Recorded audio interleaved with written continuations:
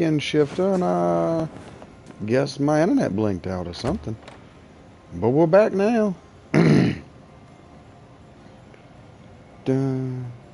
I got my faithful 2 that I can hope return.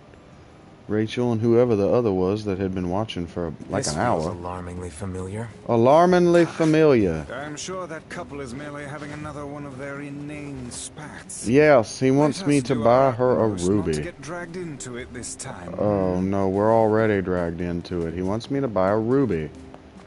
And he's gonna cut it in the shape of an apple. I hope you have better... Oh, that's cute. Yeah, he loves his Shop here wife. more He's often, just yeah? a stupid ass. Thanks for coming. I just don't remember where he said I could buy a ruby. Everything all right, man? No. He's been ill. That's not good. No. Something must... You whip? Meddlesome. Sounds like... I suppose all children are precious to their own... I know things... All children are precious Come up to a back point. Yeah. But if the cause of the illness Murdering is a mystery, psychopathic then we have fuckhead little kids way are not to precious. A robber. I did catch... Well, you're smart. Come up with something. Perhaps... Hey. Yeah, I'm collecting them. So that's why I'm looking... Sure thing. I guess I should know where to look. One could hardly Old duck. Why would kids know when the adults don't?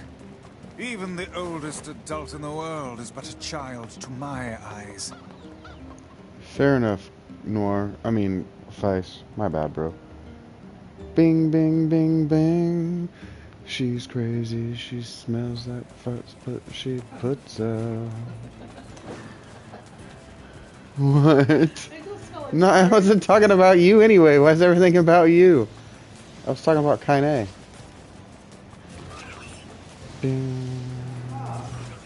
I don't know that Kaine puts out. She doesn't look like Something she puts appears out. to be amiss with these creatures. I don't think she... Well, she yeah, smells like they're farts and dressed her shades. like that. That is Dressed not it, what I that's right. meant. That's what I meant to How say. to explain it? You think about She it dresses... while I kill him. Not yet. I have not unlocked a costume for her yet. I bet her butt cheeks are cold. Look, I'm not the one that said that her butthole should be exposed to passers-by, but she seems to like it. You don't blame her? Okay. You also want to feel a cool day's breeze on your butthole? Well, yeah, well, a body like that, I'd be running around. Yeah, no shit. A body like that, I would be running around in the naked as well. If my nipples were that perfectly centered on my breasts without implants, they would be out all the time.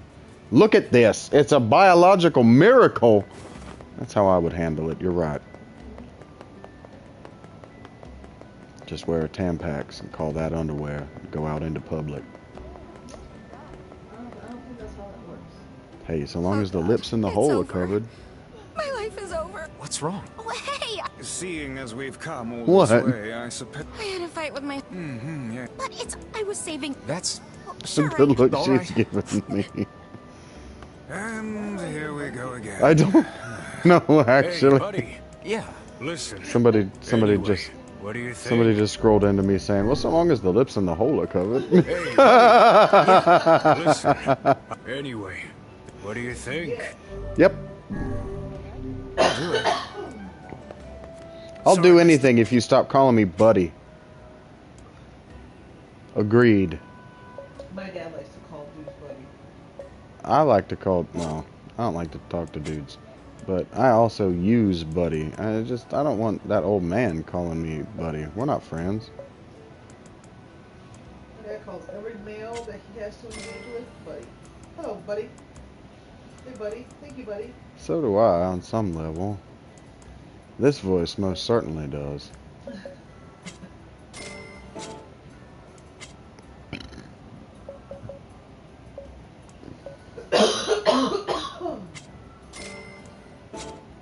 It's just what... That's what bro said. This old man called us buddy like 4 times in that conversation. He goes, I'll do anything if you stop calling me buddy. I can buy shaman Come fish. back if. Now I can just buy them. The kid cannot be the merchant. He cannot be.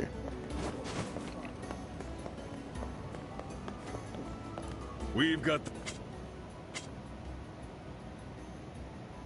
Spear of the Usurper. Yeah, these are expensive. No shit. They are very powerful as well. The dagger sucks. But this one is very powerful. Alright. Thanks. I could probably afford that stuff if I really wanted to.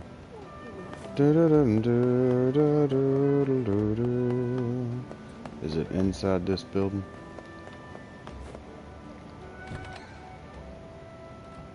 Hello, I have arrived. I would like to talk to you. Hey, you got... Go on. I need What you do to you buy a need? kitchen knife from... Why not Two just brothers. Absolutely not. Well, Why is thanks. it still called Two Brothers? It's one surviving Hey there. brother. Really? Yeah, the Really? guy took off. Hardly. The arguments. Anyway, I think he's from the village. guard. Thanks for the tip. Thanks for the tip. I'll see what I can figure Say, out. you're pretty. Yeah, I'm good. Say, you're pretty handsome. You want to buy a lady a drink? If I saw a lady in the presence, have become I something might. of an attraction for the locals. doesn't surprise me in the least. Not in the Seeing least, people like he that puts says. a little spring in your step, you know? People like You what? humans truly are a maddening bunch. Ooh, look at Such that. buffoonery does little more than wear Spear this old tome out. And it's daytime. He's just a spear in the night, and it's daytime. The daytime of the night.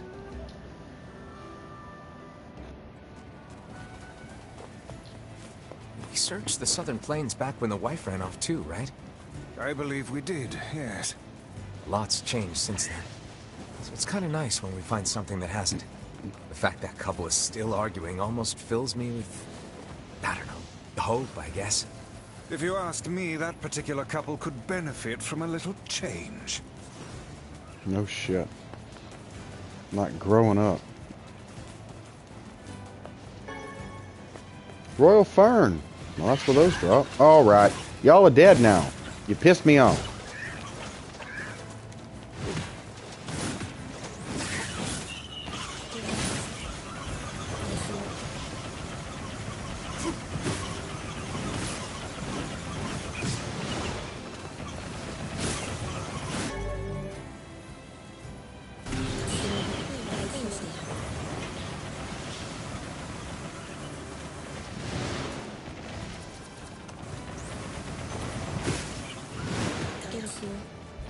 Dead now. Look at that giant weapon with the rivet through it. It looks so damn cool. I want one. Now I want two of them. One for each hand. No, I just don't want you to have one.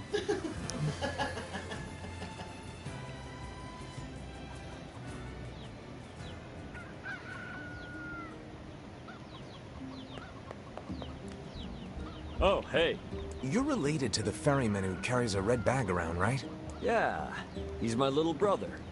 Haven't seen him in a while, though. A shame. Have you any idea where he may have absconded to?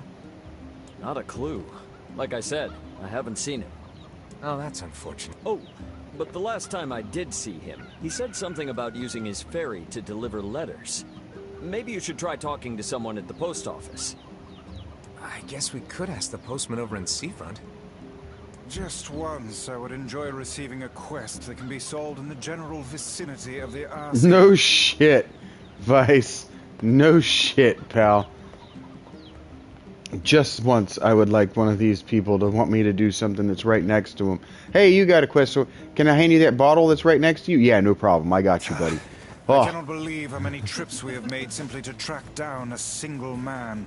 no It's shit, alright to dude. do this kind of thing every now and then. No, it's I not. only pray this is not the No, it's calm fine. before I don't some actually. manner of storm. You know it is. It's a primary quest, Grimoire. Vice. It was given to us by Popola. You know that something has gone horribly wrong. Weapon attack power is only 10%? What the hell are you doing with a used coloring book? What are you doing with that? What's Alright. the use of the used colored milk? It's used over. Well, maybe the person who colored it is a person that you are fond of, and they are past now. I don't otherwise know.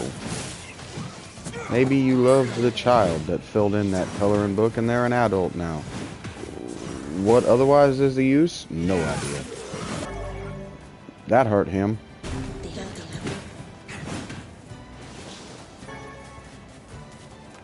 It's two of them. Say there, lad, have you ever penned a missive? You mean a letter? No. I'm not big on writing. It always takes me forever to figure out what I want to say. What's to figure out? One simply takes quill in hand and unleashes their soul upon the canvas of the page. Fact. Whatever you say, Vice. Whatever you say, Vice. Some of us have souls to unleash, Vice. Some of us do not. You know what I'm saying? Rachel knows what I'm saying. She has art hanging from the walls. I don't have any novels hanging from the walls.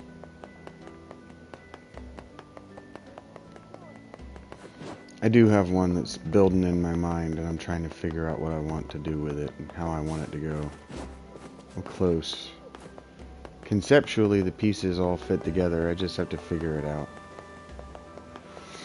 And yep, that's where the dreams come in. The weird, unpleasant dreams.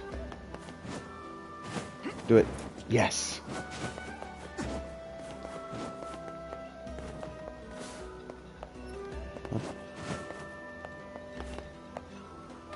These houses are confusingly architected, made. Hey, postman. Oh, sorry. You're not, I'm man. sure as hell. I just swung by to pick up a letter, and anyway, you here for... No. There's this couple who's always fighting. Sorry, pal. Still, that's pretty weird. My buddy's daughter... I find it exceedingly unlikely. Any idea where she might have... That is the question. Actually, you know what? I bet she went to check out the huge shipwreck that drifted into the inlet the other day. Not often something like that comes around. It's all the kids have been talking about. Well, this guy is old enough to be married 5 years ago. A shipwreck, is it? He's doing things I that suppose children... we might as well investigate, seeing as how we lack any other tenable leads. Right. Let's head for the inlet. Yeah, let's. Down by the... Wait a minute. Where did that Why is the lighthouse not lit anymore? Why is the old lady not lighting the lighthouse? Well, she's probably dead. 5 years is a long time when you're her age. Kinda. There's Emil.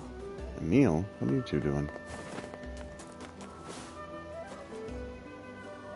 What's going on?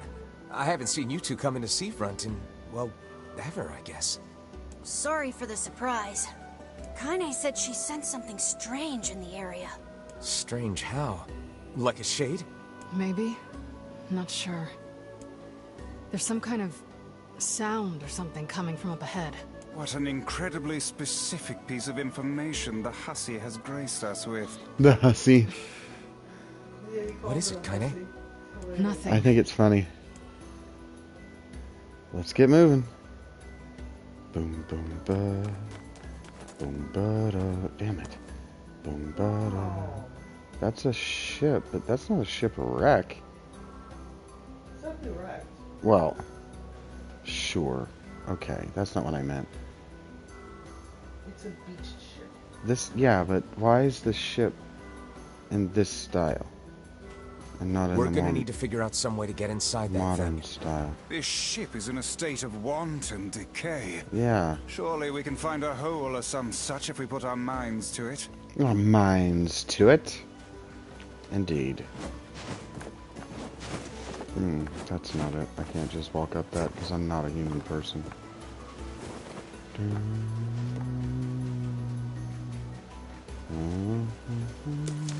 walk in the water. Cut this open. That's not it. Okay. Climb this rope. Nope.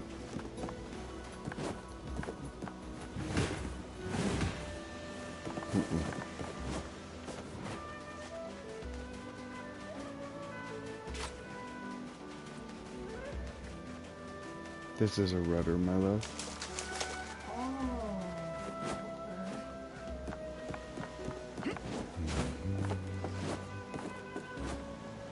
We were talking about that the other day.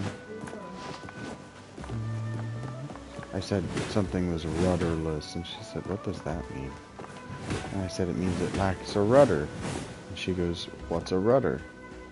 And I said, "That's difficult to describe. You know that little plank of wood in the back of a ship? That's a rudder. A rudder."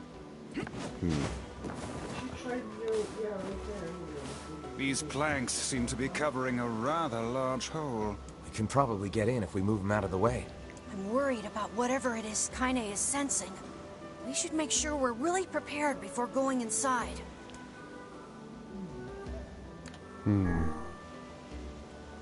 This isn't just a side quest anymore. This has become something unusual.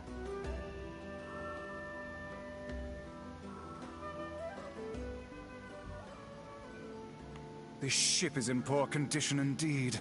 Do try not to thrash about and bring its timbers down around us, hussy. Whatever. You sure you're all right, Kaine? You really shouldn't push yourself. Hey, I've got an idea. How about you and me search outside and get some nice fresh air in the process? Sure. Let's... Sounds good. Take care. The meal is on the case.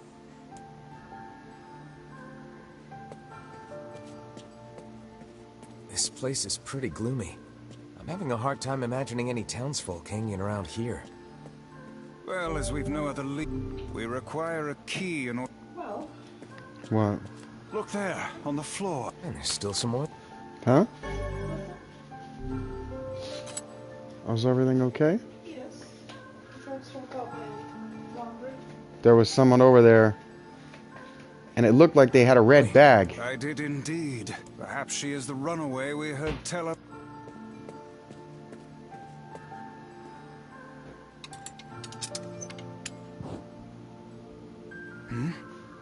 Weird.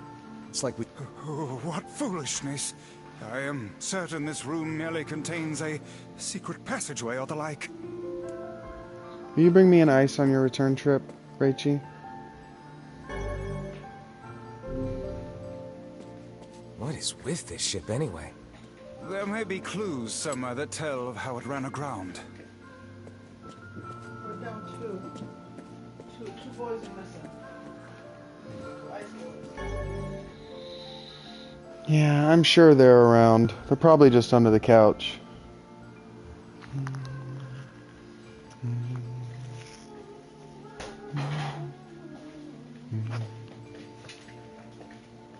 Thank you. Thank you.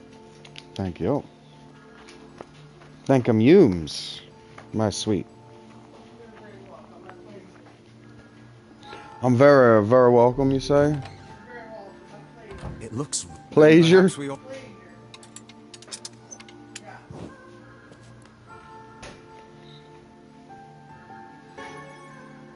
What's this? An apple. It's a bit... I wager it was dropped by that fruit-loving... Perhaps he absconded to this ship to wait out the storm. Let's keep moving.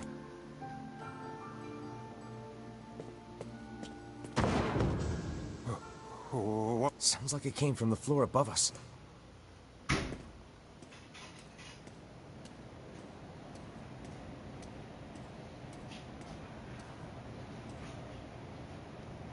This barrel's been knocked over. Surely it was toppled by the wait. The missing child left white tracks in her...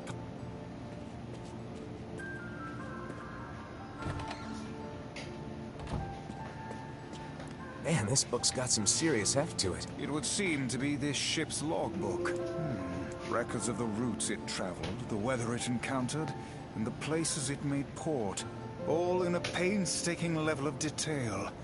I would expect no less for a vessel of this size. Until the day the records suddenly cease. What the hell happened on this ship?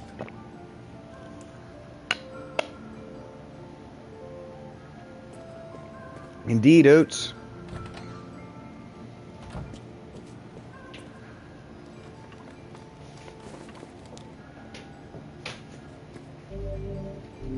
white handprints on the wall lead in the direction of this door. That's weird.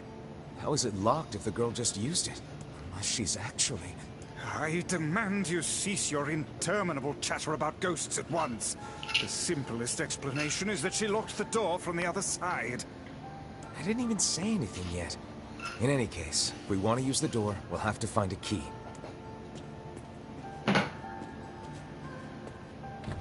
You're interminable.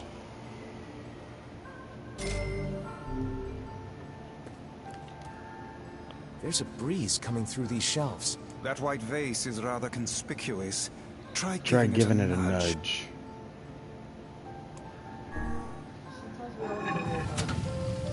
A hidden room. Hey, there's a notebook on this desk. Oh, wow, this thing is crammed full of information. A record of the cargo they carried, no doubt. Let me see. By my pages, this ship was used by slavers. How simply atrocious. Wait, you're telling me they sold people? And made out quite handsomely from the transactions, it would seem. How could they do something like that? I do not know, nor do I care to ponder it. Let it suffice to say there are monsters who trade coin for misery in all corners of this accursed world. Slaves to whom, for what purpose? These chests are pretty huge. And what do they contain? Treasure, perhaps? I wish. Looks like a bunch of iron tools. Those are no mere tools, lad. Instruments They are of torture. Instruments of torture. I shudder to think what evil transpired in this room.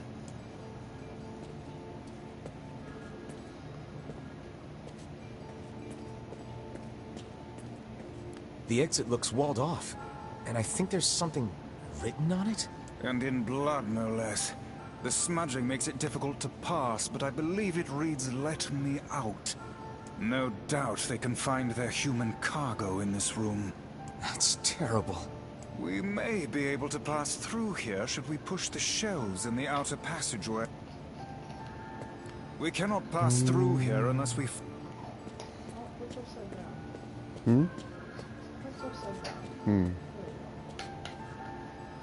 Okay, so shelves, passageway.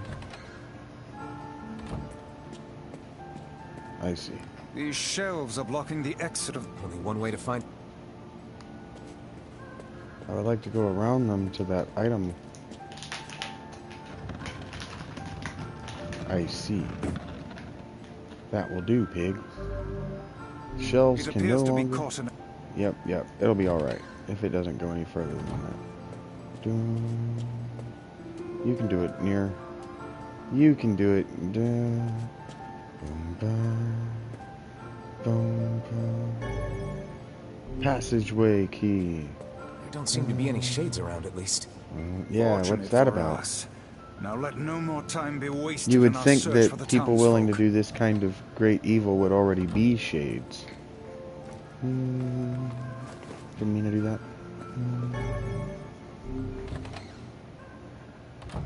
The white tracks end here. Wait, I hear something.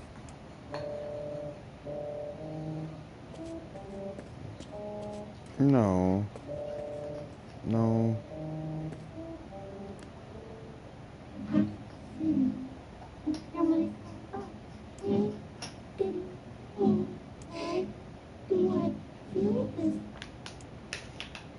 Yikes. Whatever that sound was, it stopped. I swear it sounded like a girl. This is a voice pipe. A contraption by which one's voice can travel to a faraway location. Which means the girl is in whatever room this pipe connects to. Hold a moment. I spy a chart of the ship's layout on the wall. Yes. This pipe connects to a cabin in the ship's stern. See, Yoko Taro, and I need to learn his name, the guy that makes the Romancing Saga games, they stick to the D&D scenario format. This is a D&D scenario we're in, but we're playing a video game. It's highly impressive. Even D&D's games like Baldur's Gate, Don't stick to the D&D scenario writing format. Onward and, inward, I guess. I know you've mentioned this a lot. This little lantern has brought us quite far, hasn't it? Yeah. And the light it gives off makes me feel... Right. You know, safe somehow. Well, aren't we? Oh, damn. The hell is this smell? Perhaps it is wafting from further in. Yeah, it's not changed. No, I mean, it was just a door opening thing. Another apple. Just how many apples does that quibbling husband keep? Let's keep searching. Yeah, that's Ultima and Wizardry. That's where it began. I had the Beholder is what you're talking about. And yeah. That's what we're doing. Just warped and unusable. D&D campaigns always come down to exploring these confined spaces, a house, Look at the size of this whatever. saucepan. This must have been where they prepared meals for the crew. Oh man, don't let There's this a be note stuck to the counter. cannibalism. Extra rice, hold the peppers. Looks like the crew had some say over how they ate. To be picky about one's food while at sea is a luxury indeed.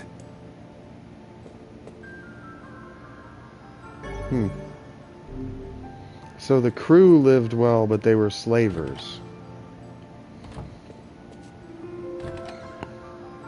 Oh, I didn't mean to. Wait, this door is warped and won't open. It seems. Yeah.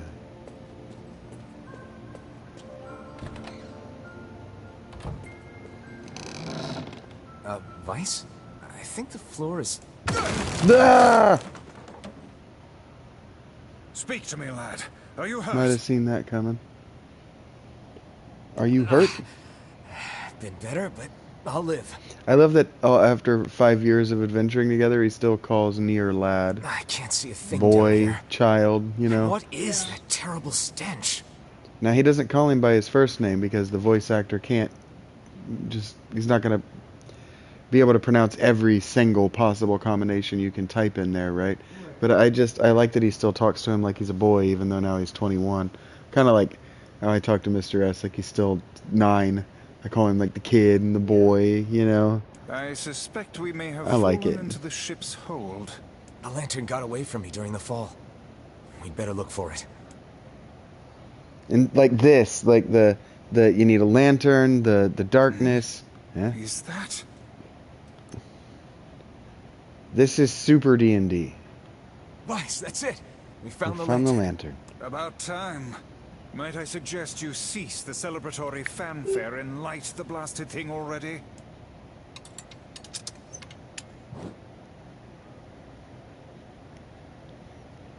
I spell my name Vincent. Oh dear. Look at the bodies. They are all people from town. And, I fear, the missing ferryman. That's not good. Oh no. This can't be real. Why? Why did he? I know. Why did everyone have to? God damn it. Pull yourself together, lad. Remember the presence Kaine sensed. The culprit who murdered these poor folk likely awaits us further within. I won't let them get away with this.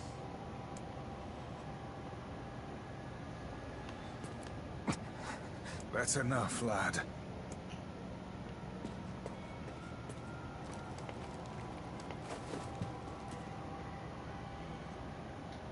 Hey there, you two. Hey. Did we ever? Found a nice hole in the wall to slide through. But then we heard a bunch of noise coming from that super dark floor downstairs. You sure had us worried. Yeah, sorry about that. You feeling better, Kaine? A little, yeah. Sorry for the trouble. Good. That's good. Jeez, you seem really down in the dumps. Did something happen? Tell me, Kaine, that presence you sensed. It's on the floor above us. I feared as much. It seems we've little choice but to press onward. Like, not all of these scenarios, like the Forest of Myth, not all of the scenarios are, like, you have to fight. Some of the scenarios in this are role play. You just have to read and you just see what happens. it's very D&D. Because people who play a lot of D&D, they complain when their DM only throws them into combat. And a lot of the people who play a lot of D&D don't like RPG video games because the scenarios always devolve into just some combat or other. But the penmanship is so poor I cannot make heads nor tails of it. Huh. This is really cool. Like, you know, I was talking about with Elliot the sense of exploration. This still manages to maintain that sense of exploration all the way. Even this, it's just a boat, but they made this boat explorable and interesting. It's just one boat with one horror story inside it, you know. But I just read all of it.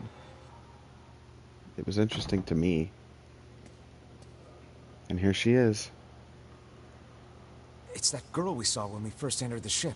And look, she's got Bro's red bag. I was right. Old lad, this is a lone child sitting inside a hulking ship littered with corpses. Something is clearly amiss.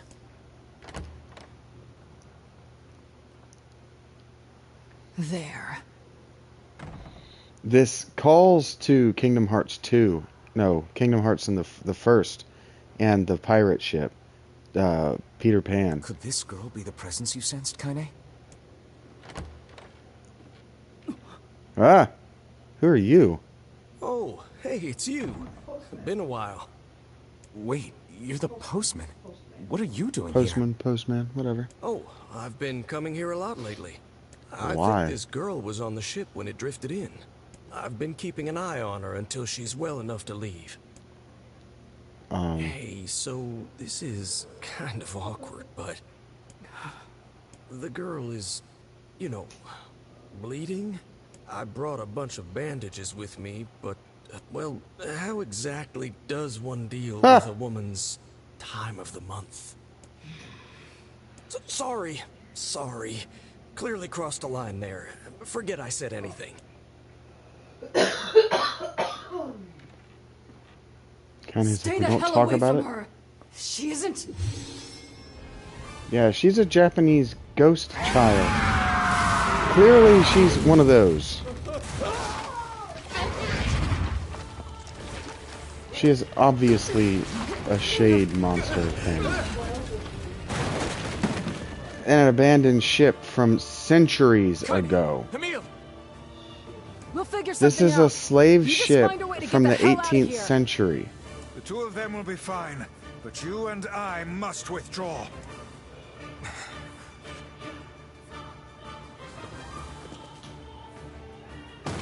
Ah. The ship is collapsing. We must leave at once. Very much aware of that, thanks. Let's go. Shit! Damn it, they're in the way. I love these side-scrolling. I know I've said before that I don't love side-scrolling adventure games.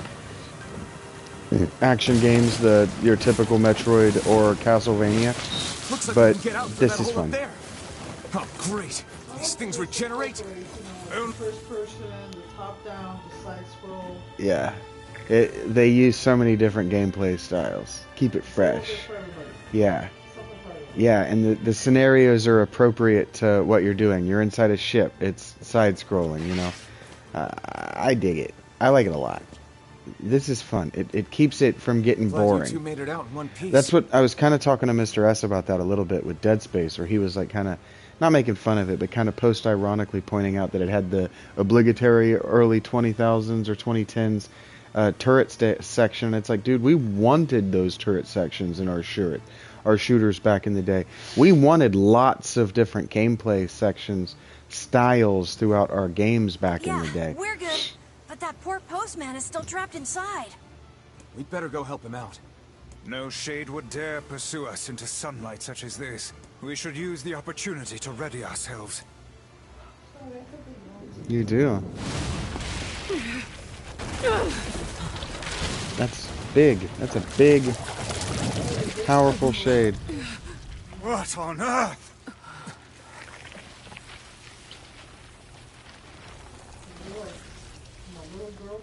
Mm-hmm.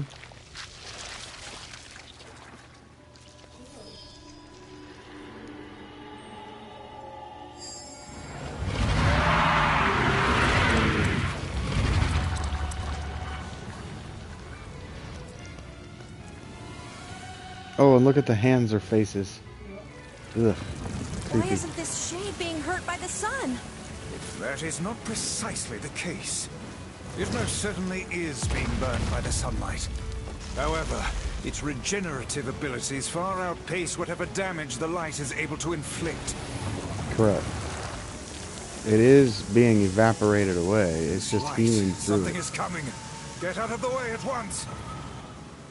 I can't believe that little girl was actually this thing. This Can't monstrosity you? is unlike anything we've faced before. Remain vigilant.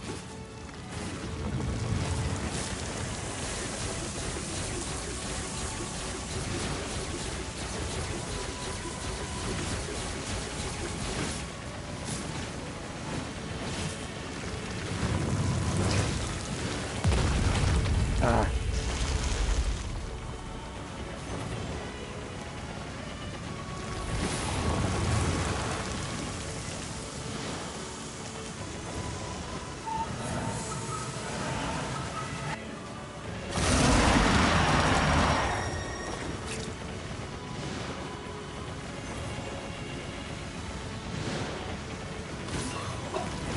And then, like I've been complimenting it for not just resolving in a boss fight. And yeah, it's resolved into a boss fight. But we didn't fight a single random encounter or scripted encounter throughout. That was, for sure, a classic tabletop roleplay section. And they almost always still resolve in boss fights. You still want to use your combat abilities, it's still an RPG. But this is cool. It's just it's a cool little vignette. It's a cool way of breaking up the monotony. Like Elden Ring in 10 years from this, whenever Elden Ring came out, this is 2010, so Elden Ring, whenever it comes out, it's going to use the same motif, the same narrative cycle, and like I called Dark Souls just not good Drakengard. Like, clearly that studio has played these games. They've clearly played Yoko Taro's games. Because the Elden Ring rather, the Dark Souls, the FromSoft, they're not original. They don't have original ideas. They're just making games for Bandai. No. Ah, I jumped too early. I got it away. Okay. Aye.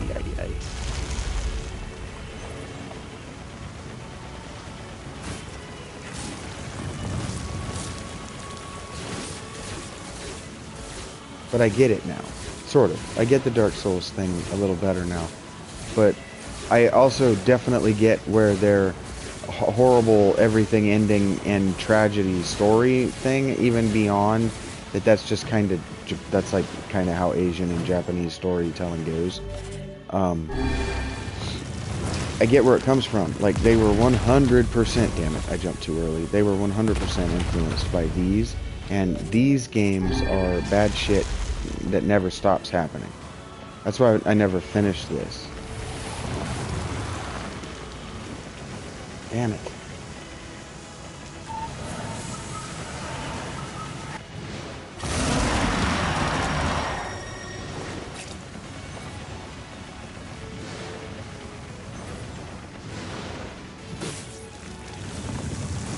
No. You want to stop so I can hit you? Actually, let me do damage to you? Now is our chance. Attack with all that you have.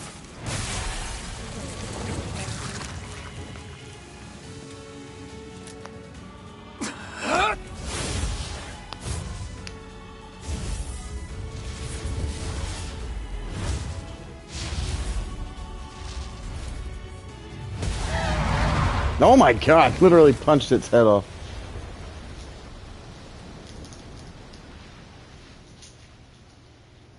Did we get it?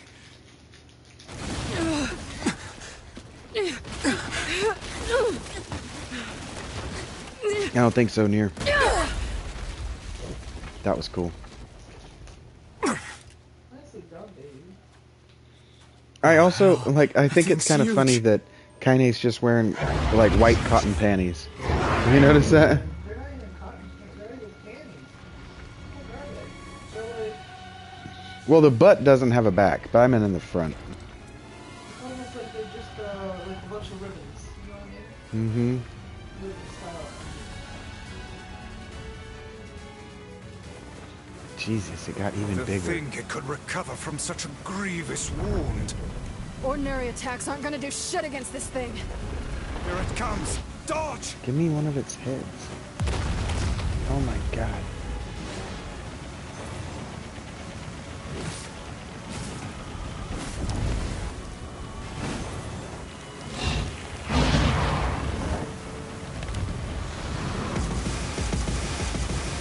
Oh my god.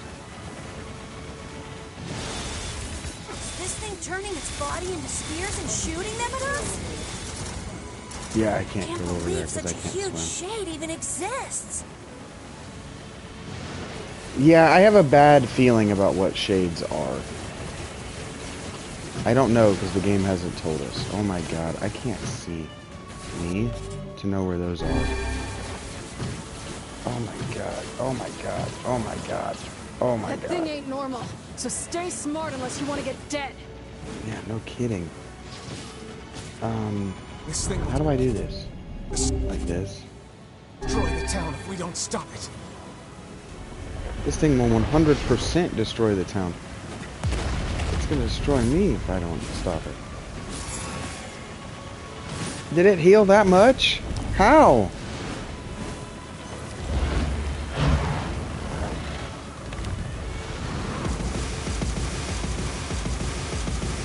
The number of spears flying our way is increasing. Yeah, I can see that. Damn it. My word, if this continues... Oh.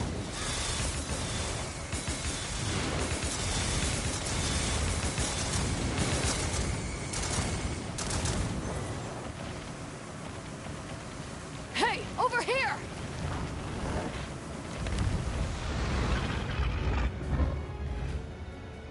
Who This is guy's that? important to you, isn't he?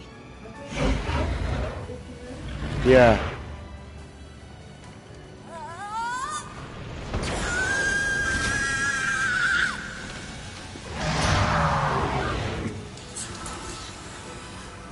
This is here and now.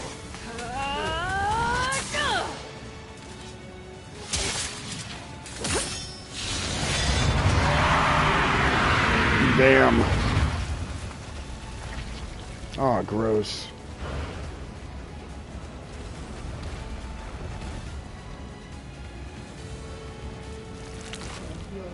Son of a... Is this thing immortal?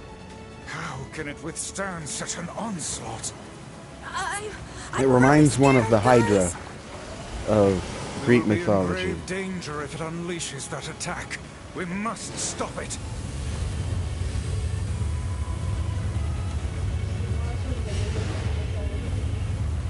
No, it's a dragon, but every time you cut off its head, it grows another one back. I am not killing that fast enough. Barely hurting it at all.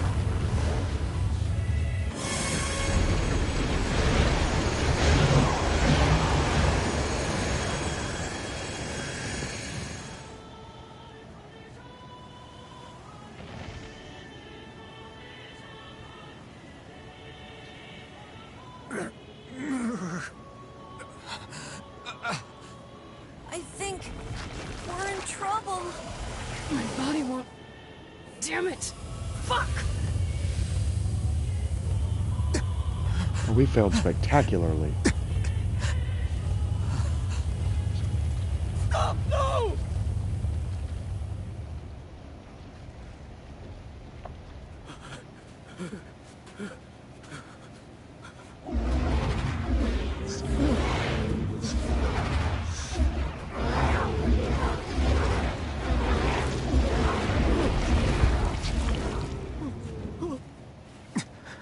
What are you doing? You're gonna get yourself killed.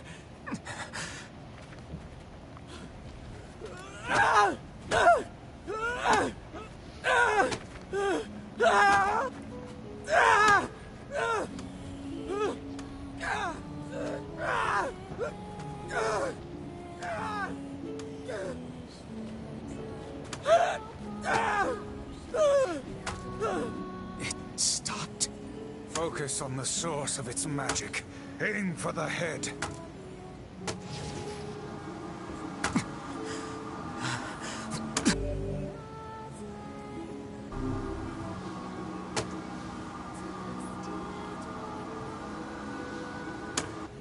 We can never be together.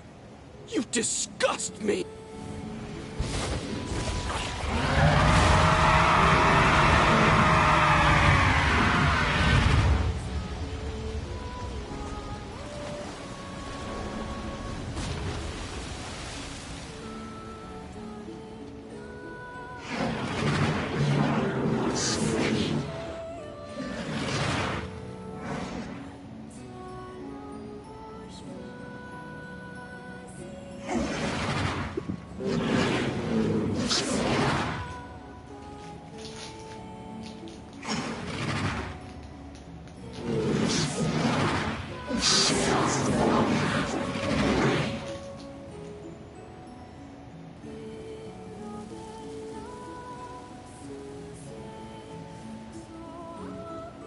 It's sad on some level.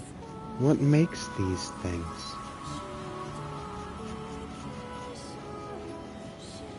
Because they retain some amount of humanity if they were humans.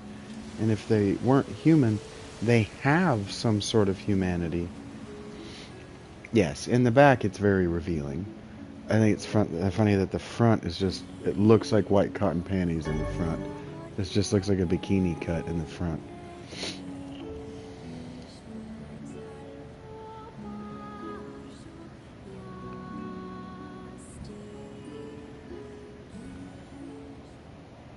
One week later. Thanks. You really saved our bacon. You've all done so much for me. Offering a little refuge is the least I can do. I don't have the words to express how sorry I am. We all knew townspeople were out there being eaten by a shade, but I never imagined I was taking care of it this entire time. The fault lies with that foul creature alone, Postman. Not yourself. I hope I can believe that someday. Well, at least he wasn't doing it on purpose. Like, we'll play Bloodborne someday, Rachel, and you'll see that the Souls-like games, all of the people that you run across that you think you're helping, they're all trying to make the situation worse. And so, like, in Bloodborne or Dark Souls, this guy would be doing it on purpose. Feeding that thing. Alright. I just find that objectionable. I like this better. There's someone else we need to break this news to. Yeah, Fair his enough. wife. I hope to see you out there on the old letter trail again soon. Really. Oh, she came to us. Hey, did you find my husband? Yeah. The thing is... Wait, why are you hesitating? Is he alright? Please tell me he's alright. Come on. He's not alright. Say something already. We tell him the truth. Your husband was killed by a shade. I'm sorry. We tracked him down, but it was already too late. No, it can't be true. That big idiot. Always carrying his bag around. Thinking about me all the time. Yep. Oh God. This can't be happening.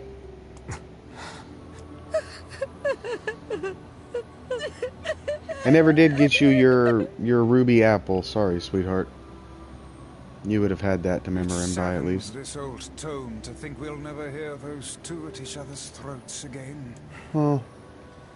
If only I'd gotten to him sooner. Damn it. Do not let it burden you so, lad. You did the best you were able.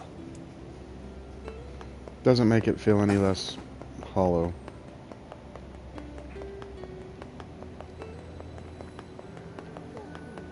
It makes you wonder on some level if there's a version of this where I did all the side quests and I played really slow and I didn't progress time. If he doesn't die in that version, you know? Yeah. Emulsify it, Rachel. Oh, I'm trying. Emulsify it. Yeah, you need the pasta maker. I see it. Yeah. When you were threatening that shade on the beach the other day, how did you know it was trying to protect the postman? Just a feeling, I guess. Warming up the fire. Here's my place. I can sit on it. There's one of them. Just warm it up, because like when it's out of the box, it's really hard and cold. Mm-hmm.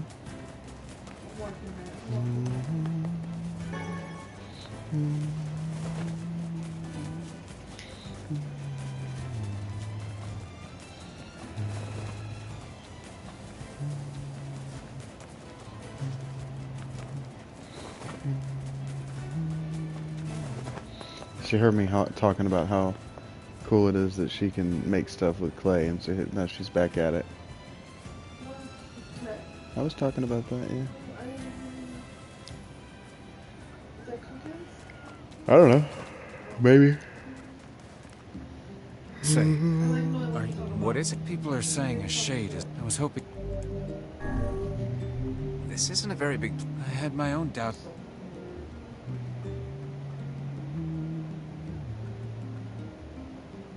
I saw a really... She saw it? Apparently. I saw the monster right... You did, huh? It was over at the river. Over by the river, huh? The foul tendrils of the shades have finally extended into this village. Fine. Then we find him and kill him. Agreed. Will it be that easy? I wonder. What do you mean? Would you be able to simply slaughter the people you lived amongst for so many years? Would you truly murder friends if you suspected... A robbery? I did catch a... I wouldn't have a choice. Jonas not coming back to a village full of those things. When the time comes, I pray you can follow through.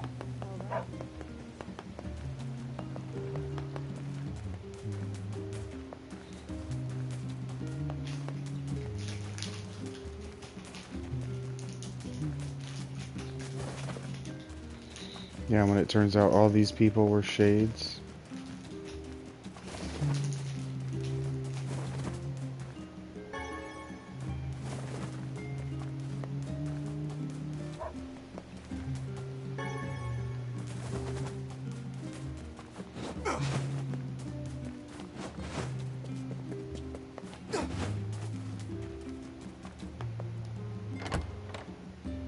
I'm gonna run into the same problem in this that I ran into in Elliot, where I was too standoffish.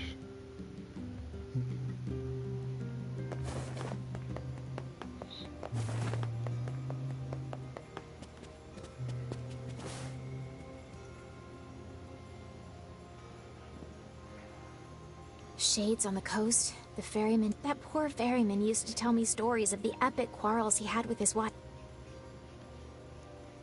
Still, you made it back safe. Have you any new information about the key to the Shadowlord's castle? I'm still working on the decryption, but I'm afraid progress has stalled. Loyal Cerberus might refer to a dog, but I've never seen anything that would fit the bill. It must be pretty complicated if even you can't decode it. Well, you're our last hope, so... I will. By the way, I was walking by your house earlier and I noticed you had Thanks. Oh, what? Since the ferryman was missing work, I'll make sure they know to let you use the boat as... Gotcha. Gotcha. Even without those... The ferryman's not missing work. The ferryman's dead. Continues to turn. The world does relentlessly continue to turn. The planet wouldn't even know to stop just because things that we are doing are happening.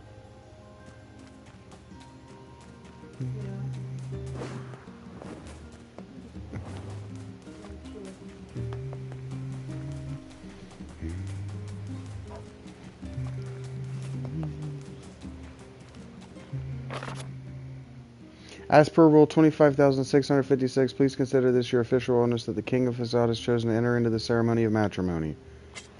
Hey, he says, yes, it's me, guys. Probably not a good idea to... Let's go to Facade. Yeah, let's go back to Facade as adults. See what's changed. This is so much better than Zelda, dudes. I know. I really take the piss out of Zelda. I really kick Zelda while they're down, but Nintendo's not down. Nintendo sells all the copy. They're fine.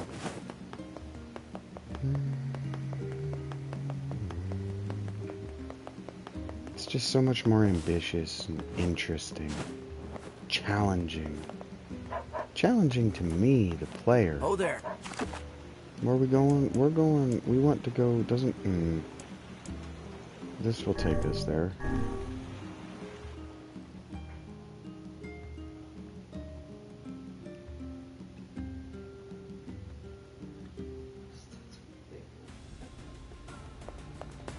Making bugles, are you? Bugles? Mm-hmm. Oh man, those are delicious. They're not candy. Snack. Let's see if I can manipulate this now that time has passed.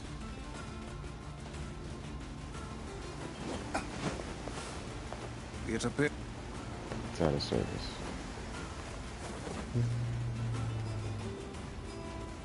We don't need to fight these wolves. Does it not strike you as curious to find wolves in the desert? No. Should it? They normally live in forests, yes. Deserts would seem to hold little sustenance for them. There are certainly a lot of guess what they've been eating. It appears to be out of... Well, I'd like to put it in service. Okay.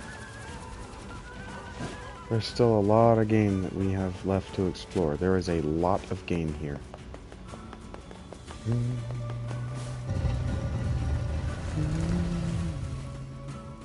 Now she's definitely making bugles. Or she's making some kind of lily. I love that you're trying to guess what I'm making. Am I? Yeah, I love it. Because probably like Sure, I guess.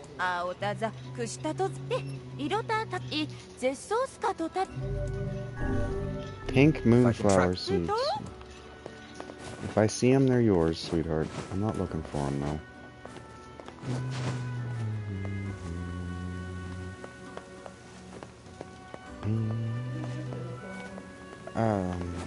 Whichever your favorite is.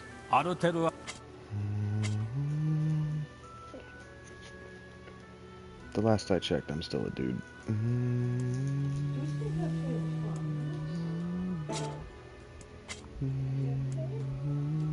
I guess. This one doesn't.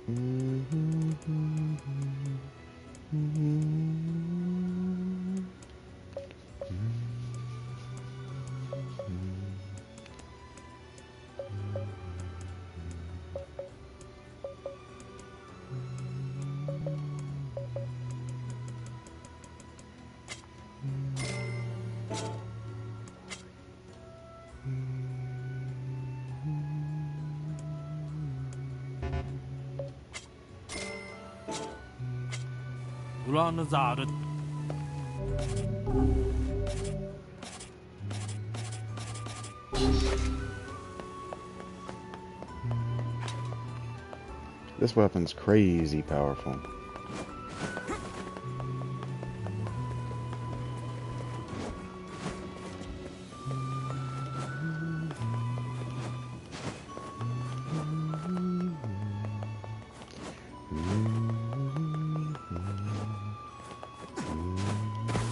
Oh, there's sand in there.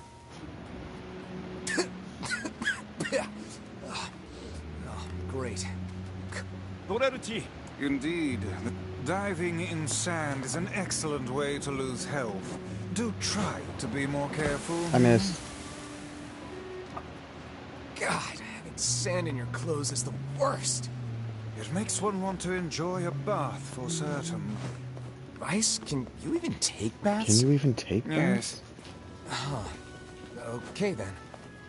Yeah, it's just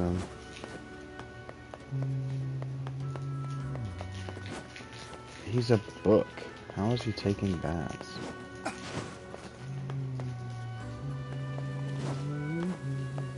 I was so close too. Hey friend, what up? I didn't say. We do not, my good. It looks a bit. Then we. Royal compass is convenient. Enter the king's manse. Yes. Yeah, looks cool. I like that we're in the side scroll again.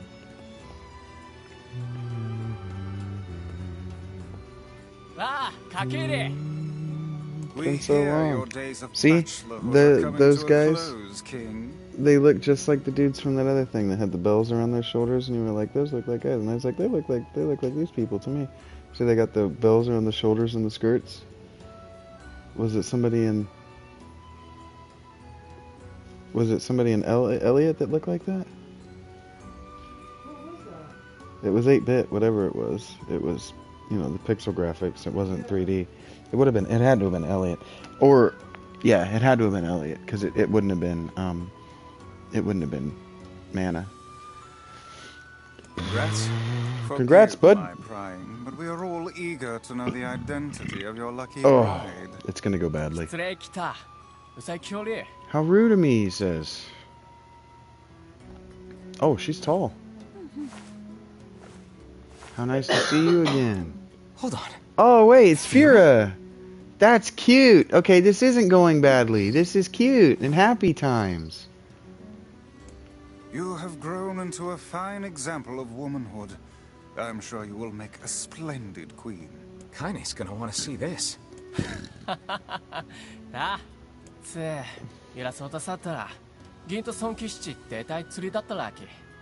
She threatened to boycott the ceremony if we wouldn't come. You must be Emil. Pleased to make your acquaintance, Your Royalness. Congratulations on your wedding. I'm sorry Kaine's not here. She's outside, right? What nonsense. She knows she's welcome here. And now I insist that you stay with me tonight as honored guests of the royal family. How could we refuse? How? Indeed. This is cute. And here I was all, this game only has terrible shit. The night before the wedding. Look, when this came into my life the first time, I couldn't see the they even have forest for the rules governing trees. the timing and water temperature of a bath. Of course they do. What's it to you? You don't even take baths. Yeah, he does. We had this conversation on the way in. I'm lighting a bowl. Give me a second. I don't want to set my blanket on fire.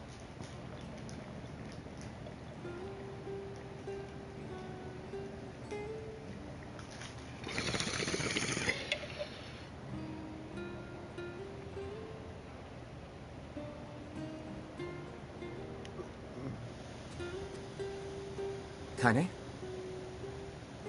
What is the matter? I don't like this.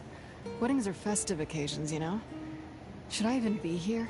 We were invited here by the king, remember? Sure, but what about everybody else? This city isn't like our villages. It's all about the rules here. And since there isn't a specific rule about you, I honestly think they won't give a crap. Yeah, maybe. Will you at least procure a new set of lingerie for the festivities? Some spring colors, perhaps? Keep talking, Book. Keep talking, Book.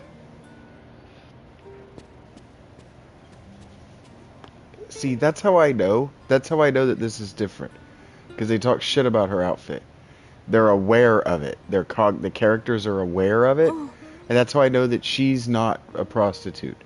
They constantly ignored Tifa and Jesse's sexual advances and over-tight clothing. Right? Like, Cloud didn't call them on it. Like, stop that shit. And so, to me, that's evidence that they're not real girls. Right?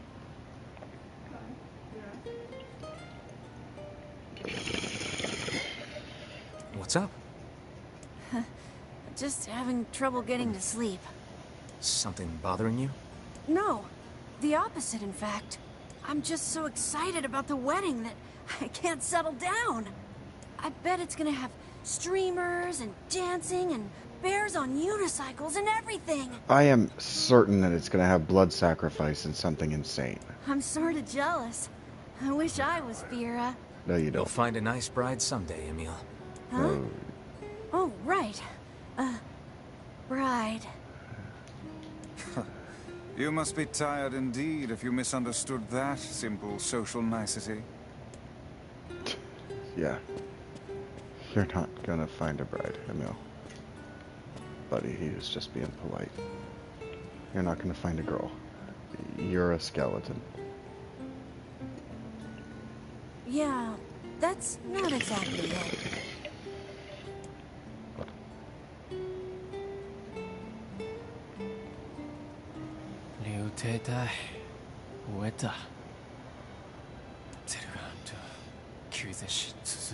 Quarrel with the wolves is taking a turn for the wolves. The duties of the king are overwhelming. In truth, I feel somewhat guilty about holding a festival to celebrate my Everyone wedding. needs to blow off steam and celebrate once in a while. Facts. Indeed, your people have earned a moment of rest and respite. I guess that's true. Plus, you want to make Fira happy, right? Anyway, life is better when you have someone to fight for. That's not written in the rules, but perhaps it should be.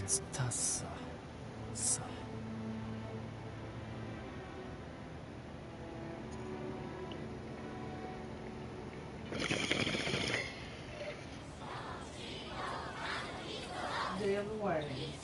Alright. Thank you. Aw, weddings are the best. There's flowers everywhere. Everyone's happy. It's just great. Yes, the back is very lacy and Aren't you transparent. jealous, Kaine? Oh, come Butt on. cheeks are very high and perky. She stands in such a way that she tucks them in, too. So she's not trying to be sexy, for sure. Like, she doesn't bend her back in that specific way. You know what I mean? Why she's dressed like that, we don't know yet. I'm certain that this has stuff in store for us. This is doing a lot of world building and that it doesn't need to do, because it's got feelings about Dark Souls. Dark Souls does no world building. This has something to say about the environmental world building of these games, and that these games can be treated with the gravitas of a novel, right?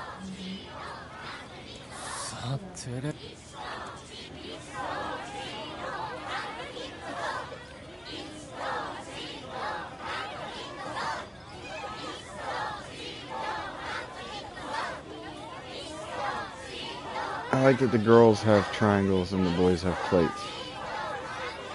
And they have those silly Majora's Mask masks.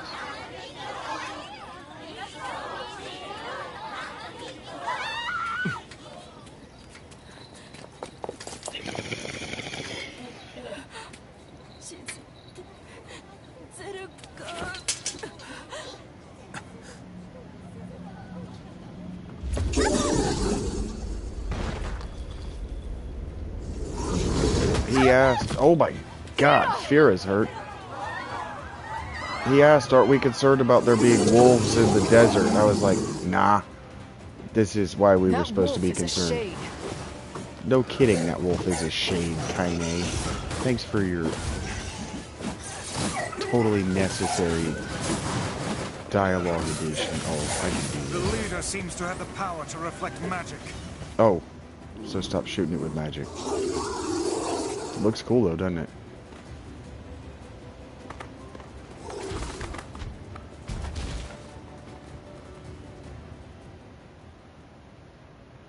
Fia! Fia! Fia, さて、喫茶歴の金ですね。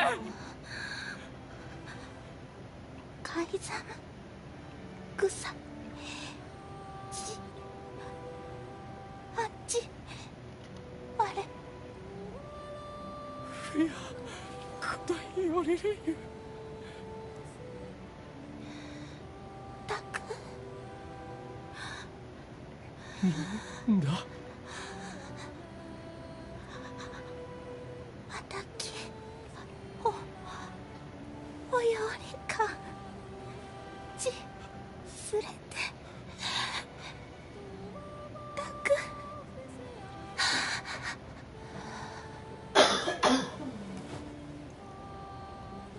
フィア浮いてるフィア焦ろしたかれきたたさすとりたできたかすきたいさいさしたしたけれたかすきた改ざん Yeah, language that sounds very much like Japanese if it's not, right? Right. Yeah. できち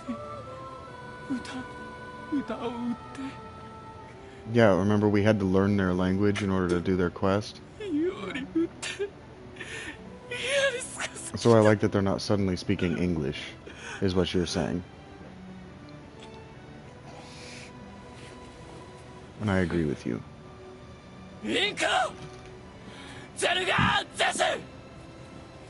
I would rethink this course of action, King.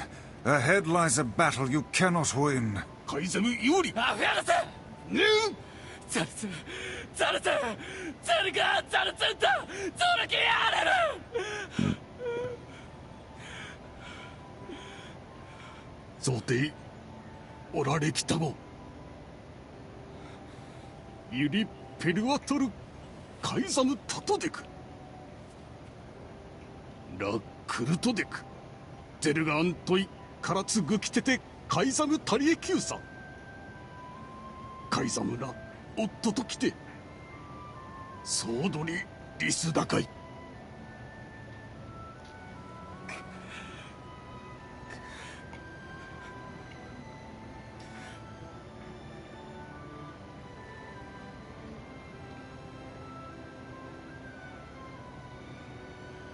The king's grief is strong. I doubt he will stand down at this point.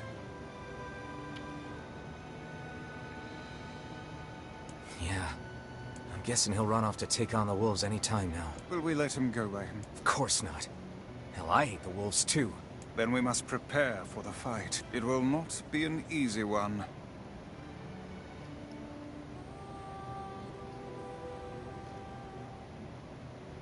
I know.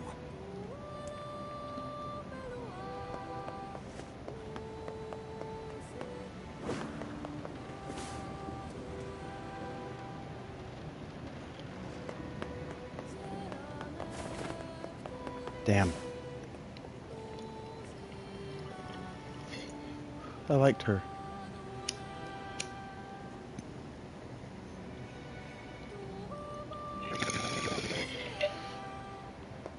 But what 8.3 BC when I were talking about how so many of these games don't know how to get the character to do violence. This character wants to do violence. He just doesn't have a particular reason to exterminate these wolves on the way in, right?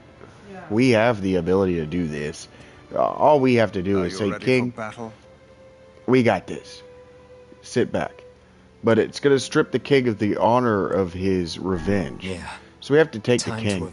And the king is 100% going to die. Like, we know that. Yeah. Right? We are in a post-apocalyptic narrative where everything is telling us that everybody dies at the end. That we're not going to actually save the world. We are, so to speak, organizing the deck chairs on the Titanic. But the story here isn't about the triumph of the human spirit. It's about the human spirit. It's just about the human spirit, right? We watched this king go from a kidnapped, screaming, terrified boy to a dignified king who's getting married, but it's all ceremonial. He's talking about the business of governing is actually overwhelming to me, and so I just can't wait to have my wife at my side to shoulder the load, so I can start to think about expanding the military. Rachel the other night was listening to a Egyptian history while you fall asleep show. Nothing wrong with that. And if you pay attention to the cycles of Egyptian history, there are many, many pharaohs who have to do that. They're put in young, they have to get wives, they have to establish the military, they got to get the priesthood under control, and many of them died young. That was normal. There was about 200 years, I think, maybe of just a single full century of Egyptians history, Egypt's dynastic history, where they didn't have a single king who was above the age of 18. They just did not. They kept dying young. They kept dying young. They didn't have a king.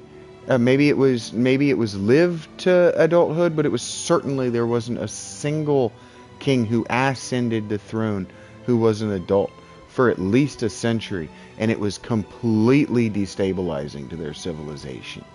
Totally ground the wheels of everything to a halt.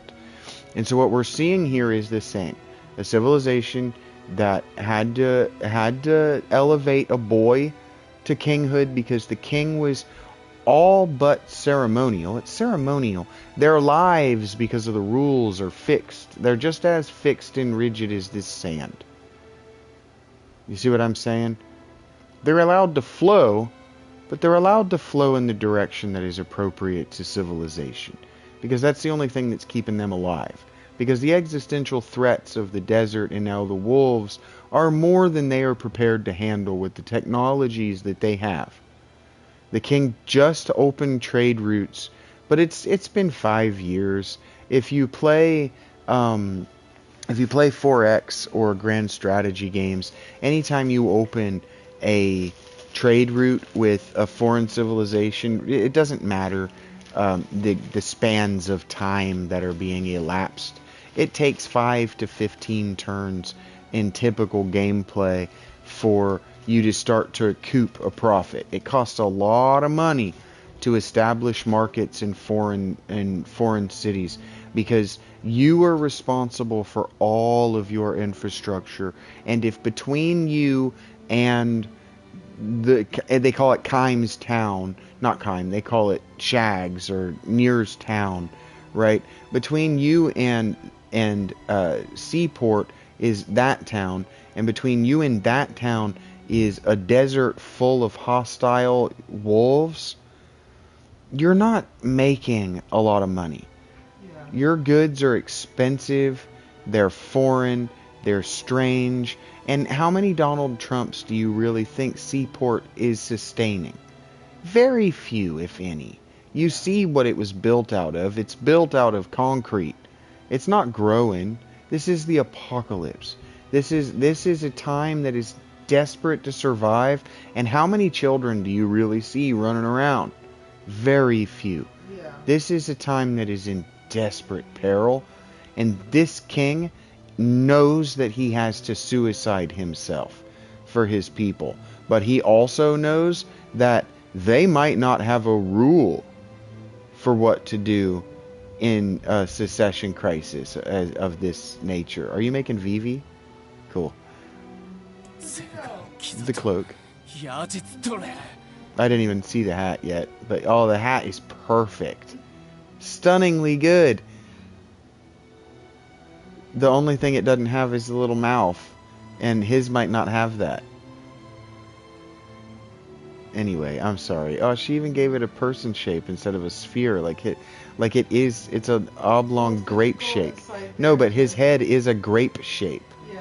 You are right about that. You even got that detail right. Are you doing that from memory? Yeah. That's impressive. I don't know what his face looks like, but yeah. I'm just impressed you're doing it's even just a black mage, just a Final Fantasy black mage from memory is cool. King of Fadsad says, I will not allow them to suffer any more. As their king, I must make a stand. And if the rules say I can't, then damn the rules. See? He knows what he has to do. He kind of has to destroy his civilization in order to keep it alive. Yeah. Jesus made the same choice. You see what I'm saying? Look, we're here to compare these stories on some level. This, to me, is so much more compelling, even though it's tragic and horrible, and it took me a really long time to circle back to it in real time in my life. This is so much more compelling, and by that I mean it calls me back to it, than games like Octopath Traveler, Mass Effect, Dragon Quest. The games that you guys see me start to just get more and more pissed off about minor details that you would read about in a review, but it would still get an 8.5, and I'm saying this is 2.5. Throw this in the garbage and throw everyone who made it in jail. Like that, when I'm having that reaction, it's because it's not compelling to me. But I'm compelled to play it. This is compelling to me which compels me to play it. All these years I've been thinking about it. I've been checking in to see what other people say about it. When it shows up in a top 10 list, I get excited, like I'm a fanboy, like I've played it. You see what I'm saying? And that is only because I played and finished Drakengard. It took me many years after NieR Automata was out. It took all of the hype dying down and it being released on Switch. I had a Switch to play Civ 6. And then I saw that Squeenix was starting to release their masterworks on the Switch. And I said, okay, I'll check out NieR Automata with this sort of like, attitude. Yeah. Right? And then I couldn't turn it off. I beat it in however many hours it took, 40 hours, 45 hours. And it felt like it was all in one go. Because I woke up and it was like this. I woke up and as soon as I could get Cat off the TV, it was NieR Automata until I had to give it back. You see what I'm saying? Yeah. And then it was right back at it. I couldn't put it down. Like a great novel. And that's what I keep saying. What do great novels do? They keep you turning the page. They keep you thinking about it. Yeah. They have you dreaming in their visual motifs. Right? We're trying to figure out how to tell a story that's unique to us, me as a storyteller, but us as a channel and as producers of the channel and as consumers of the content of the channel. I'm trying to figure out by playing these games in long form with you a way that we can develop a vocabulary and tell one another a story. And maybe it's set in a world just like this. And maybe the threat is as existential and as weird as this one.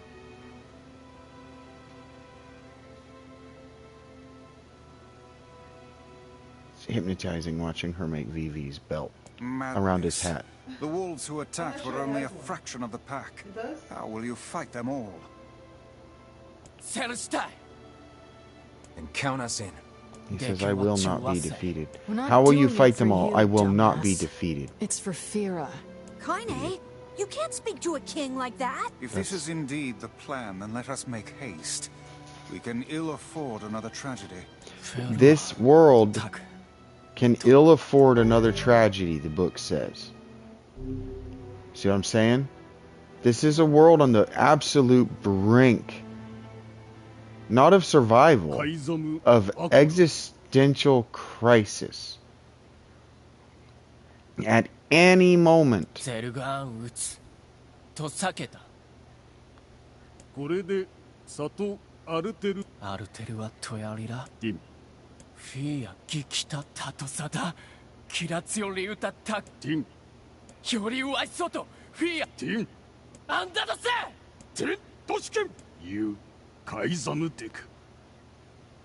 The advisor tells the king that he's behaving like a fool and he won't remove the soldiers from the steps. Clearly you are still young. How dare you?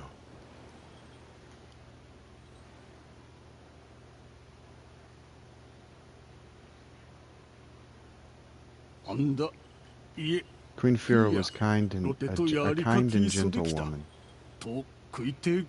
All in our city loved her, did they not? Hear me, men of Mask, the king of Facade. And who is our king's beloved? Who stained the court with the blood of our queen? The wolves did. Then who are the ones that will vanquish the wolves? The men of the Mask. Sire, I request permission to join these men in battle. I apologize. It took time to obtain the blessings of every citizen of the war. You visited all of them? I did, my liege. There are rules about this sort of thing, after all. Rules do not exist to bind you. They exist so you may know your freedoms. Yes, I understand now. My liege, you are a worthy successor to your father. You. A foolish king attracts a foolish people. Do not forget this. You are a foolish people indeed to sacrifice so much for an idiot like myself.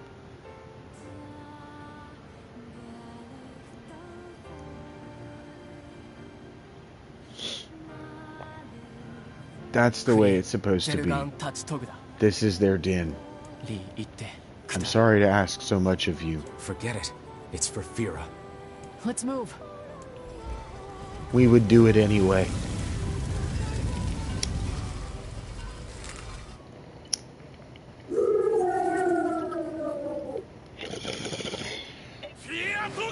The problem in many of these games for me is not my willingness or even my character's willingness to do violence.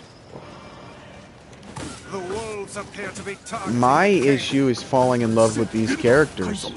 Why do I give a shit about your badly written character that you're stringing this annoying scenario together with?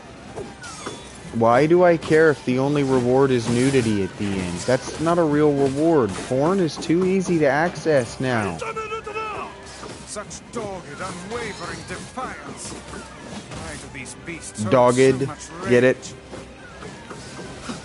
Yes. Since when do wolves fight to the death as a pack? As for the leader, Since when does this happen? Look at them throwing themselves at us. Also, this is definitely that scene in Kingdom Hearts 2. I'm not going to spoil them by naming them and saying what happens. Just anybody in the know knows. If you know, you know. I'm not going to spoil them because we're going to play them for the channel so that we have a common language. See? So that if I reference things and you don't know what they are, I can show you in long form. And now you don't have to have played it to have earned the right to use it. Like, I'm not saying Mr. S doesn't have the right to use it. We've talked about this forever, and he does it because it amuses me. The guy who played Titus, Rachel, the guy that played Trevor in canon Final Fantasy X, he plays a voice in Helldivers, and he does a manic laugh. He has an emote that's a manic laugh in his voice, and it's the fake Trevor laugh, but sincere. It's a total nod to old gamers like me. It's a total nod to that era of gaming and his contribution in English to the gaming voice acting. And if you know, you know. That scene is actually beautifully voice acted because it's a fake, deliberate bad laugh. Trevor is doing a bad laugh in that scene. And so the actor crushed it. And so he does that, just like that, but it sounds good on purpose, and it's so him. That's why you're speaking like Trevor. No, I've been you mentioned that you like it, so I try to do it more. We were playing with Mr. S. Oh yeah, definitely, because I hear it. Yeah, definitely. So cool. Yeah. I need him to wake up so I could tell another. Maybe that's why. I just need time between the episode. Maybe I just need time between doing it with him to process all the stories so I can tell them all. Because we're stacking up so many hilarious moments that I'm not drawing from. I'm not. Oh, Loyal Kerberos was that thing we just killed. Oh shit! There was a moment that was related to what we were just talking about, and I lost it. Of course, she was terribly. No. What were you and I just talking about? It wasn't the game. The stories that you're piling up that you just have to remember. Yeah, Trevor. We had just done something badass. Like totally badass. And in my head, I'm scripting a movie. You guys see how I watch even these cutscenes. In my head, you know, I'm scripting a movie with this camera right here, right? Because it's recording this, and it is broadcasting what I'm my contribution, right?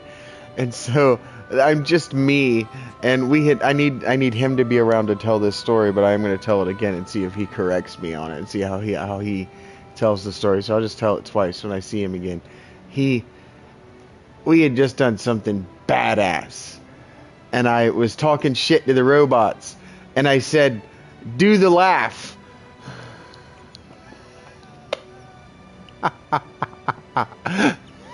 And instead of... I need him to be here for this. I need to embarrass the shit out of him for this. This was too stupid. This was too stupid. Instead of doing the laugh, the emote, like I wanted, he just goes, ha, ha, ha, ha, in my ear, like that. And I said, no, you fucking idiot, the emote. And I'm sorry for calling you an idiot. But he goes, yeah, why did I laugh at like that anyway? I'm like, I don't know, dude.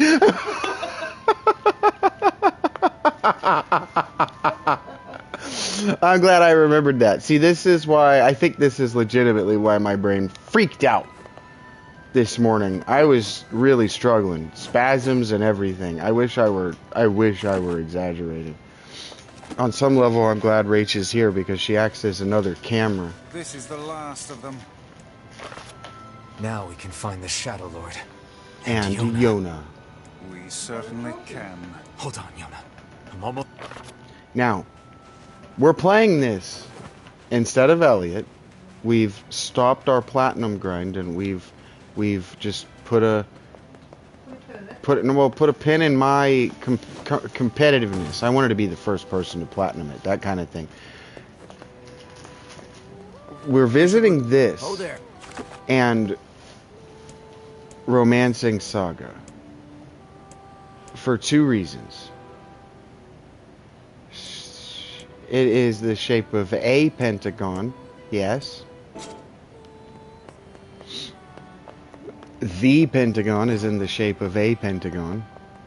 Two of them, I guess. Nested pentagons. Whatever. What was I just saying? We're playing this. We're playing this. Because I want to show you this storytelling style. Notice, we had to put together a MacGuffin effectively, try to save our sister. And then that went wrong. 5 years passed. We're locked out of those quests and all that dialogue with the NPCs in the game. Remember how Elliot did it?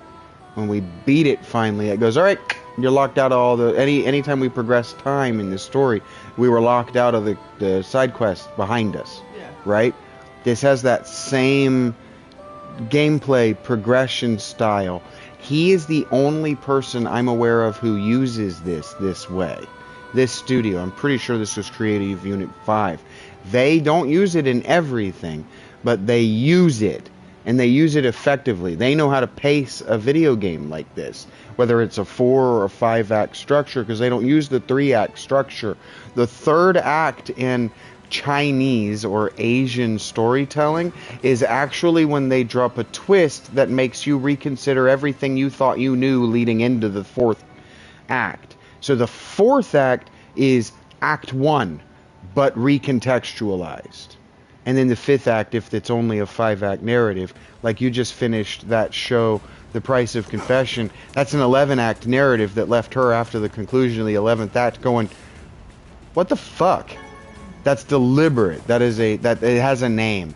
That's so good all the way up until that. If you're judging it based on Western standards, it's going to lose itself at that twist going into the ending because it's not trying to wrap up. It's trying to give you loose ends and an unsatisfying ending, so you'll demand a second season. Yeah. And there's nothing wrong with that. Like you said, you don't regret watching it. You just watch the ending going, well, that didn't wrap it up in a neat bow at all. Right. But it's not trying to be a neat bow. It's trying to be a rubber band ball. Process proved to be. It is almost as if someone deliberately set us on this path. You're overthinking again, Vice. You're overthinking again, Vice. I don't care if it's a trap. I'm waiting going. For me and I'm going. I see. Yeah. I have a feeling we are approaching our first false ending. I kept waiting for false endings in Elliot. We got one. you will understand why I was waiting for false endings. The false ending in video games might be a Yoko Taro thing. He might be the only person who does it. Do you know what a false ending is in terms of like horror movies? Because you don't watch them. False ending, no. Okay, so like a false ending in a horror movie is where everything is neatly wrapped up enough that they could roll credits, and it cuts to black, and then it doesn't roll credits. There's more movie after that. A false ending. A false ending. Like how Metallica will do the da-da-da-da silence, bang, go right back into it, false endings. Okay. You're really gonna do it? The whole village You'll is understand. buzzing, you know. I could be totally you're wrong, gonna go but rescue Yoko NieR. Taro is the only only the director I'm aware of who does it in this specific narrative loop that he does it. And so I'm trying to show you guys why Adventures of Elliot is brilliant, because even if Yoko Taro wasn't involved, they used his thing without aping him. It's like, ooh, there's a little bit of Yoko Taro in here, like when I was eating, right? It's like, oh, there's a little bit of Yoko Taro in here. There's a little bit of Romancing Saga guy in here. There's a little Bravely Default in here. There are some nods to Final Fantasy. And obviously there are some strong feelings about Zelda in here. And there is a ton. Can you feel how we're playing different games, we have different weapons. Yeah. One where we're playing mana. Do you agree? Yep. Okay. There's a mana all over that game. Yeah. And Octopath too. Yeah. At least in the visuals. Yeah, and so, yeah, Creative Studio 5 have a touch. And that touch is to take good shit and swirl it around and see what happens. I guess it's really happening, huh? And Elliot stayed tonally consistent. I'm really impressed by that. Even getting killed by dude did not disrupt the tone of that game for a second. Yeah. We didn't come out to find everybody slaughtered, which would have been a major tonal shift. That's all. I'm done. I'll Sorry. bring her back. We're still talking about Elliot as we play this. About that. Yeah? Yeah, it does this for some reason. Nothing. Never mind. Popola just loves to worry. Anyway, you be careful. Yes.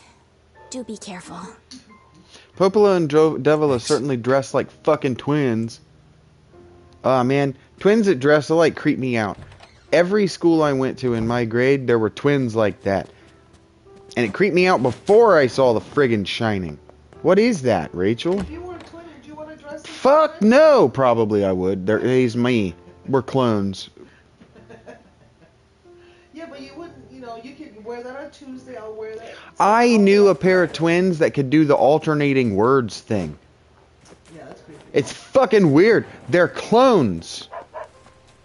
No, they're genetically identical. Identical twins are genetically identical. They're the same person down to the neurons. So if they're at every experience together, they're going to come to the same conclusion about every experience. When it comes to what? Maternal, right? Not fraternal. Whatever identical. Whichever one is identical. Yeah. Fraternal, I think, is where they're different because they have different fathers.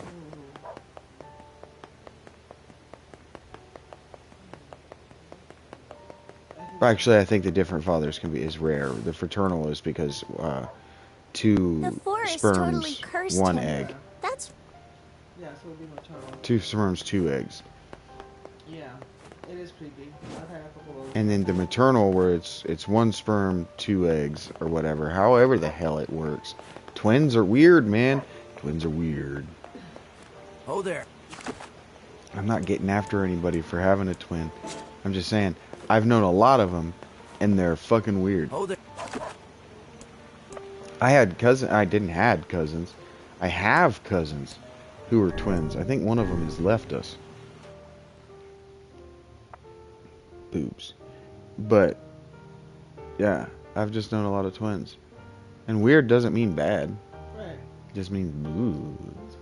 It just means Paying a lot of I money can't for wrap us my to go mind find around that, some and I don't know old another cooking word. knife. Whether for love of food or fine cutlery, there is little doubt this man is a serious customer. No. Maybe we could buy a whole bunch of knives for him.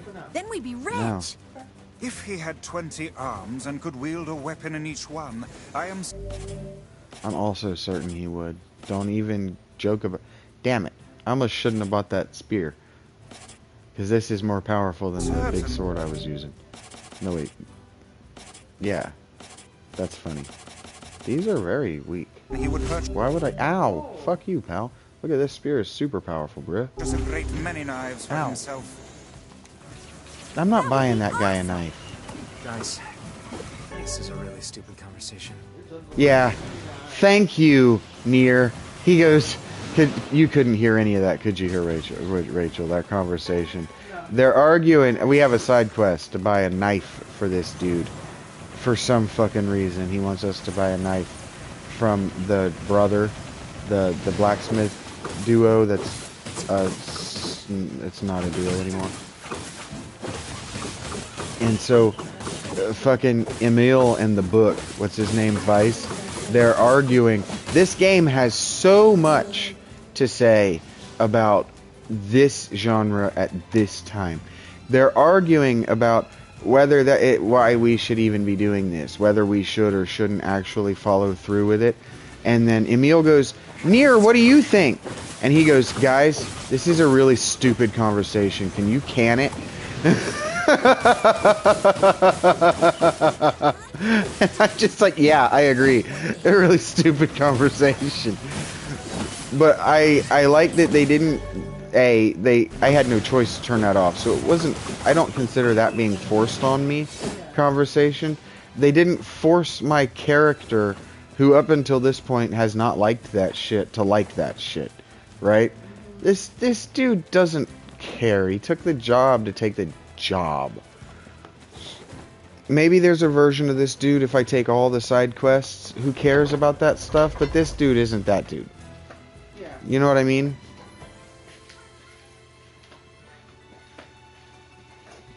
And so I like that they didn't just have him say nothing. And I did like how Emil did the dad. You know? This was a dad game first. And people accuse it of being a dad game. You understand? I've tried to make the distinction. Why did that happen? I did this. Man, that's inconvenient. They really do not want you fast traveling in this game. I'm okay with that. They built this little sandbox. They want you to play in it. Oh there. Hey, what up?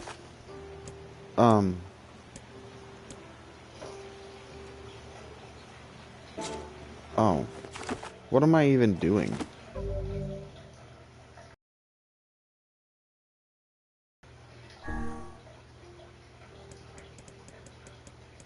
These are all gonna be... Yeah, I'm not doing any of these. That's not what I want. What's the story quest? Why is this marked?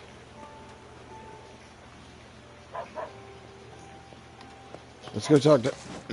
Last time this happened, I didn't have a story quest. And that's why it was... That's why the map was telling me how I had come into the zone. Popola said I had mail. Have we checked that? Yes. The mail was to go see the king. So what if we go talk to Popola? See, this has such old school logic. And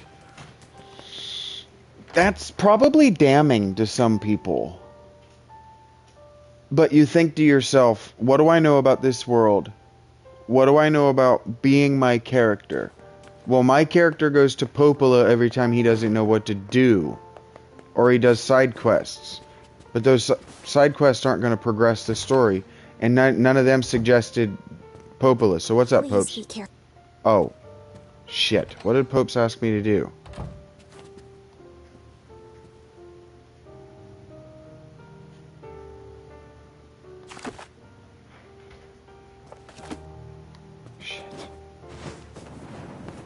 I thought Popola told me I had mail. She must have told me to do something during that cutscene. Okay. Can I access old cutscenes?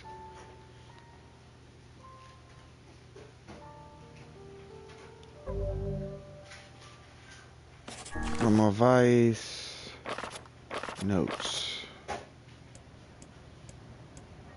Shit.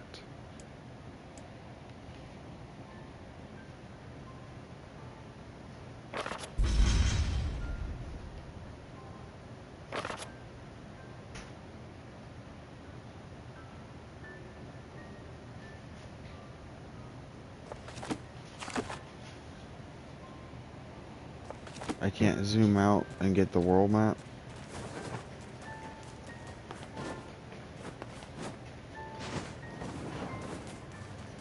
Where do you think it wants me to go? She's gonna go, I don't know, somewhere on foot, the long way. That's what I like. Get it. Get it. Yeah, it tells me to go back.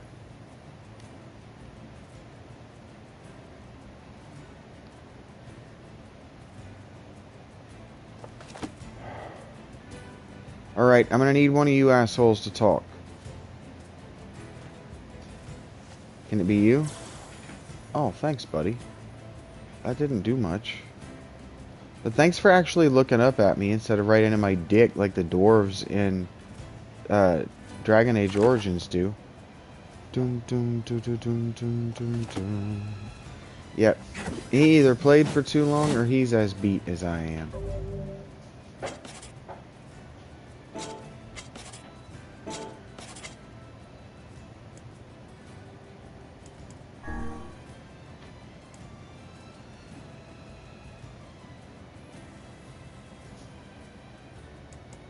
Oh, here you go, Rachie.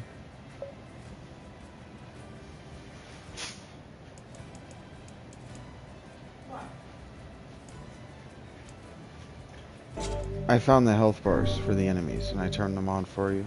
Oh, cool. I didn't mean to bring you back to the screen. I'm sorry.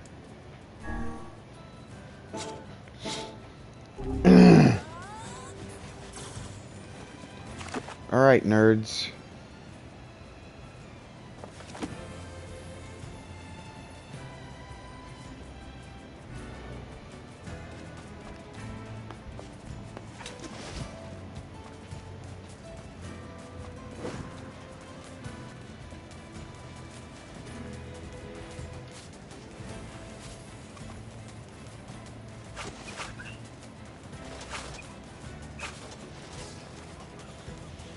I have not run into a fight yet in this game. Oh, shit. That I felt like I needed to gain some levels in order to be prepared to beat. The trash pulls in this level, like this stage of the game, take a really long time.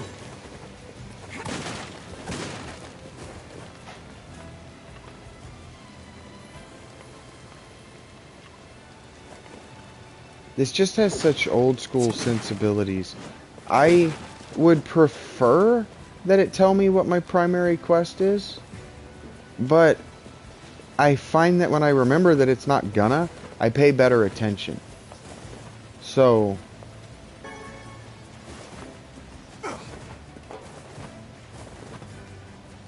I do want to say, I don't think that paying better attention also means better understanding what's happening.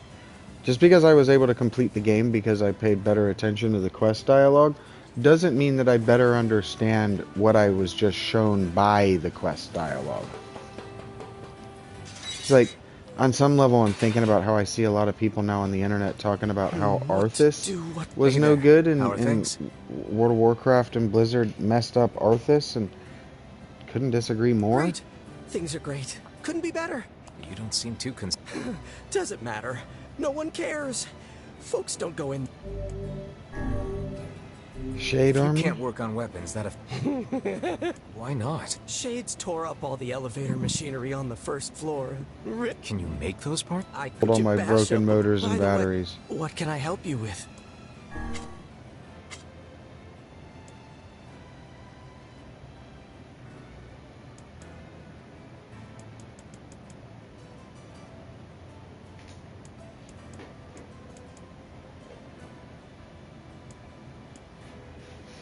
It's got to be more than 467 right now. Ooh.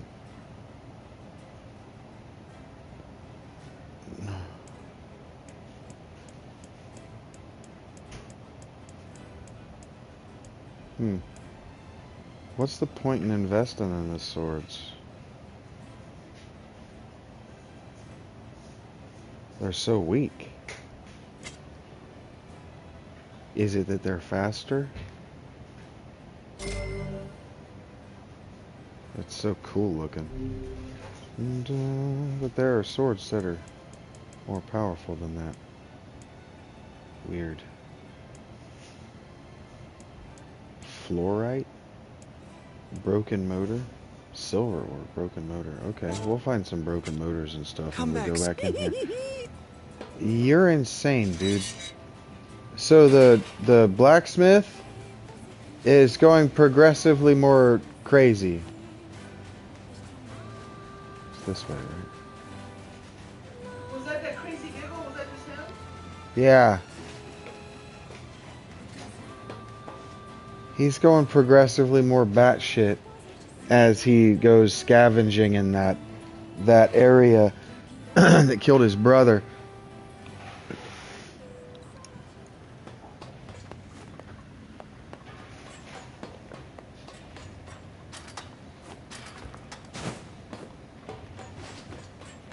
But if it turns out that the reason this guy is batshit is because, or I'm sorry, if it turns out that the reason there are shades in here is because this guy is one, I'm not gonna be surprised.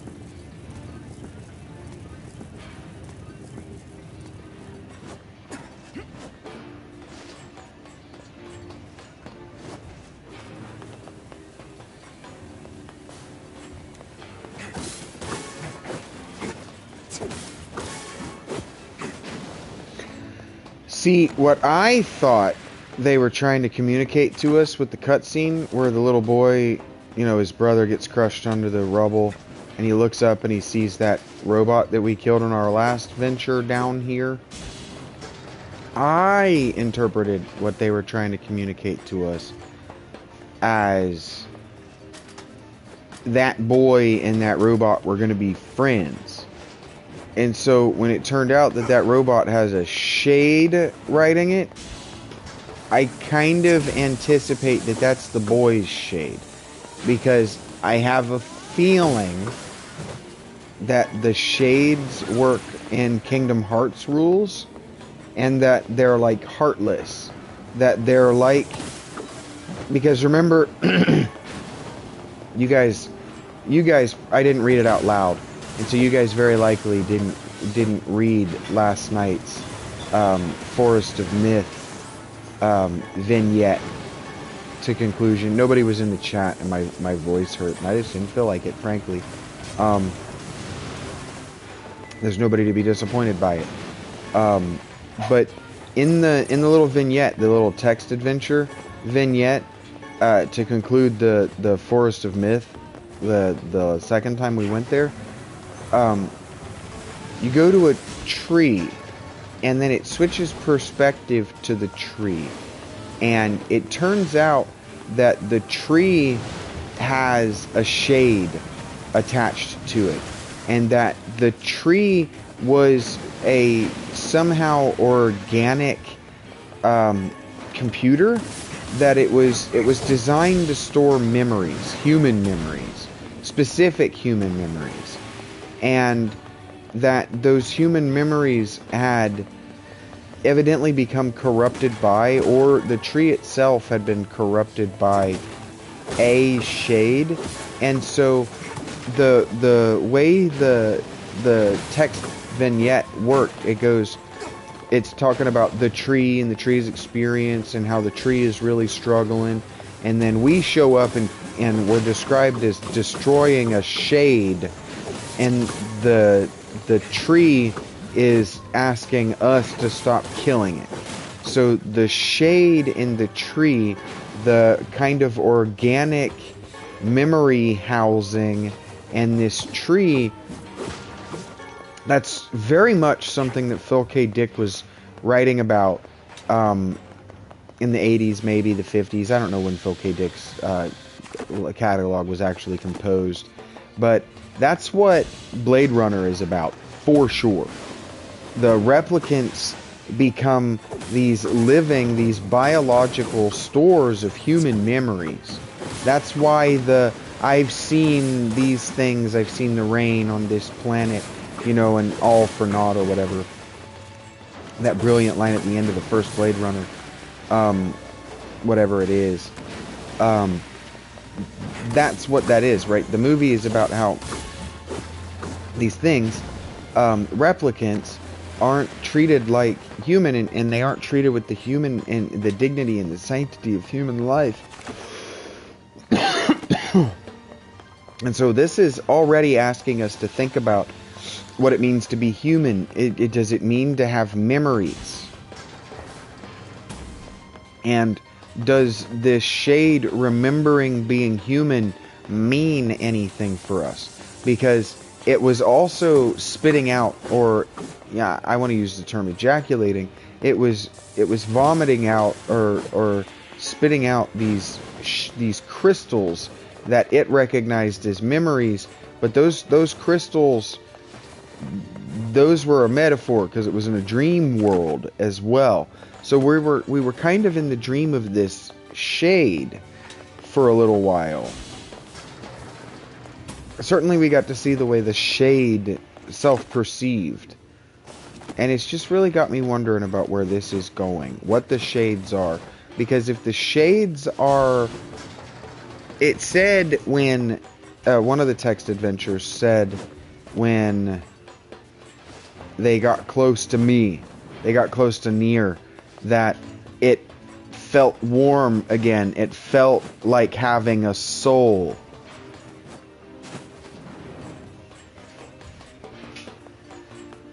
I have no idea what that means.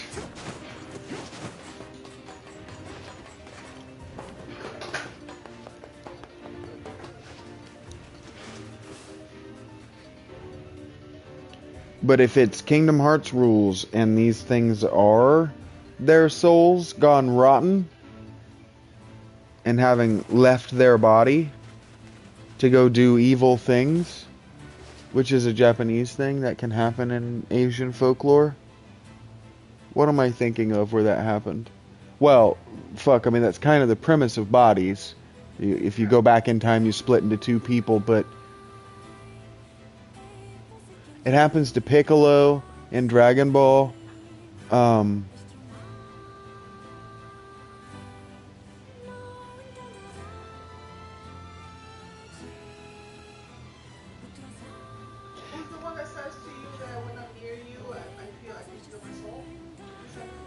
That was not anybody said it to us. It's what the tree said in that vignette. It's what the text, the narrator text in those vignettes in the dream said that the tree experienced. It said that when we were near, that we felt warm. It described in its inner monologue that our character NieR was warm, and it filled its insides like having a soul. Could you bash up a bunch of rope? By the way, what can I help you with? It is interesting. I guess I didn't kill enough. Come back. What movie? I don't know this movie. Tell me about this movie, Warm Bodies. So, You might want my headset. Give me... No. Don't it's fine me. I will batter you. Give me... Turn that on. so bossy. I will. He's still bossy. What do you mean? Turn yourself in. Actually, don't. Sign me in on that. Oh. No, that's fine. Actually. Put this here. Take this. Tell the story about this movie. Tell me about this movie into that microphone. Okay. Thank you. But your mouth has to. Yes. Does this have the microphone? Like so? Am I trying to put on a show or not, Rachel? Give me that microphone. Oh, I'm sorry. I forgot that's not in there. I asked you if it's in there and you said no. I did say no. I know. Why didn't you? That's why the heavy sigh. Sorry. So Warm Bodies. No. Okay, so Warm Bodies is set in a future post-apocalyptic world, of course. I actually read the book first. The book was great. The movie was terrible. There's a book. There's a chance that it influenced this. Okay. And there's this big like outbreak and a whole bunch of people turn into zombies. Okay. And there is like a part, like a section that they blocked off of the city that were not infected. So they actually went out every day to look for food, to hunt or whatever. So this one zombie sees this one like scavenger, like a gatherer hunter girl that came from the human part, and he like goes to kill her. And for some reason, when he looks at her being a zombie, he does not have any feelings. He's no longer human, mind you, right? All he cares about is just eating brains, and that's what they do.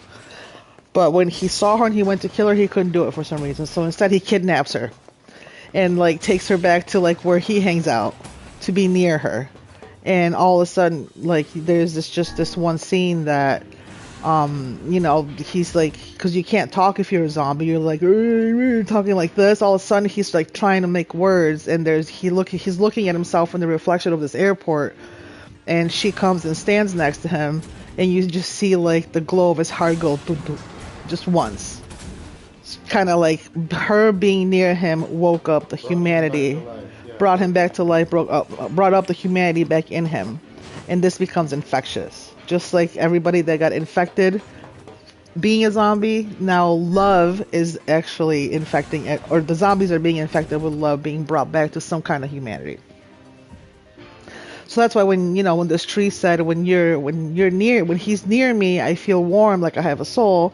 It's very much like when she was near this zombie that was just. I remember that movie. That was about 2009, 2010. That could have been informed some of the ideas that I was exploring. It's written by a Drew. He's pretty cool. Yeah. You love Jews. You love Jews. You're silly. She likes when I do the homophone. What's a homophone? Oh. Yes, I do, because linguistics, language. And you like to fuck my mind a little harder because you know that I have 3 languages rattling around in there. Yeah, so like Jews. Yeah. Yeah. It's fun. And we do things because they're fun. Because they're fun. Okay. Okay. Jesus, do you see how he talks to me?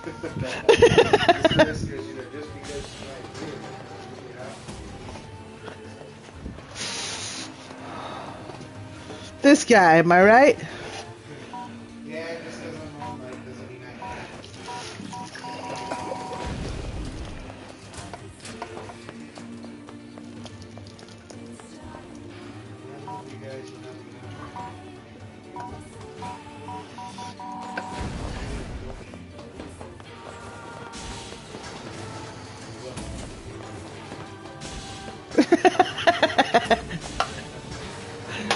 This guy, am I right?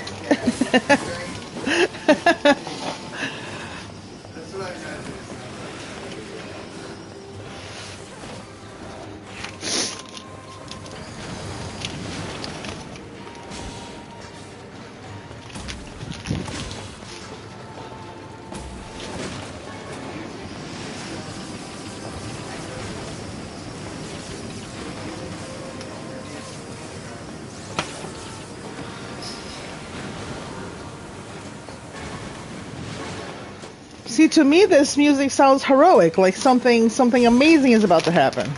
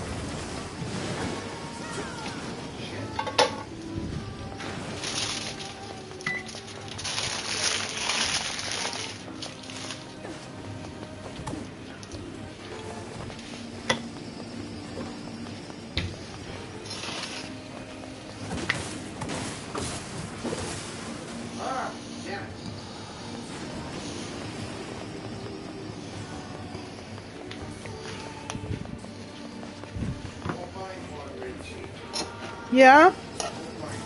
Okay.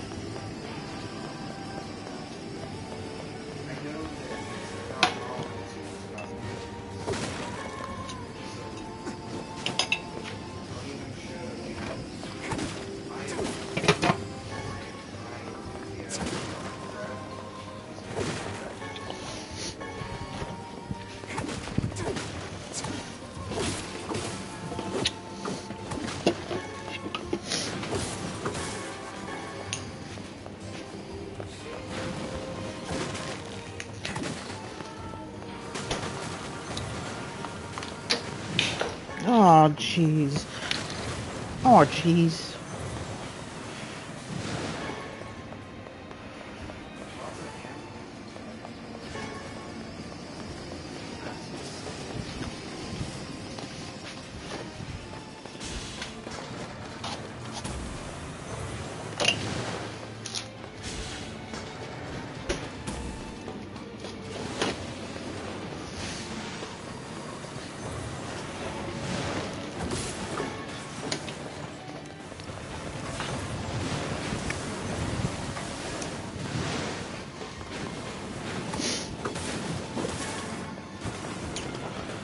Okay, Juno. You want this back? Because I'm going to eat. You know I'm a loud eater. Oh, yeah. No, I don't want that. Okay. Yeah, sure. Sure. Just leave this. Just plug this one back in whenever you start talking again. Where's mine? You gonna make me anything? I'm starving. I am. It works for Juno. She has old timers.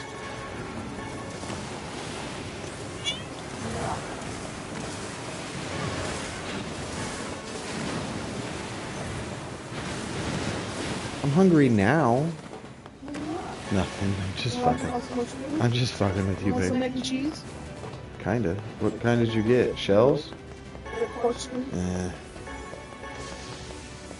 Blue box. Another Cheeto brand. Oh, Cheeto brand. You are a child.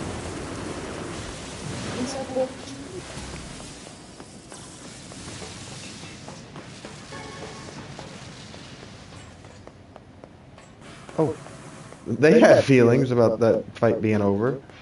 Hey, I got some titanium alloy out of that, Rachel. How do you feel about that? Thank you. No shit. I like that now you can see all the things you're clicking off and all the information from your HD. Yeah. Yep. You like that? How I added information to the HUD so you guys can know what's going on better. You know what information is? Yeah. I didn't know that wasn't there. That's my bad. Boom. Yeah, you can. What? Yeah. I have you in my ear, sorry. Oh. I'm a little behind. You're so fucking weird, dude. Why? You have these conversations with me twice. It's like producer Rachel is there, and oh god.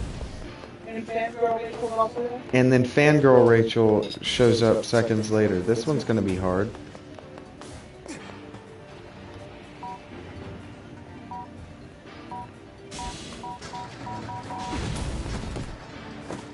Ow. How do I keep this from closing on me?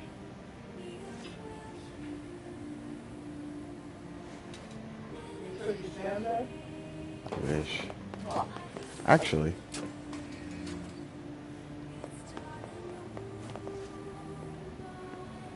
Oh. Well, it didn't close this time. Oh, it closes automatically every time. Yeah, maybe I do have to tell her to stand there. 'Cause that's a thing I can do. Not like that.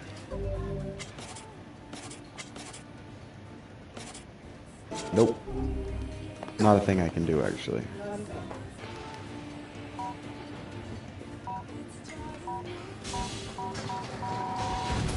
This can't be the way it's done. So what am I doing wrong? Do I have an ability that lets me pick them up? That I'm unaware of?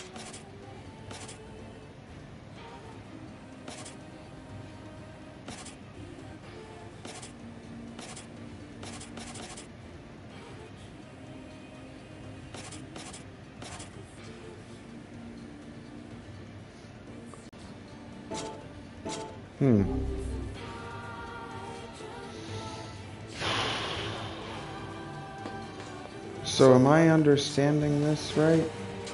That closes when I get in here.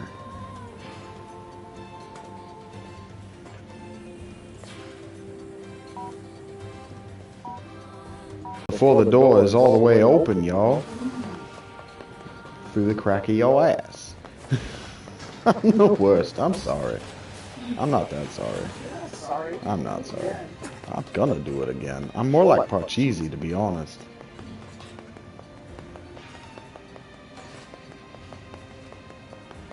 That's a board game joke for any of y'all who were raised with parents who were busy. No? It's very popular in the UK. I love board games, dude.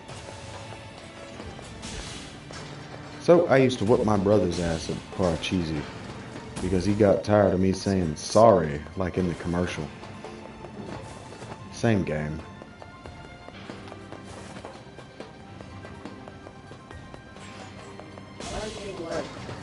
You like the game of life? Yeah, but I'll set false expectations for life. Does it now? You never played it? Never. You never played the game online? Really? Yeah. You have to like load up your car with your wife and your children and stuff. Oh my goodness.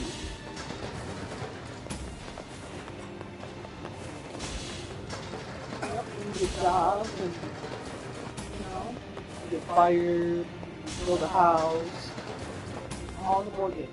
Wow. What? The future is amazing. When you were in the past. It was like for people that couldn't handle Monopoly, they played Game Boy. Yeah. Is that why you didn't play Game Boy? You played Monopoly? It wasn't in the house. We had Monopoly. Oh. I didn't play it because it wasn't in the house. It wasn't like, I'm too good for y'all bullshit. Oh no. Game of life. Game of life. More like game of kiss my ass. That's not how I was like. It just wasn't in the house. Yeah, here we go, Rachie. I love that this speeds this up. It does. It's funny.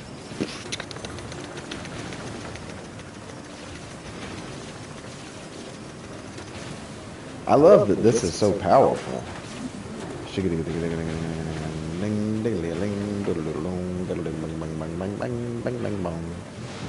Yeah, you like my banjo song, Rachie? I love the banjo song. Ooh. Knee slapping banjo tunes. Something you never thought you'd hear a woman say in 2026. Boom! Former rave girl. Banjo tunes. Shigga-digga-dang, digga-digga-doom, digga-digga-ding-dong-ding-dong-ding. Kill this guy before he comes out to shoot me in my head. Now he's super dead and I'm not instead. Boom, you're dead now. So are y'all. And you as well, my friend. Hurry the hell up. No crap. Build up that... I don't know that that's how that works. I think she means velocity.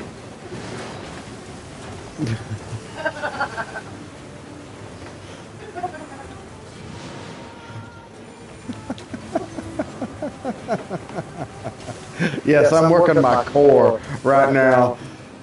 Look at me go, baby. Just, this is so stupid looking, but it worked. Look how much faster it is. It's so stupid.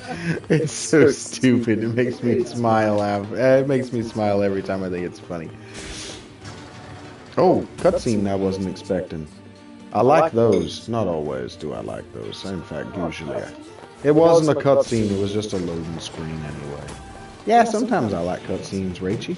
Hey, there's a flaw in the hole with an electrocution boy in it. Hello, electrocution boy. How do you feel about dying very quickly from my magic? Oosh. Stop hitting me. I'm a little bit too high level for this. But this is how you grind up the stuff needed to get the better weapons. So I mean, I guess I can get a super powerful game if that's what you want me to do. Twist my arm behind my back. I don't know what this voice is. Boom, titanium alloy, baby. Bang bang, bang bang, bang bang bang bang bang bang bang. Strip bolts. Now I just need money.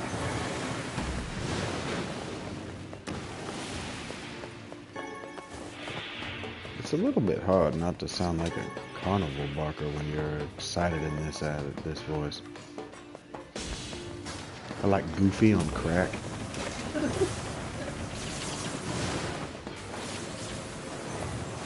Oh, yuck.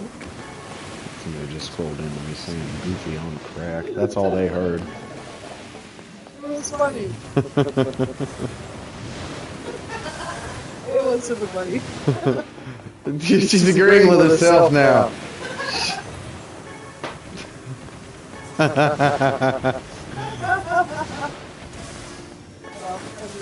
This is why I don't edit myself. I will sit there talking to myself.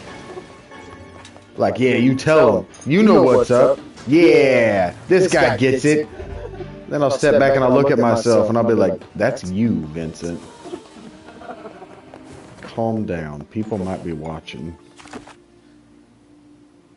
Junk heap basement 2. Junk heap depths. Yes. We want to go to the depths. Run like hell, Batman. This isn't Batman. This is anime Batman.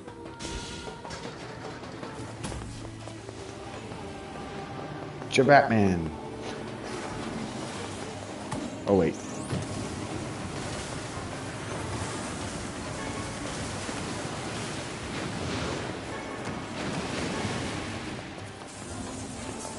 Severed cable. Yeah, we kill this stuff very fast. I'm almost gonna have to turn up the difficulty. I am too high level.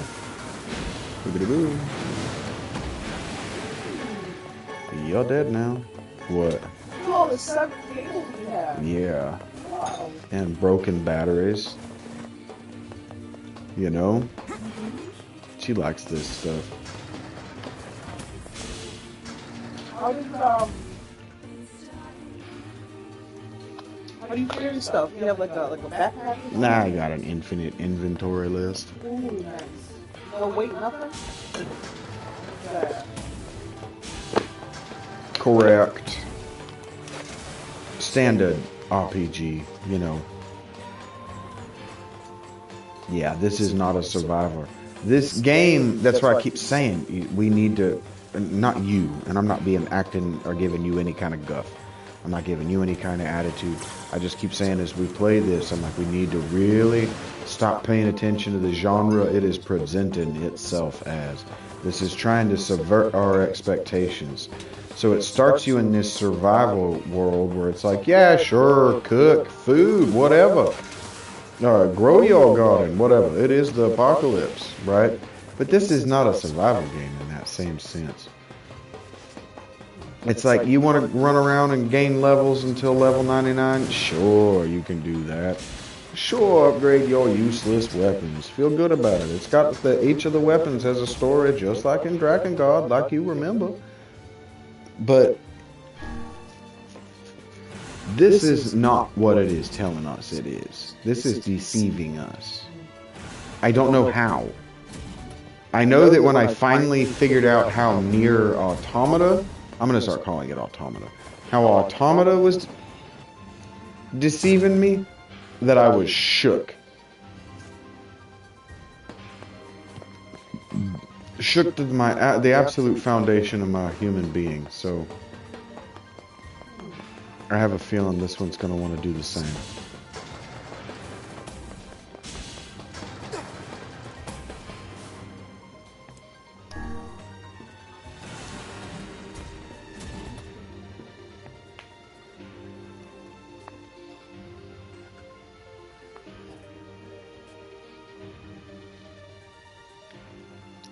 But Squeenix have forced Yoko Taro into early retirement.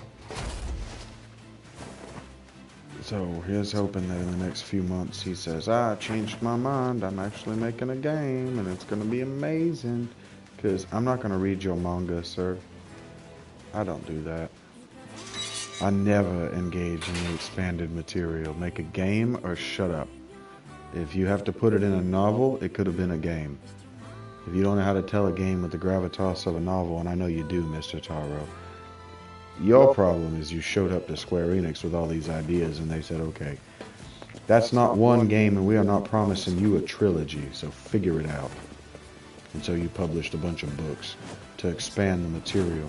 And all of that stuff, it shows up in the games. It's just kind of like Wolverman X, Wolverman, Deadpool X Wolverman, Wolverine. I'm shook. Called Wolverine Wolverman. Oh, I didn't go back to the boy. Get back on me. I think I did too. No, it's alright. Anyway. It fucking hustles, don't it? Oh shit.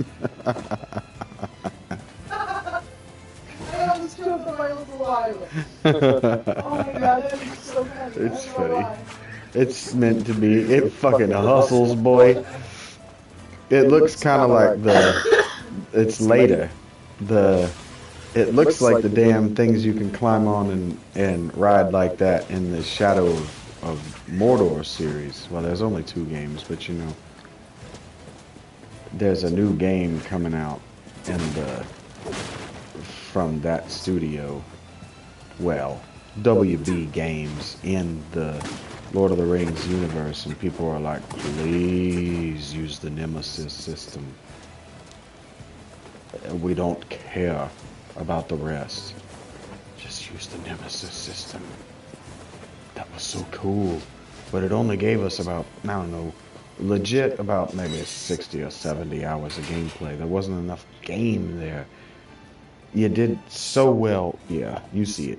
Y'all did. Warner Brothers, legit. Monolith Studios, y'all did so well with such limited resources. As far as storytelling, y'all did not have a story you were allowed to tell. Not original. Killed some robots, did So you? do something with the Nemesis system. We don't care. We are willing. Y'all know what we're willing to put up with in top 10 trash. What can I help you with? We will put up with so much, so long as you give us your very cool and very innovative systems. We live for that shit. Simple machine we did not get. Alright, now we just have like basic materials, rusty kitchen now. Come back. Yep, you're out of your mind. Could you bash up? By the way, what can I help you with? Yeah, you want me to bash robots, I get it.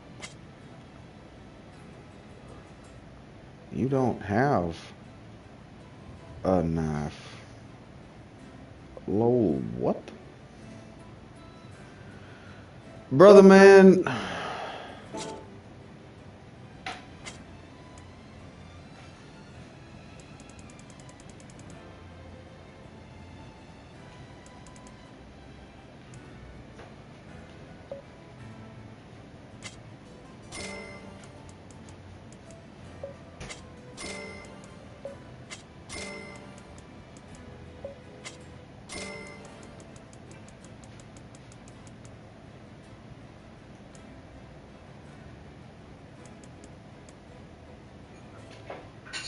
That's a lot of amber I got. I don't know if that's useful to me. Pumpkins are expensive. Alright. I want to... You can! I can't imagine broken pottery being good in anything. Damn it. I wish I didn't have to talk to you so many times. Could you bash? By the way. Yeah, I'm good at bashing robots. You know that. I want to look at what you got in here, homie. Oh, here we go. I thought for sure. Silver ore, elaborate machine. Oh. So just bash robots and get better weapons. That's cool. Silver ore. I can... Oh, broken wristwatch? I just sold you a bunch of broken wristwatches. Okay. Gold ore. Rusted clump. Metal piercing crystal. Complex machine.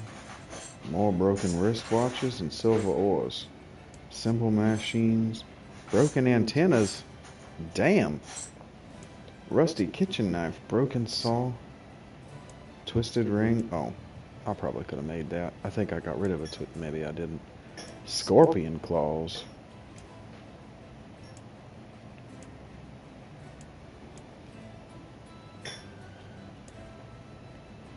Fluorite for this labyrinth's whisper. Okay. It's still very weak. But now it looks slightly less stupid. Fluorite? More fluorite? Iron ore. Times 8. You can get that. Come back. Yep, you're out of your damn mind. Could you bash? By the way, what can I help you with? You can let me buy and sell. Yep, that's what he sounds like. Fucking creepy. That's expensive. Well. So much for my money. Come back. Oh boy. Could you bash up a bunch of robots? By the way, Want some cantaloupe? What can I help you with? Sure, thank you. I will eat that with a fork because it looks very wet. God damn.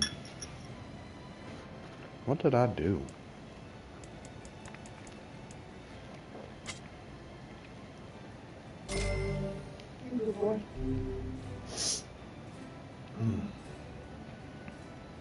Damn, forlorn necklace? There's stuff like I'm never gonna find because we're not gonna spend time doing that. Not this run. This run is to get you acquainted with this game. Come back soon. Rip 'em up. Okay, buddy.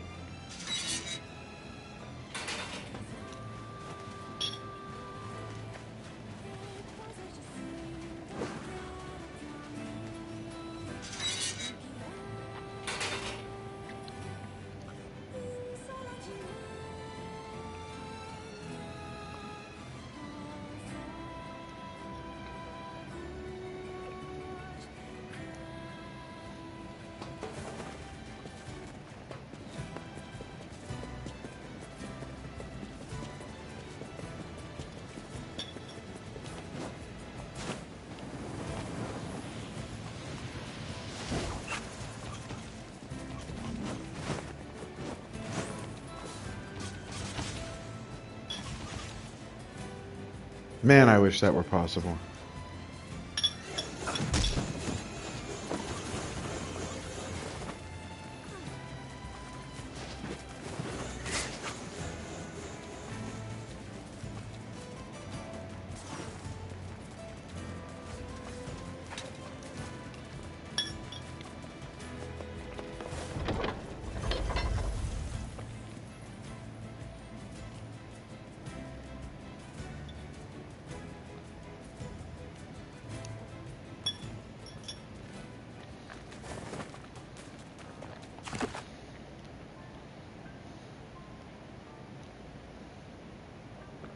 Where does it want me to go?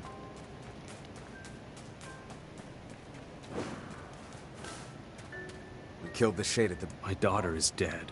Here. Take... Whoa! You just give me 30k gold. Why?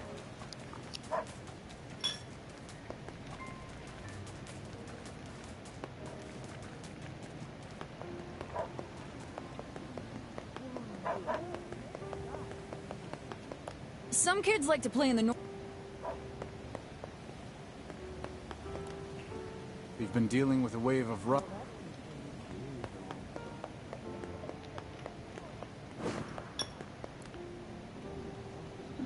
I heard there's a scary curse on all the forests in the world. It appears something happened to the child when he entered the northern woods. I What? believe that area is more commonly... You think there's actually a funny. forest curse? I will withhold judgment on such things. All right, to the fort.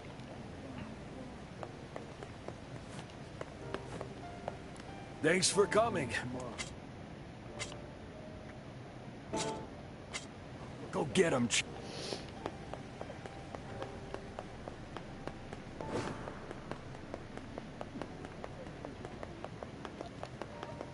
I long for the day. Welcome.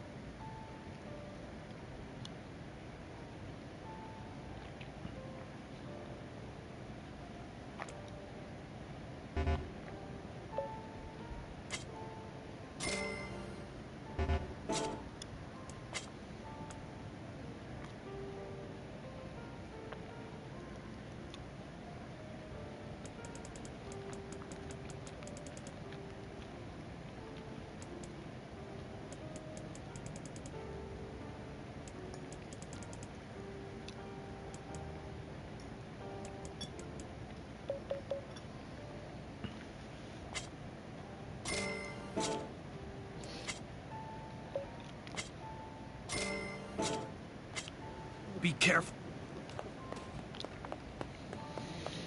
Okay. Hey, you don't happen... Sorry. Right, of course you'd... See, my boyfriend just... Hey, wait. Well, people usually ask nicely. Well, he always wears this flash... And so we find ourselves off on a hunt for... The man with the gold necklace. Great. That's not me, right? Judging by what... Remember the pair of brothers that loiter near the water wheel? Let's go have us a little... Pair of brothers, water wheel, chat, heard.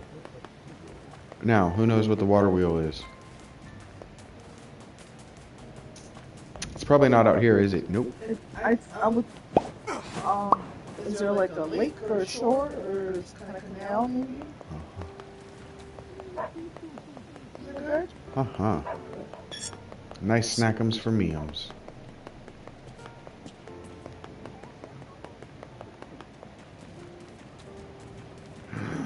Is it back here? There's plenty more if you want. No, I heard there's no more ever. Hey, two brothers. I saw it near the... Or not cantaloupe. Honeydew. I don't like honeydew. Huh? Honeydew is all yours. Oh, sure. The guy with the necklace?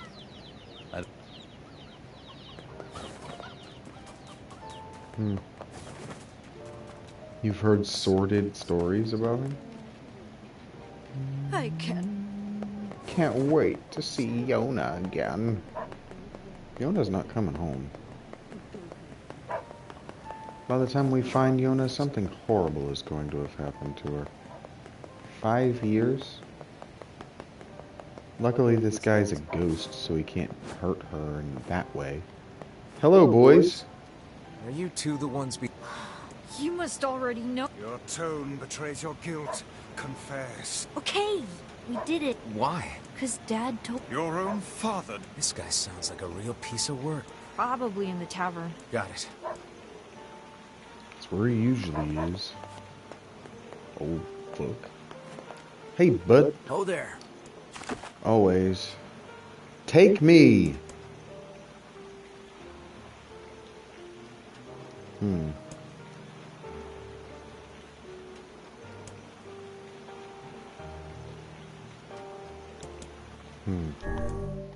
Take me to seafront. Is there a way that you can, when you create a playlist in your YouTube, you can put the Movies or music? your own videos? When I make a playlist of my videos. Yes. Is there a way that you can set like what order people watch it if they want it? There is? Can you only do that in A studio? bunch of townspeople disappeared along with that. As far as I'm aware, you can only do it on the desktop. Oh, okay. You need materials?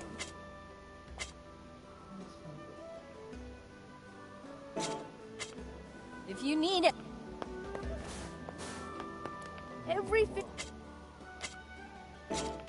Trying to make a playlist. Well, I have a playlist of my shorts that are going to try to explain my things to people. I have 10 of them. But they're all like scrambled up. You should be able to put them in the order. You should be able to set the order that they're in.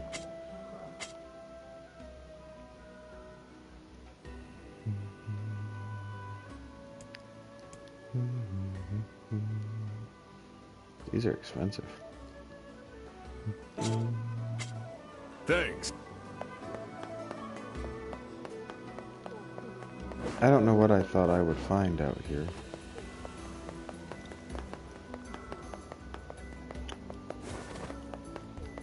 What, somebody just standing out in the street saying, hey, I have a quest for you that will progress the story? Popola told me to do something, and I don't know what. There's a guy like that in Red Dead.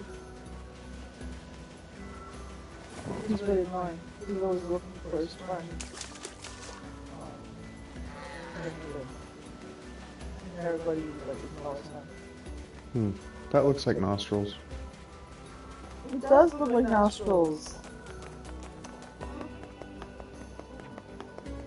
Thank you. Thank you for the vote of confidence there. I mean it. I mean it also. Bing, bing, bong, bong. What if I punched you right in the titty? Okay. It probably wouldn't sound like that. I'll be there. I'll be square. Oh, yeah, that's why I was punching you around, because I wanted water. Now that I have water, I have no desire.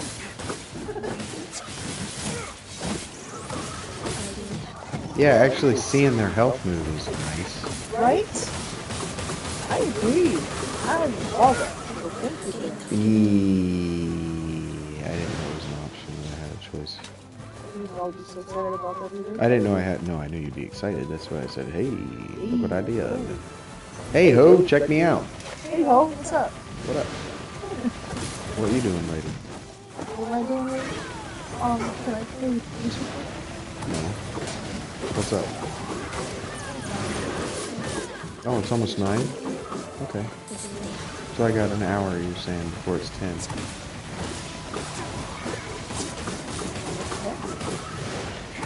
It's 2 before it's 11. Holy boobs. What are we going to do with that information?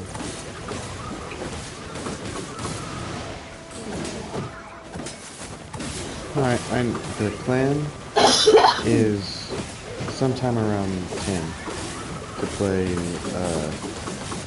Dead Space, and then I'm going to take a nap at 2, and I'll be up at 6.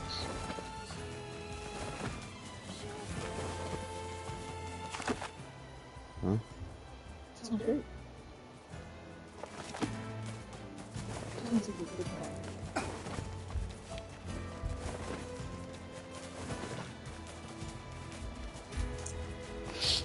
Oh my goodness. Look at this sword. It looks like a stack of fighters. It does. Come on, they're all Michelin dudes. They are. They're giant maces.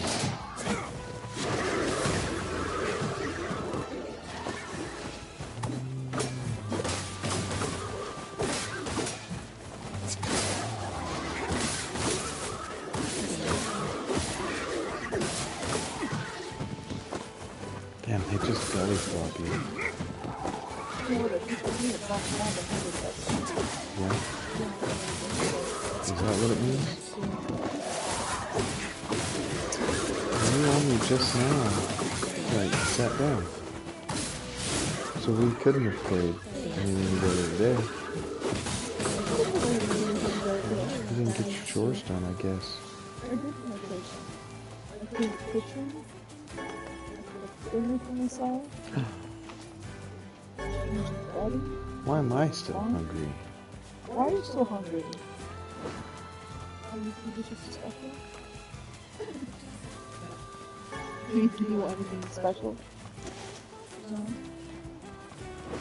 You want your frozen peanut butter cookie? Yeah, maybe. Not right now. I would like some more ice. Okay, I can do that. Can you? I can do that. It'll be worth that. Will? We'll do that. Thank you. I may do that. It's like, I might or might not. English is hard! English is not hard. English is fucking hard. I'm just an asshole. You are not an asshole. You're teaching me. No, I wasn't teaching you anything. I was being an asshole, huh? All you gave me was one? Unless you bring me two. What's your fucking problem is? You ask me these questions and you make me stop and think of them. I don't know.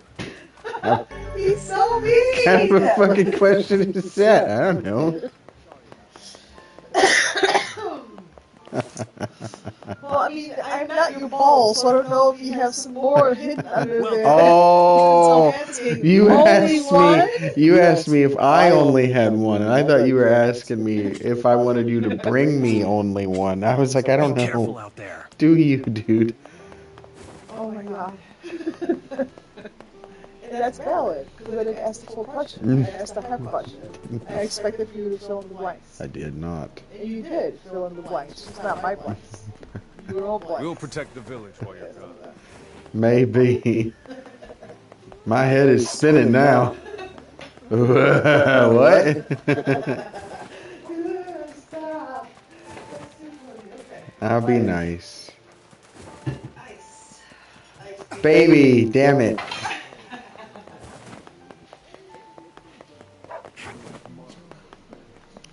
Da da da da da da.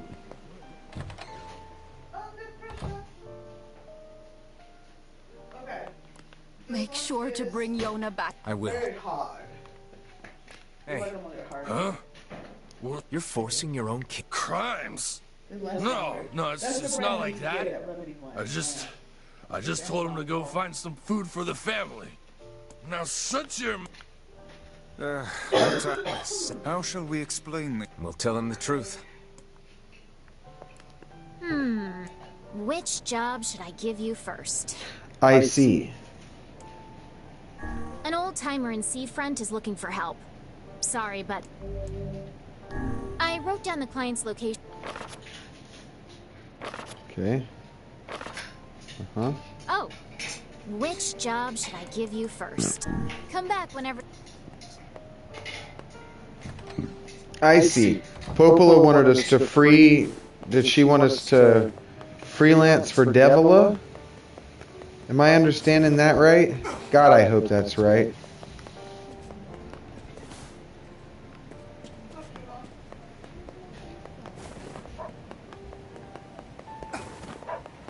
I hate this.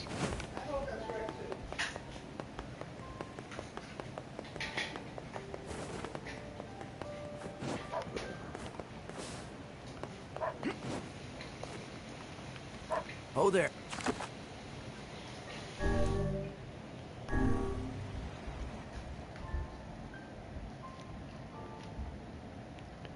It is aggressively telling me to go back to Seafront, so... Seafront it is. That's where I was going to go anyway, but... Some old-timer in Seafront, huh? Says he knows me. He's not going to be in here. This is... Oh. Hey. What is it? There's a giant shade in the southern plain. Really? It eats postmen. We're all too scared. The shades are big. All right. Unless he's having sex with your wife. That's what that movie's about. You didn't know that? No. That movie's about a dude... Actually, I don't know that's true. Pretty sure that movie's about a wife who's doing the postman. That's why he rings twice. Does it come twice a day? No, to make sure that the husband's not there. Oh.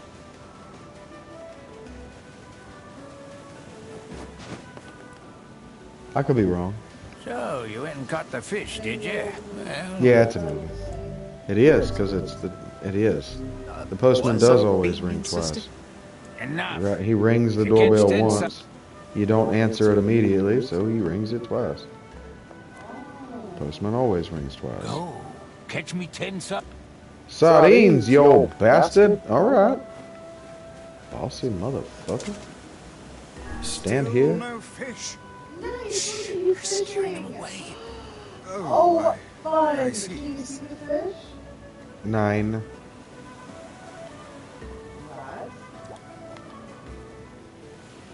Oh my god, look at it. Oh. A very floppy boat. Yeah, I don't actually know how to fish, so I probably did that entirely wrong.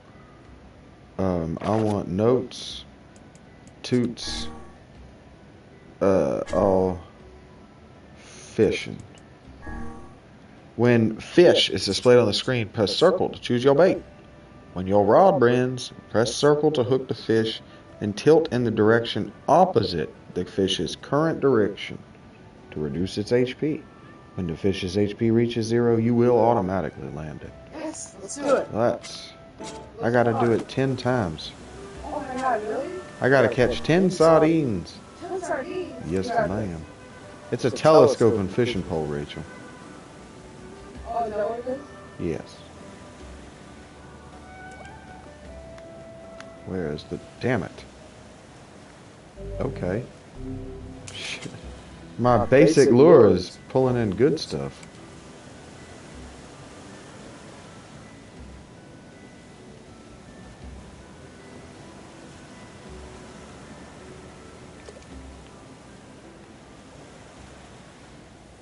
I must have to hold circle.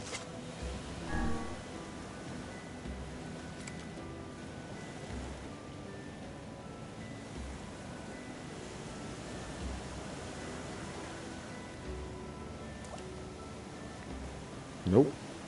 What am I doing wrong?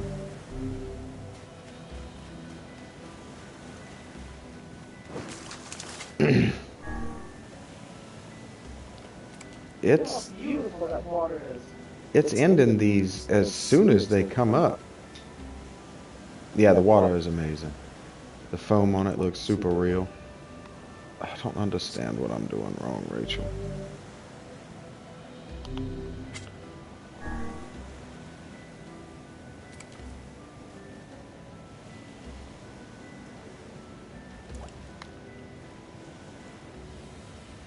There you go, there you go. Oh, oh, God. Check it out. You landed an aquatic plant. Oh my god, you got a plant. That's so cool. We need 10 sardines. You'd think that would be doable. I just saw fish over there. Did you now? Oh my god, look at this guy. That is very nice.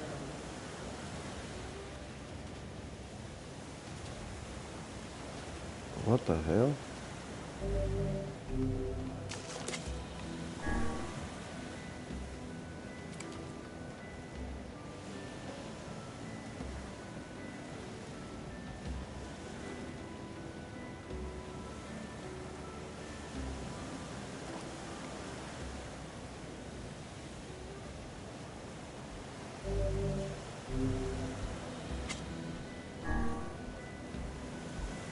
So don't actually pull the opposite direction. Well, you have your thing set up backwards, so maybe you gotta go the other way. Maybe.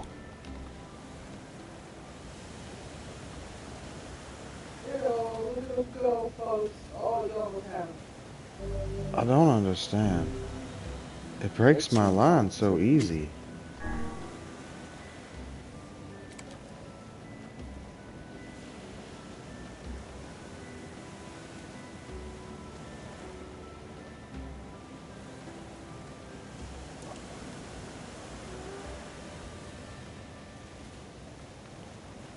What the hell?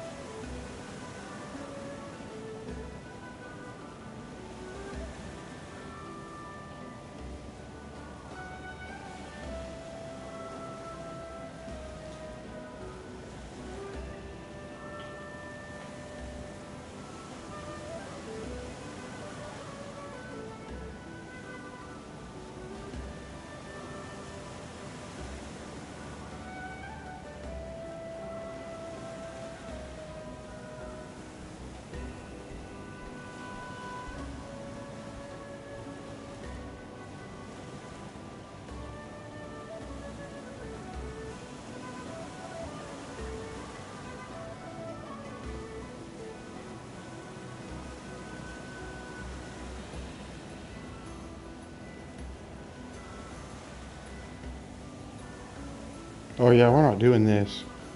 This isn't because it's not necessary for the game. Let me just look at a.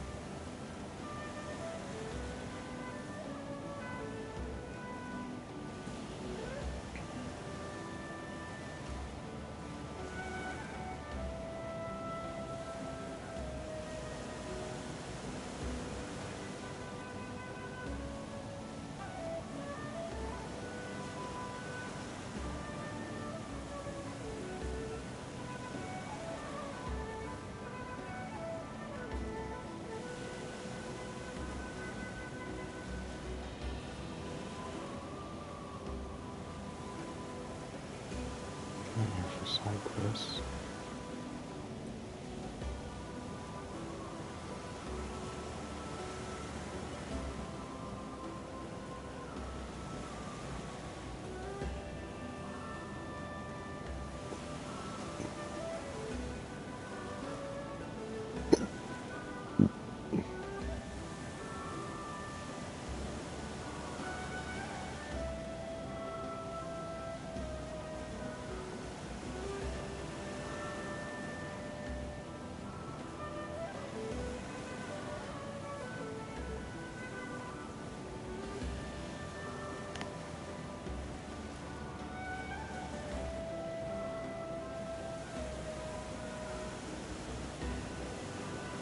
That's not what happens. That's not what happens.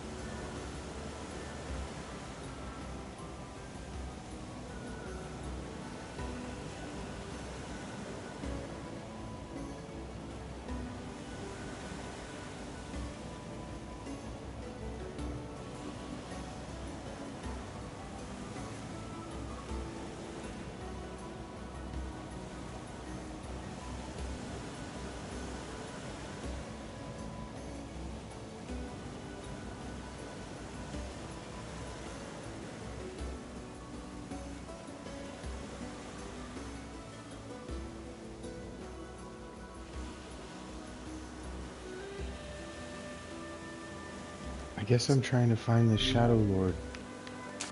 I don't know where his hideout is, though. They haven't given me any indication of that. God, but I miss those amazing fights they used to have. Even if we can't catch fish, just being alive is a godsend.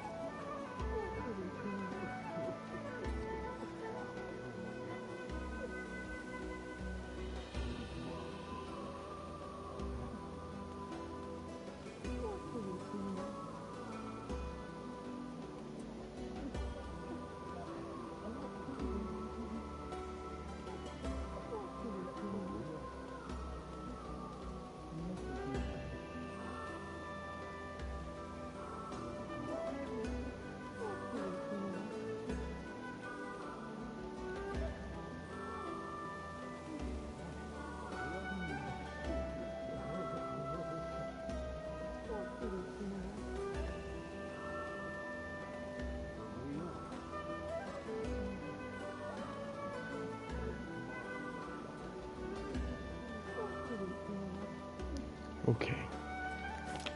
There we go.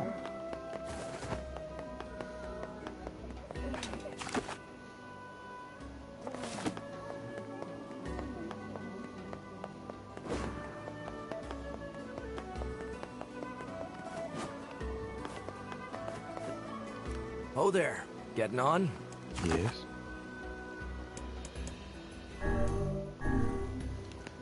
We need to go to the Lost Shrine. That's what we're doing.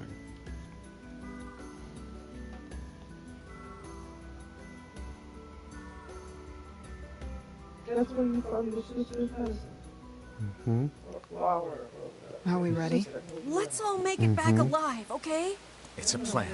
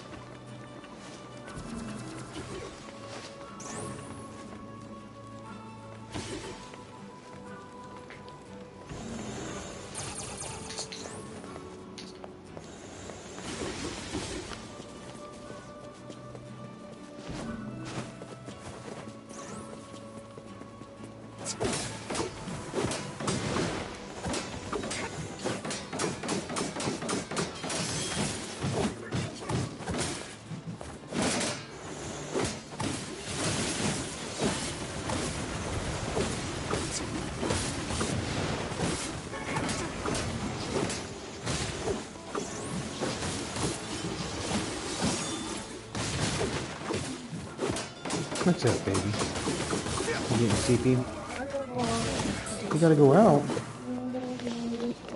Okay.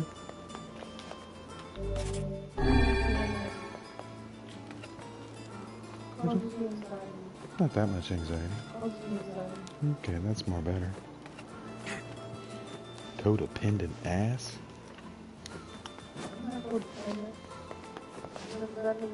Mm-hmm. I believe you. Cute. There's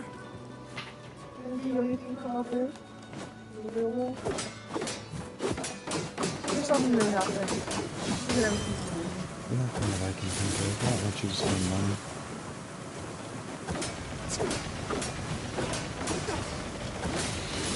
Is there anything I don't have? I have a half a bag of Doritos. And I guess I'm good. And simple wants. Doritos, ice and the drinks, and a girl. And the games. Something to work on. And my friends. That's right. Okay. Shit. Shit.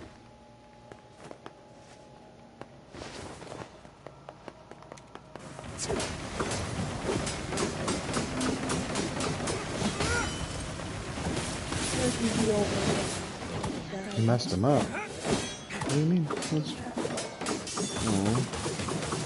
Oh. It was too hot.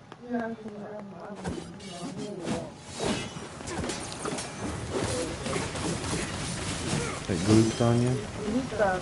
No good. Kind of fucked you up, huh?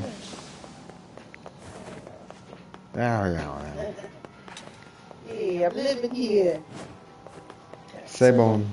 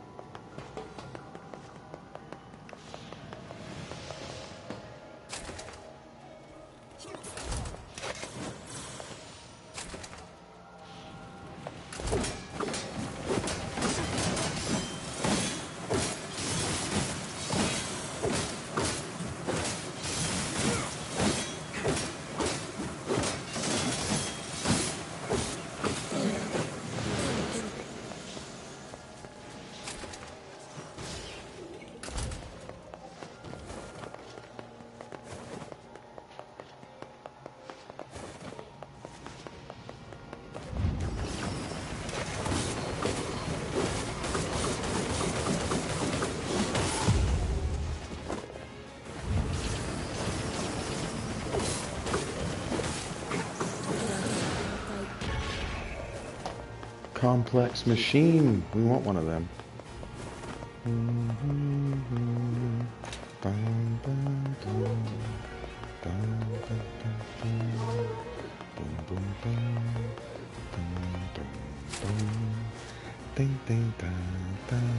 You and that cat, man. You guys have spent a lot of time together.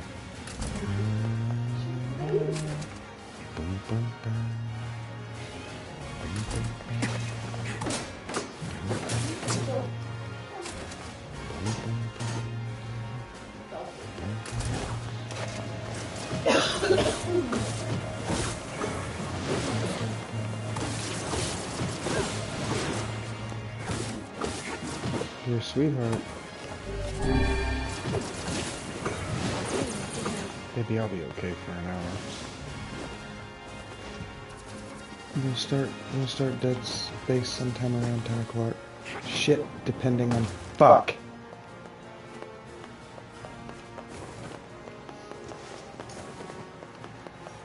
Depending on how long it takes me to feel satisfied with this. Is this, what do you mean? Oh. This wants me to do things that I haven't done. And so we're going to end up bouncing between this and Elliot for the same reasons. And that's, I was trying to show, I'm doing a show, don't tell.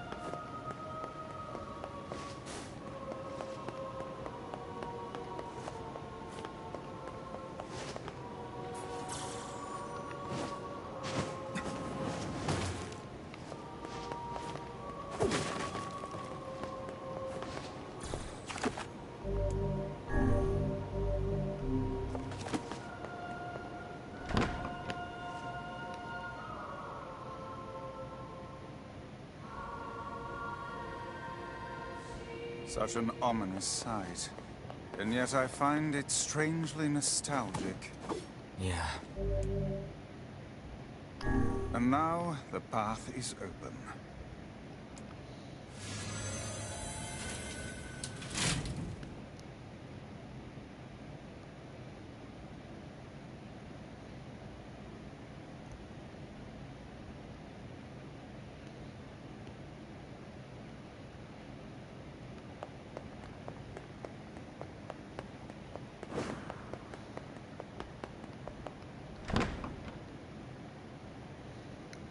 Cool. This looks familiar.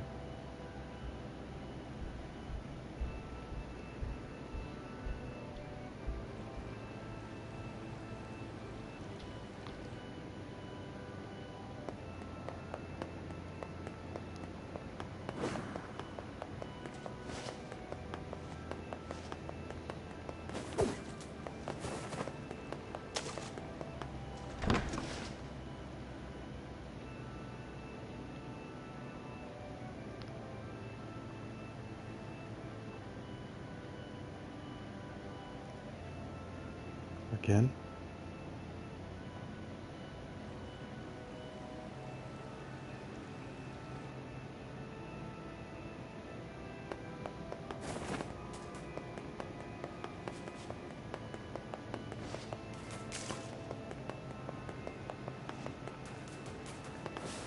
To whom does the true voice speak?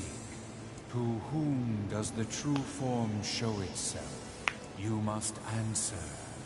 It can talk! I ask, why did humans disappear from the world? The hell is this?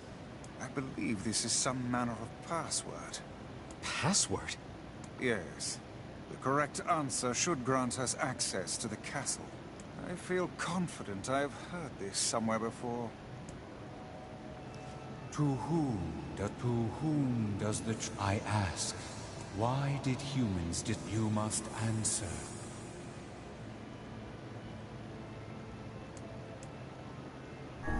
I answer because of a black disease. I ask, how can humans extend their lives?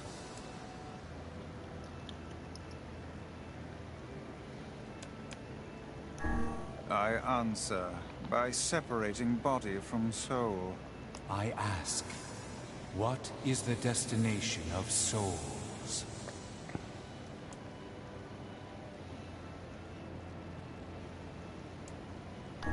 I answer, they are placed in their corresponding shells. Very well. You are acknowledged as master. You may enter. Well then, it seems the way is open. Oh boy!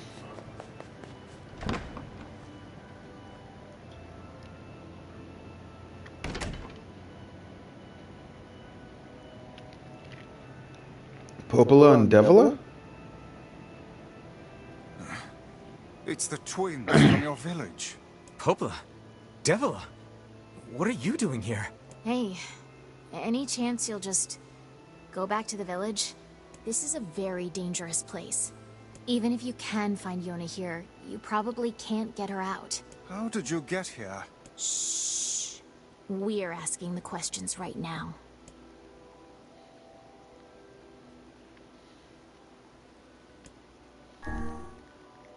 We're here to rescue Yona. No dice, huh? Well, I guess we don't have a choice then. No, I suppose not. How sad.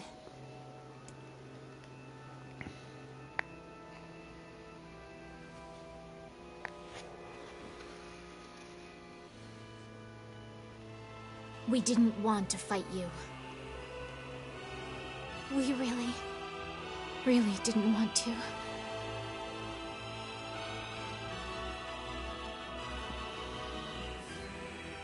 Devila! What's happening? Sorry, this fate was predetermined. Still, we spoke to truth. We really wanted to avoid this if possible. We were hoping to put it off for 100 years or so. 100 years or so? The next generation came along. What are you Next talking gen. about? Are they shades? I don't think Are so. they shades? I don't It's think a so. I lie. think they're fucking I don't robots. believe it.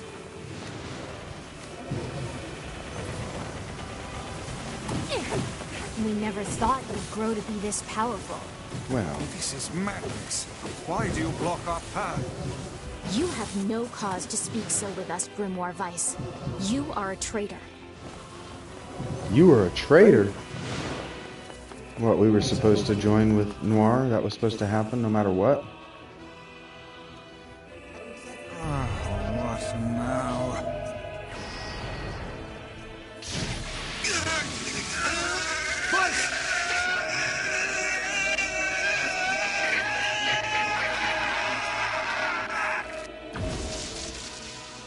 They copied my powers.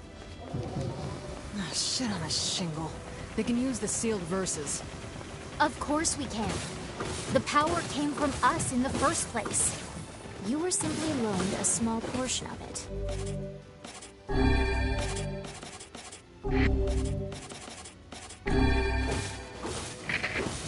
Weiss, are you all right? Devila! Popola! Why are you guys doing this? Why are you siding with the Shades?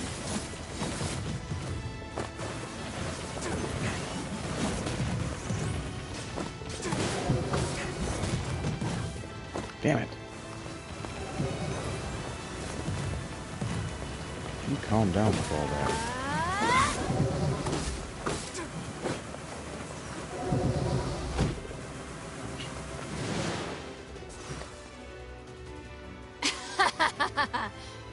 Why? The answer to every riddle lies within the heart of the Shadowlord. Shadowlord? So you've been on his side this whole time? You must search for that answer yourself. You've got to face your own truth now. Please, enter the Shadowlord's castle.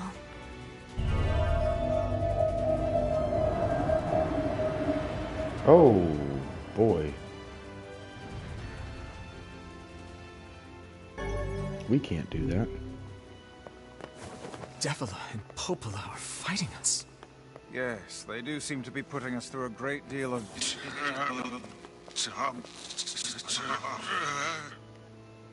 You okay, Vice? How odd. For long years, my mind and tongue have been my greatest assets. But now the latter seems to be... Well... Vice? Do not look at me like that. I am Grimoire Vice. I am perfectly... Oh. Okay. Not good. I think I hear a waltz.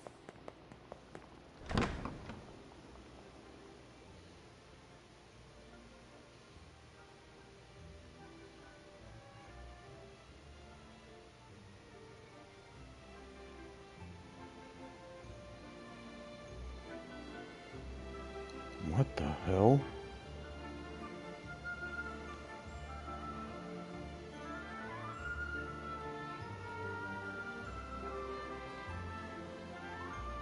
It certainly is a grand affair.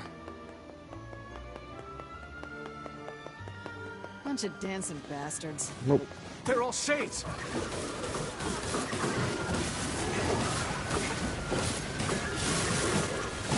I think we're locked in! It's not like I was planning to leave. Yeah, it's a bit late for that.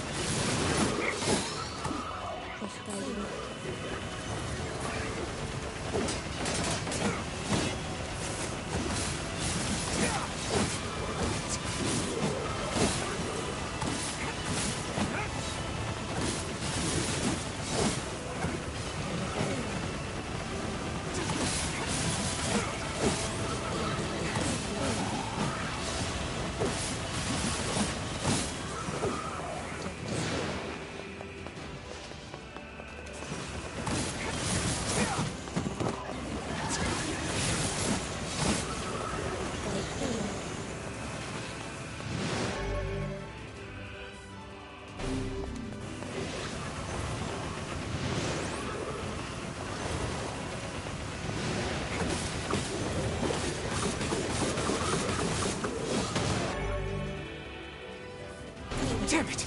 They won't stop coming! I'll open the next door. Cover me! Oh, how I do love a good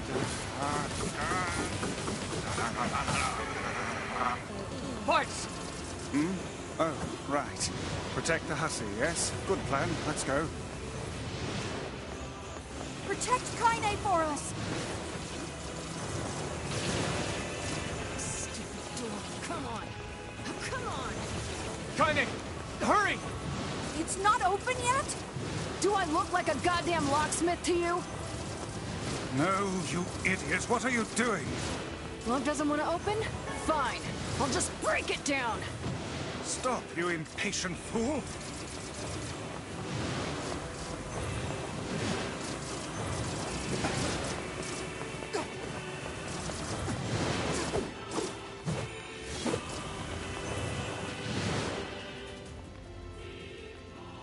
Goddamn no good bullshit bastard! Open the fuck up already! Ugh! Got it. Kaine! Look out!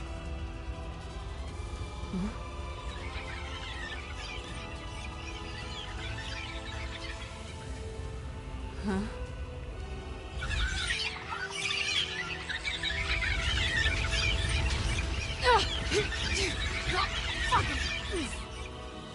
Are they laughing? These things freaking me out.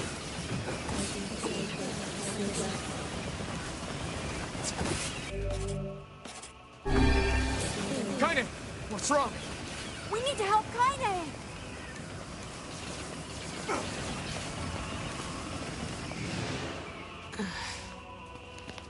You okay? Problems.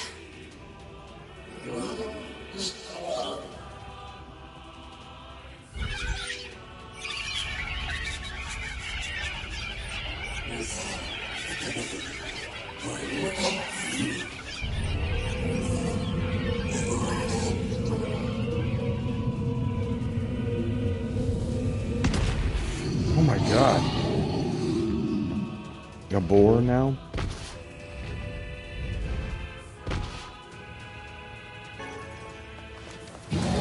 We don't need forgiveness, asshole. Kaine?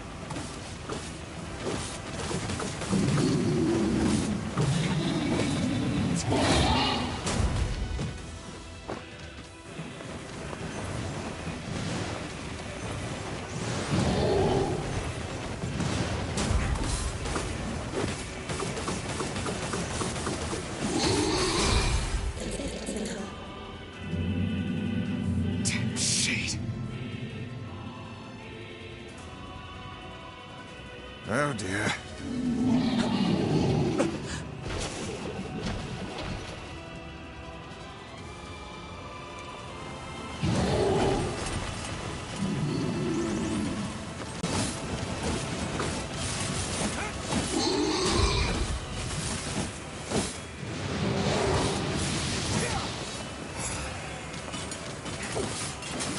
Can we even hurt this thing? That fog! Oh I can't stop now. Damn it. Stay focused, Kaine. Don't fall victim to such distractions. no! Come on! We have to keep going!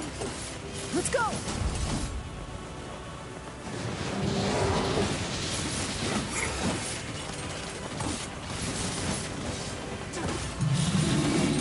This way! Move!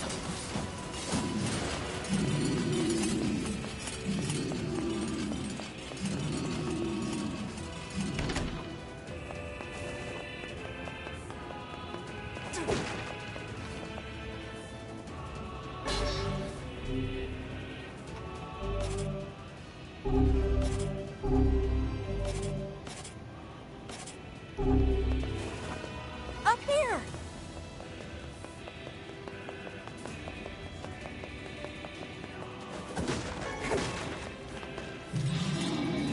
How can we deal with this thing?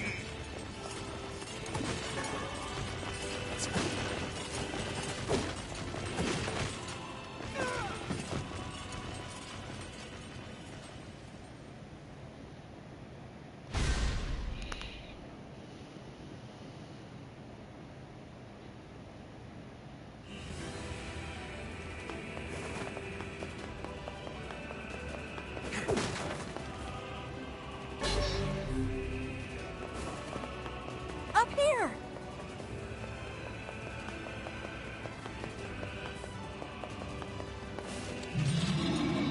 How can we deal with this thing?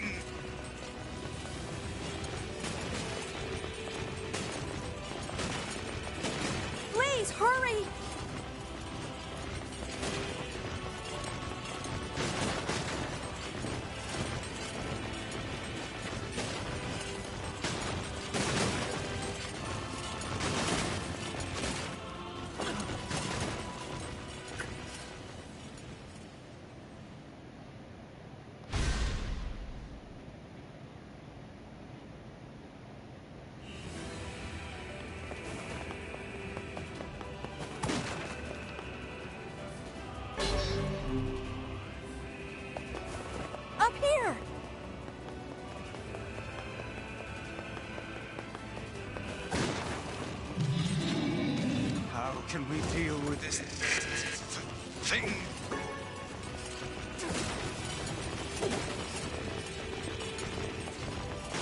Please, hurry!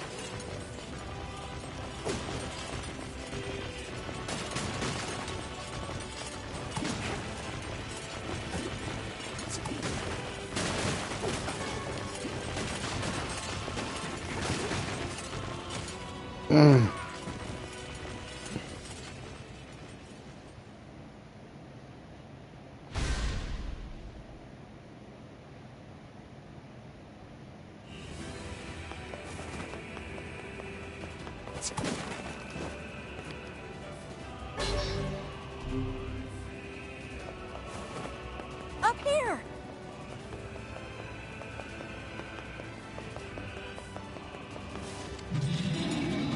How can we deal with this thing?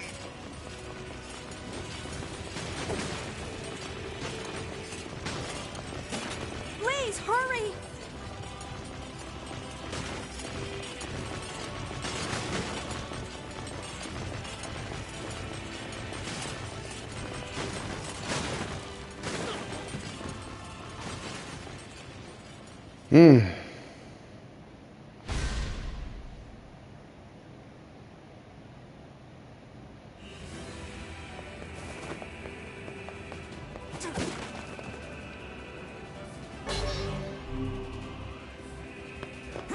Up here!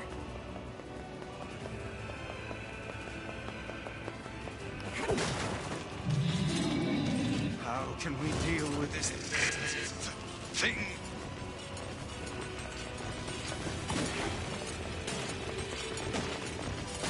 Please, hurry!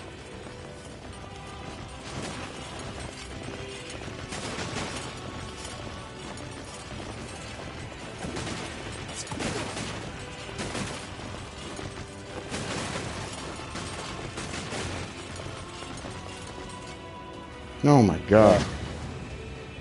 Thank you. Okay. Big room.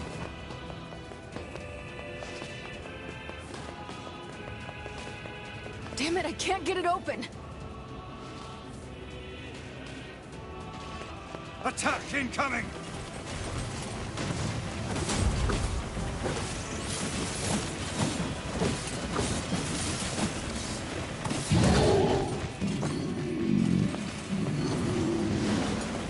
The entrance is locked too! It seems we are in a bit of a predicament.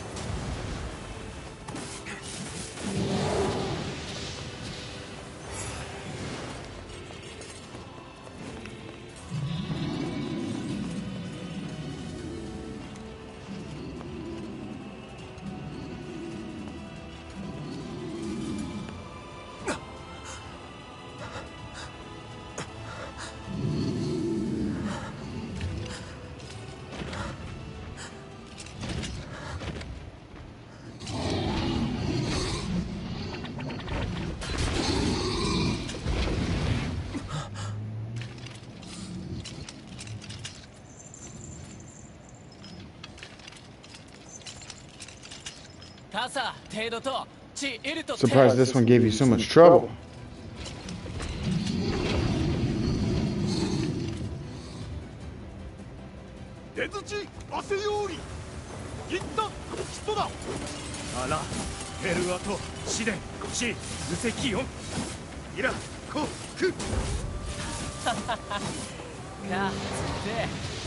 What are you doing here?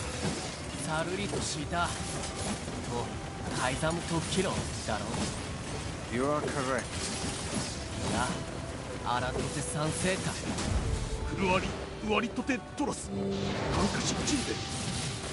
But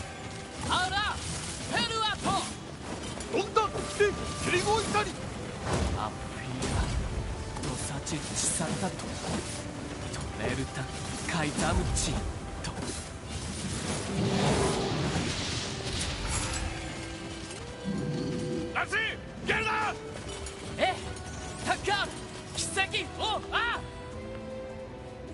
Hey!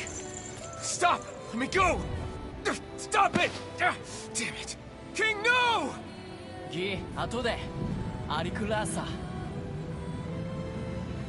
Ako. No! Open the door! You can't fight that thing on your own! Yukuku, o Taoki, aruta, yuto. Kuruto, ko, chi, iru. Kate, keitaru ito echi, kero, arteria dase. Gyuji. Kaku, ishigishi. 心中枯れるた海山手出すなんだ改てウラーヌペルアとチウラーヌカリバテルとチ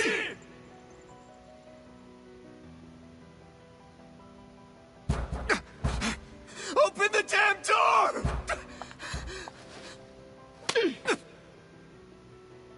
Knock it off already. Let's go. Kaine. He's fighting for you.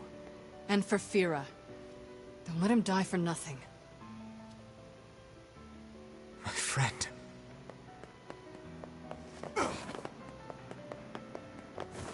Dang. Yeah. Holding back tears.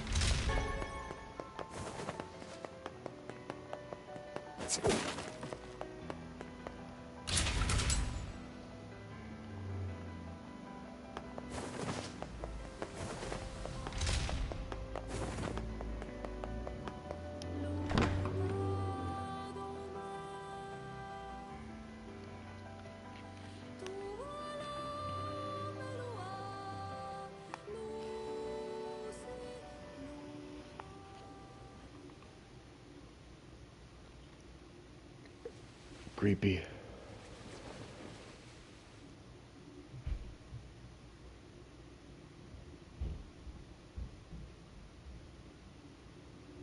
Devila. Popola. Oh, look. You made it. We've been waiting for so long. Why are you doing this? It began 1,300 years ago. 1,300 years ago? Humanity, finding itself on the brink of extinction, undertook a last-ditch rescue plan called Project Gestalt. Gestalt? Do you still not remember, Grimoire Weiss?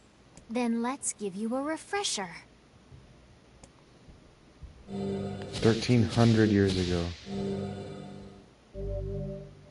Obtain Project Gestalt documents.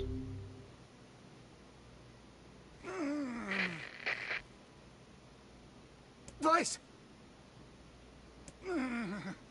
My mind.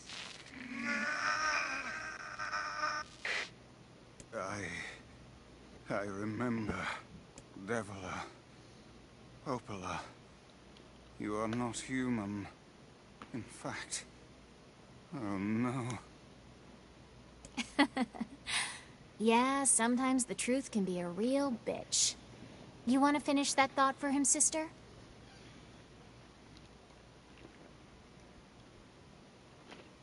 All of us, every person standing in this room, are mere shells created by the true humans. What are you saying? You still don't get it? You aren't human. So then humans, I mean, the true humans, are extinct? No. They still live on. You know them as shades.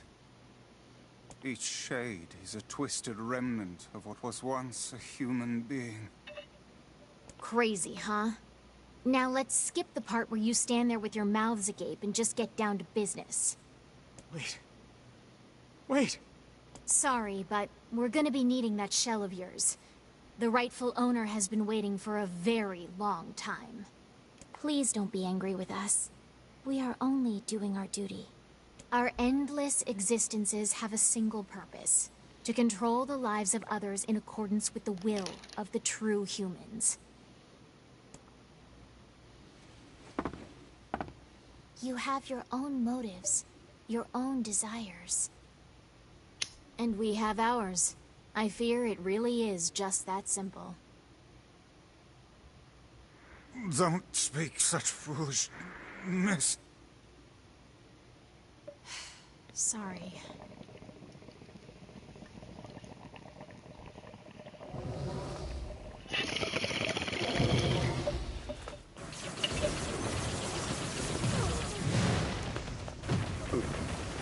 You and us, we're the same. Tools in the hands of a master. No, I'm nothing like you. I mean,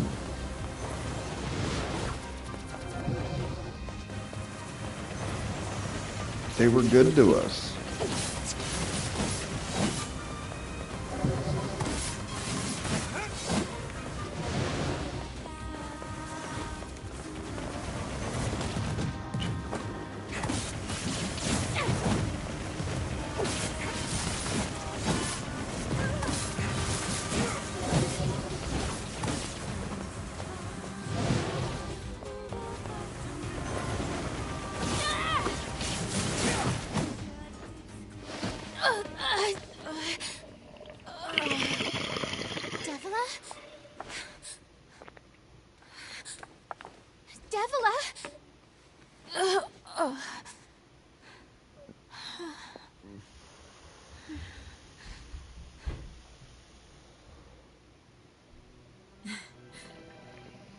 Popola, are you crying?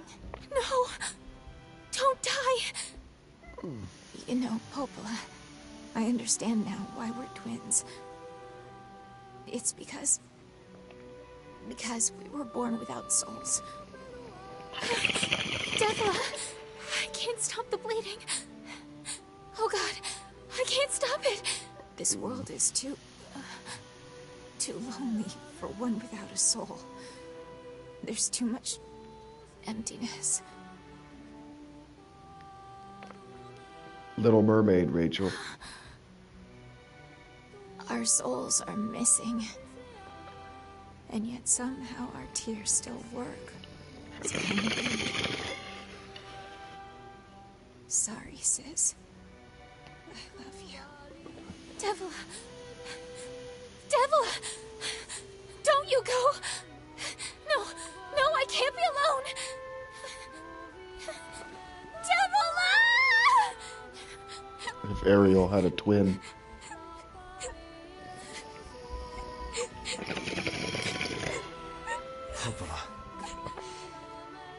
Let's stop this now. The original, not the Disney. The souls thing. The need for a human soul. Now you want to stop? You think you have the luxury to stop? You cut down my sister like a goddamn animal and now you want to stop? Fair. Wait! It doesn't have to. No one stops! It's way too late to stop! No one stops! Please, don't do this, Popola!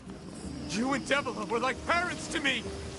Those two have watched the world wither for time. You see how he draws on Western mythology and Western stories without being racist, without culturally appropriating? He takes things from the source in a way that the popular doesn't remember anymore. And he's allowed that because he's not ripping anyone off. It's original to him and authentic to the story that he's trying to tell with the motifs that he's borrowing. It's awesome. Yoko Taro. Fuck her. Fuck that attack.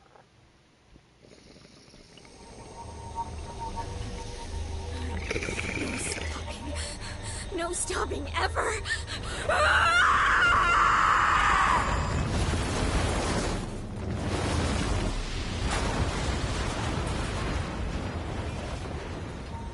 The bridge! And do you see how it's really not testing your ability to play it? It's encouraging you to get more powerful than it to engage in the story back to back to back to back like this. There's a subversion there too. I'm certain of it. We're about to learn it. I have no spoilers for what's happening. I don't know. Jesus Christ. I told you that we needed to be afraid of this girl. I told you I did not trust Popola. Huh?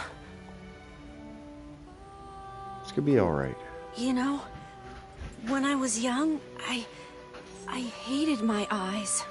Oh, he's gonna sacrifice himself, isn't he? And now that I'm older, I hate what my body has become. But there's something else there now. Something like pride, you know? I mean, without all this, I couldn't have become your friend. Right. That's what I keep trying to tell you Bye, guys. my friends. Without all of this, Thank you for everything. I couldn't have met you. Emil. And it's a goodbye every time I say it, because I know you're All I could do leaving. was destroy. But now I have a But now, chance to save. I have a chance to save something. No! I love you, Emil. Now get going, okay? You weird robot Don't worry about me. I'm gonna be thing. fine. Weapon. Emil! Emil! Emil! You jackass, get back here! Emil! I love how animated this is. It's so cool. And because it's not in the super high fidelity graphics, it's kind so of unstable. Vice can't plastic stop arguing dolls. with people. They can do such cool together once visuals I'm with the gone. geography and the color. Well, I guess they'll just have to learn. I guess they'll just have to learn.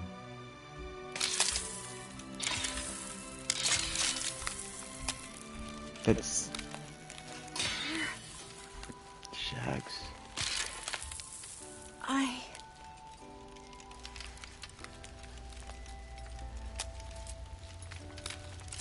I want to see you again. I want to see all of you again. Just one more time.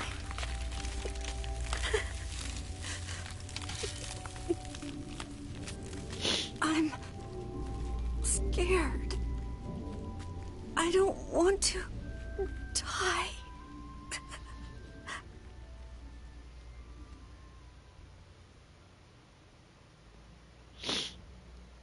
He's just a kid.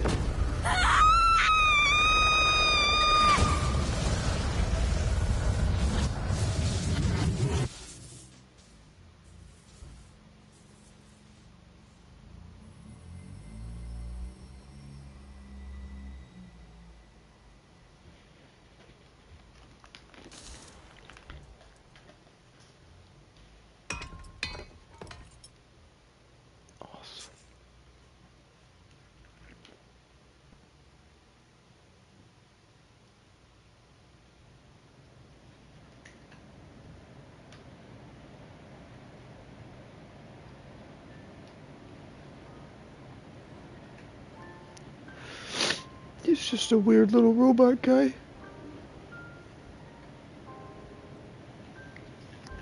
He'd have no friends in the whole world.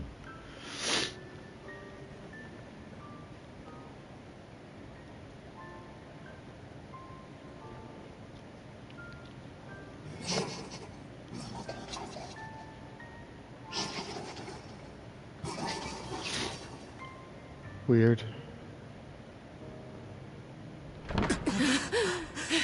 And so the shades are human souls. I told you this has Kingdom Hearts rules.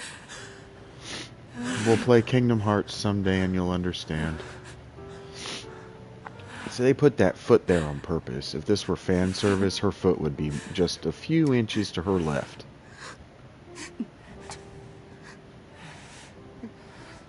See what I'm saying?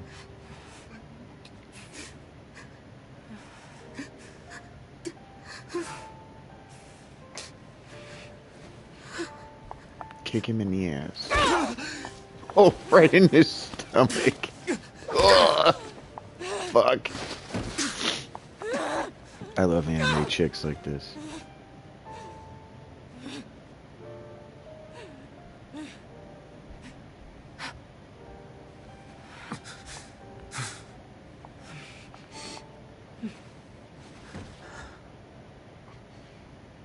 Let's go.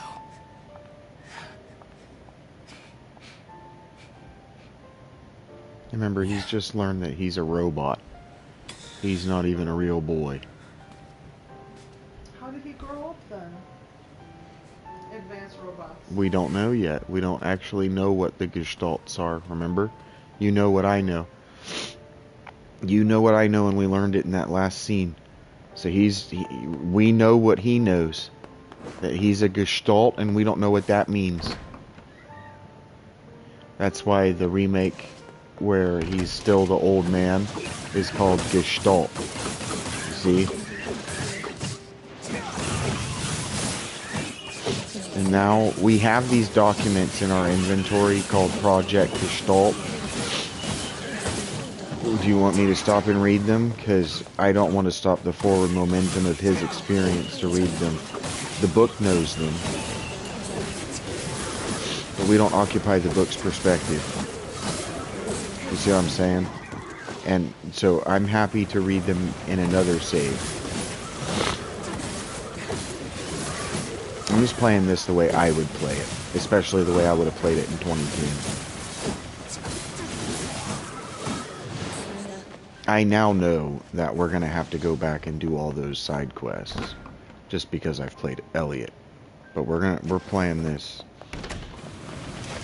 We're playing this like Skin Shifter's playing it, frankly. And the Skin Shifter just does not full grind games his first run through. He can't. He just can't finish it. And if he's going to try to say that he's doing it for the money, then he's not himself. He's just not being authentic to who he is. Maybe we do it with Onimusha. Maybe we give ourselves that challenge, but not likely. Likely we beat it on an easy or a normal difficulty, and then we go back and we do it again. Maybe even a third time. I keep saying that. It's the proper way to play these games. It's what the developers want from us. I can see it every time I pick these up. You hear me say it. Oh, this really thinks I'm going to play the hell out of it. So we found some that I just want to play the hell out of. And this is one of them. What the fuck? Oh, there she is. Oh, look, she's all growed up, too. Yona! So, yeah. How has he kept her alive? What's the black scroll? We don't have a lot of answers. I think it was Egregore told me that he doesn't like this style of storytelling. And I can't say that I did, but once I began telling stories, I realized that all of my stories begin here, not with the ass shot, with weird, inexplicable, non-linear stories. Because this is the way to keep, in my opinion, this is how you keep somebody hooked. Especially somebody like me. What the fuck is that? This ends here. That's a human soul. That's the only thing I know that is. Okay. And it has the attack patterns of, oh no, it has that book that we defeated. Is this NieR or is this the bloody one? Against the Shadowlord. Don't speak in such a manner, fool. Whoa, fuck. Like my instincts were wrong on that. Shoot him, please. Yeah, there we go. Great job, buddy. You see what I'm saying? This is not really a test of our skill. Do you understand what I'm saying? I have such a good weapon and I'm high enough level. It's not really a test of my skill. It's a narrative set fight that looks awesome. Do you understand the difference? This could be on a very high difficulty and he'd probably be whooping the shit out of me. But I've got it on normal, and this is balanced so that you, Rachel, if I told you the controls, what I'm doing right now, you could beat this with the skill that you have at the game. Just from playing Elliot and Mana. This, and frankly, Monster Hunter. I've been sitting here and I've been thinking about this. This plays a hell of a lot more like Monster Hunter than I remember. A hell of a lot more. This has the cancels and shit that Monster Hunter has in Wild. It did not have, oh, I'm sorry, has in, Wild. Did not have in the one on the Switch. And I said, fuck this. You see what I'm saying? I couldn't do that. I couldn't start swinging my blades or whatever my weapon. I couldn't do this and oh fuck, I don't like that. And cancel into a dodge or a block. I don't ever block, but you understand what I'm saying. Blam, blam, blam, blam, blam, fuck you, dead. This plays a hell of a lot more like Monster Hunter than I appreciated or remembered. She's still got the scroll. She's still not well. Her outfit's cute. Super anime. Everything in this, by the way, is for anime reasons. Has everyone noticed that yet? It looks like a grown-up type anime. It looks like a manga. Brother? It looks like train reading material. Hyper detailed. He walks right through her. Perspective was wrong. She went around him. Yeah, because that's the human form of him, probably. Or it was maybe at some point. Is that what you think? Yeah. Please, just stop. I don't said brother and walk right by want to do this anymore. I don't need someone else's body. I don't want it.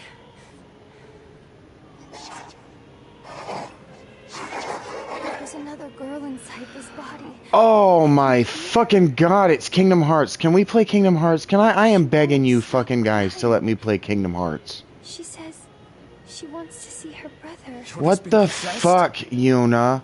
This girl loves her brother too, just as much as I do. It's not right, you know? It's not right that she can't see him.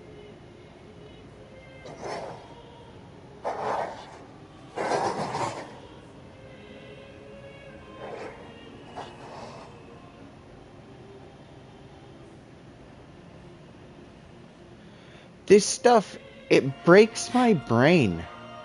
It shifts my brain onto different... Isn't it? Onto different planes of understanding. You understand what I'm saying? Have you ever seen a frame do that cut in the middle, like with a sword, where the eyes were on the same level, and then it's just suddenly they're like this? This makes my brain, my eyes feel like they're on different planes. This just breaks my mind. What is happening? She knows 5 years of shit that we don't know, and she is very upset that we just killed this human being. That's inarticulate. Remember I was telling you about that tree that was memories? Yeah. That it was also inarticulate. It could not speak. Just like this. That's what it described in the text thing. I'm really sorry. I don't know what to... I'm so very sorry. No matter Please do not jump. Please do not jump. Please do not jump. Please do not jump. I love you. Please do not discorporate to nothing, is what I should have prayed for. Why did you just become a shade? Oh my god. What the fuck? Why? The shade that possessed her is gone. The shade that possessed her? What are you talking about? You idiot. Oh no. Oh no. Okay. I think I'm gonna sympathize with you. I swore to protect my sister and my friends. If someone puts them in danger, they must stand aside or be cut down. I think this is me. Let's finish this. And the shade that was possessing her was her. Yeah.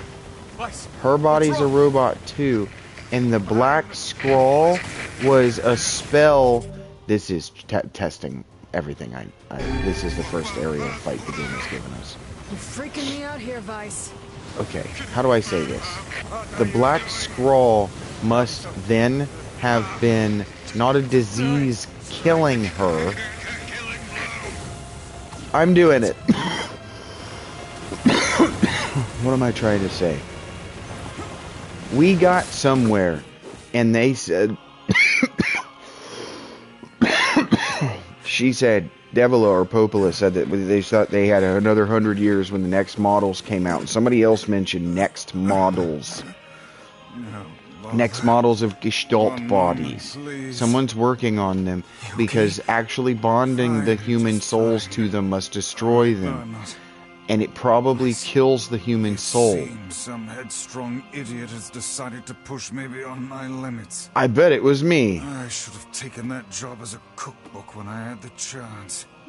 Vice, I'm sorry. He is. Sorry.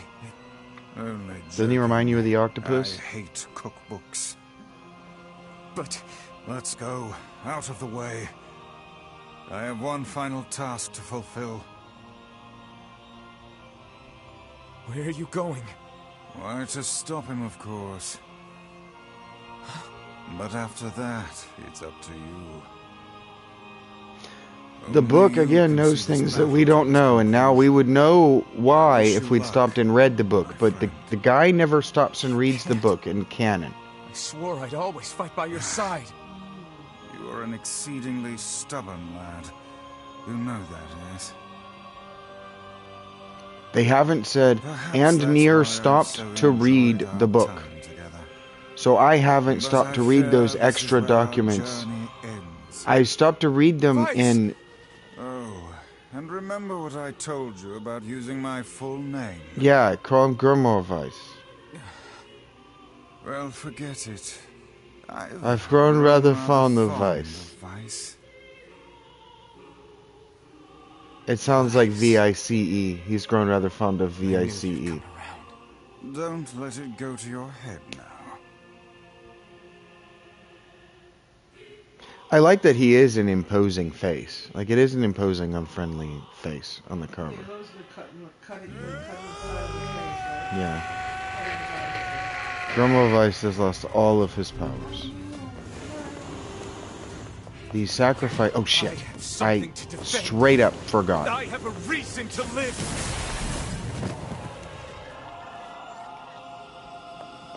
This is testing all of my skills. Okay, that was awesome. Thank you. Because I'm good at this.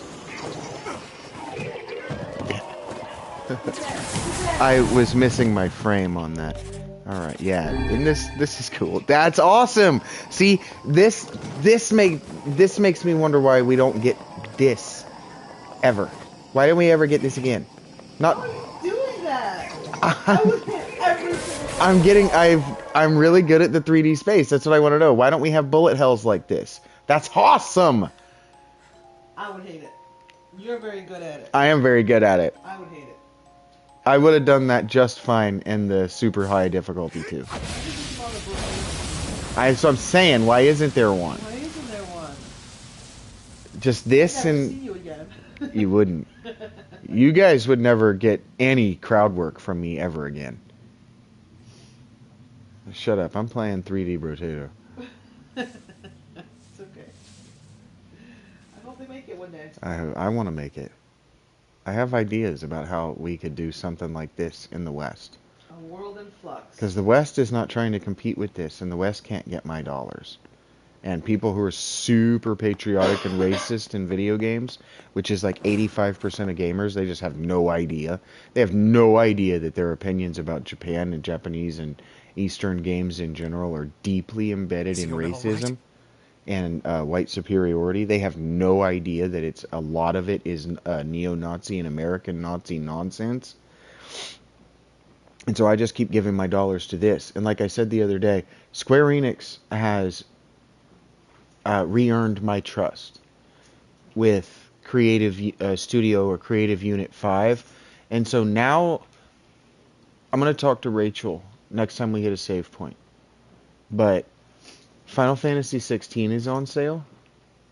Okay. And I might. Because she and I have wanted to do I played and these are my thoughts style video. Where I talk to her or talk to Mr. S or just do a 20-minute little review of a video game. And 16 just got finished, and its final update is like 15 or 16 bucks right now. Stupid cheap.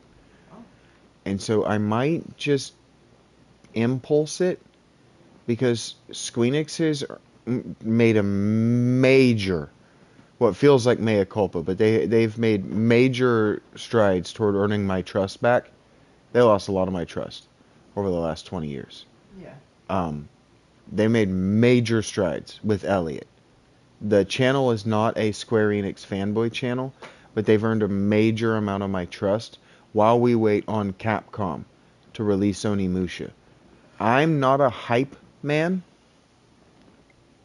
but I might pick up 16, because I thought this was weird, sad trash in 2010. I did.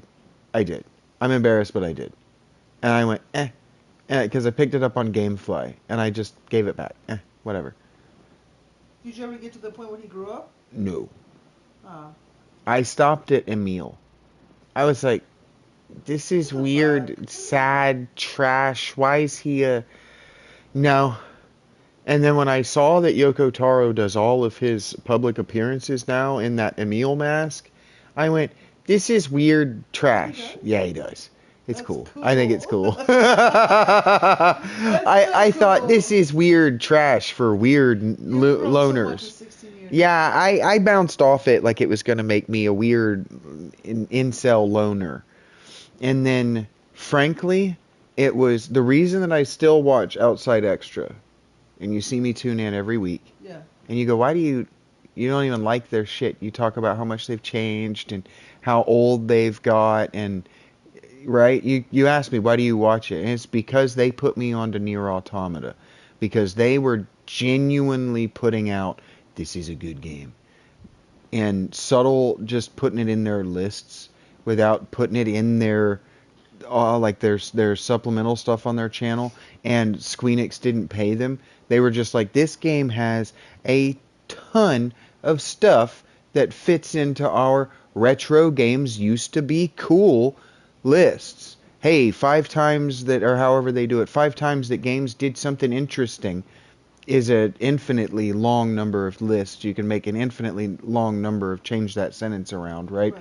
And they just kept putting out week after week after week after week that NieR Automata fit their list. And so it's the new game that fits the list, and that's how they did it. The game that they were playing in-house, finding ways that the videos that they were playing in-house could be made by taking things that were in the zeitgeist, putting them in the list, and the game we're playing is right here in the middle somewhere, right? And NieR Automata just kept showing up for the first act. And I was like, it must be top 10 trash. Because I remember what NieR was like. And it was depressing, sad, weird, and boring, intensely boring. Because I didn't do any of that side quest nonsense. I've shown you how I play WoW. And now I've shown you we did Elliot. We've done all the Final Fantasies. You see how I play this game? I just hammer through the game. And if I pick up a side quest because I need the money, whatever. But I'm not here for full completion through a full first run, right? What's about to happen is related to that. I would have got to even this point, I'm telling you right now, if I had got to this point, I would have bounced off the game for what's about to happen. That's all I'm trying to say. You know what's about to happen? Now that I've played Automata, I know exactly what's about to happen. Okay. Don't tell me. I kept waiting on this to happen in Elliot. Oh God, no. Oh please, the girl is fine. Where's Vice? Vice? Where are you? Are you okay? I am as well as can be, considering I have lost my physical form. Doubtless my voice will be the next to go, so listen closely. Your sister is safe. Sister is safe. Do not mourn her, and do not give up hope. Instead, you must call her back to you. I must call her back to me. How? Use your memories. Recall the times you spent with her. This is super Kingdom Hearts. Present her with proof that the two of you live still, and that your lives have meaning. Present her with proof that the two of you live still and that your lives have meaning. I don't know. Imagine what you would do if someone that you love, this is how I empathize. What would I do? What would I say? Right? Because I can hold this without hitting X for as long as I want. It's in the cutscene. Right?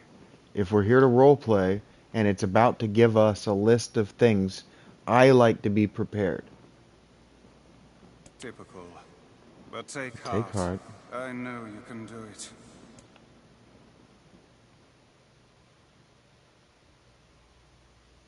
What's my favorite food? Oh no. Cookies. What's my favorite book? That's my magic storybook. What's my favorite place? Home with you. What's my favorite flower? The lunar tear, of course. Okay, one more question. Who do I love more than anyone?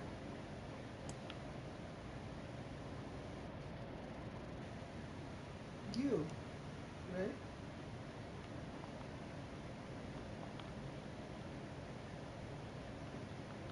Ooh.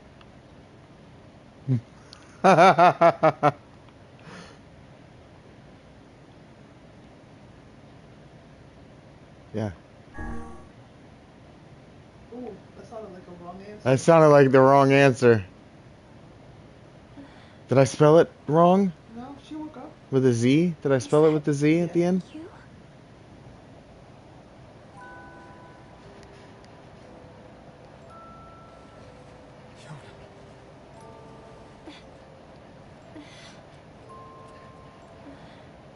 Who is the woman in her underwear? My body? Yes, Yuna.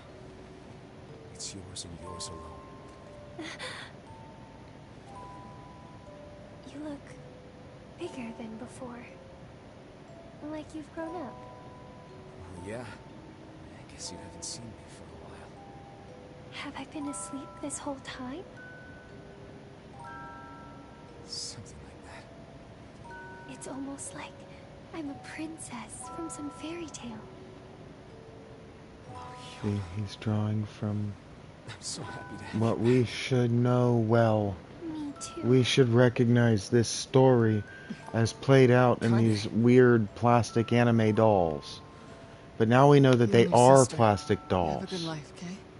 They're like these clone robot things? We don't know. Could stay with us, you know.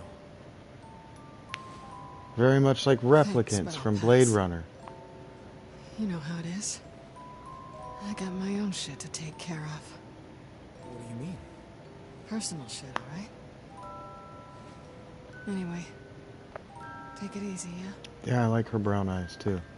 Kaine. Hey, look. Everybody else has blue eyes. It's so we have beautiful. brown eyes, and I like that. And her blonde hair. Yeah. For the longest time, I heard someone telling me how they wanted to see the light. And now, The shade, the Shadowlord can't see the light because it'll burn away his corporeal form.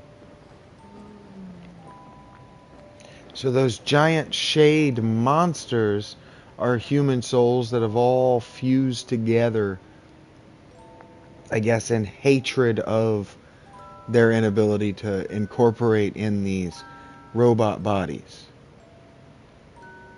That doesn't answer why these robot towns exist. Or like why the robot masked people, how there are more robot masked people. Where do they come from? How do they make more of them? That explains why there are very few children. How do they reproduce? Do they? Can they? So where do children come from? How does we are little again? How has nobody figured it out? How have none of the replicants figured it out? Thank you. I love it.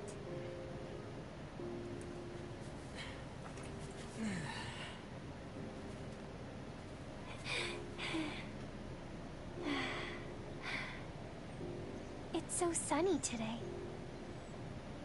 Yeah, it sure is.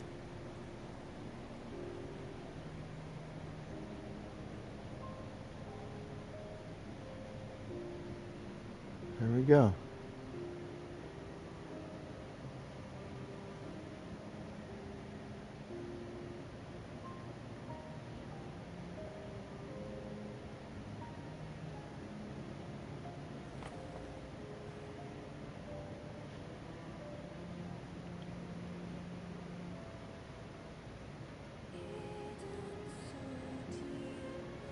Roll credits.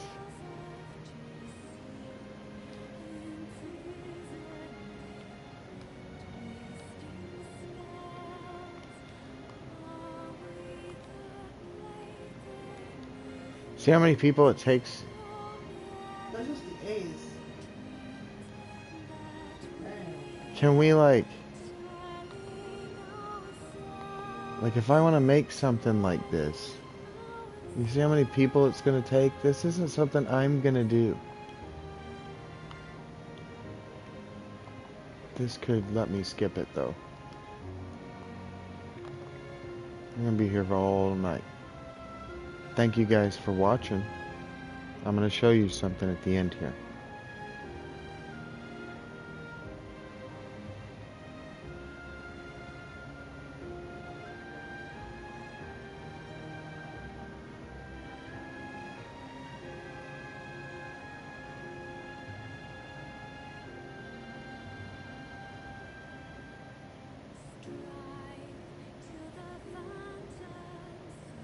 You played this in 6 days.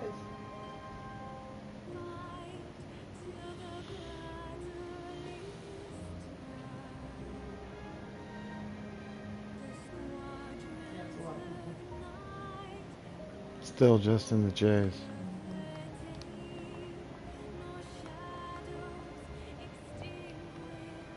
Julie Ann Taylor played Emile. I caught that one.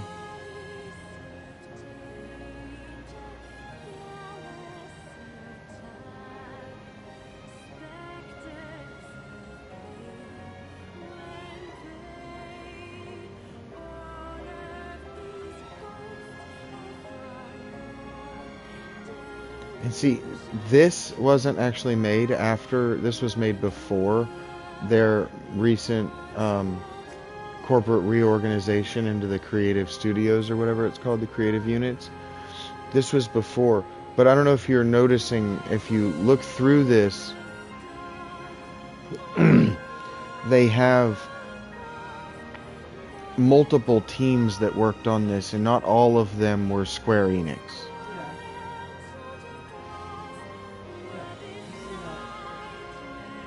They have this Dynamo Pictures, correct?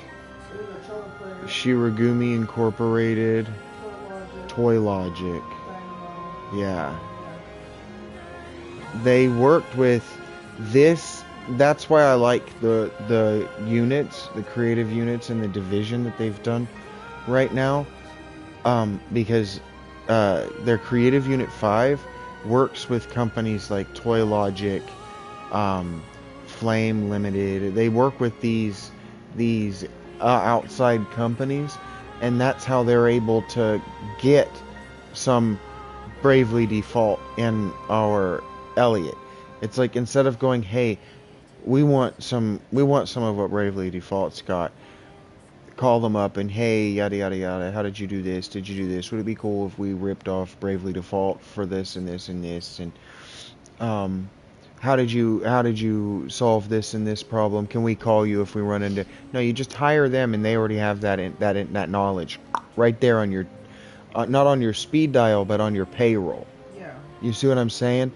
And now you're not only hiring them, you're hiring all of their you're hiring all of their corporate and infrastructure problem-solving memory, right? And so if these teams are keeping good documentation, and they better be if they're being outsourced, right? They better be keeping good documentation. If they're training well, they're making good connections, they don't have to work for these AAA teams to be involved in absolute banger games for which we will sit through the credits, see their names, whether we really appreciate that we have or not. Like, 5 cello players so far. like Toy Logic is going to be in the back of my mind. I'm going to be thinking Toy Logic. Anytime I see a game that's made by Toy Logic, I'm going to be thinking that's a potential buy no matter what it is. Even if it's in a genre I wouldn't play. Because if they were the ones who did the gameplay of this, because Yoko Taro has a very specific style and he has very specific gameplay, but that guy is the auteur. That guy is not a designer. He's the author of novels. It's a different thing. And I gotta... oh, fuck. Yes. Agreed. Very nice. Alright, and so now we save. Very beautiful. This is what I was expecting. What's coming next? You see how that says A? Yeah. Yeah. This is what I was expecting from Elliot. What's coming next? What does the A mean?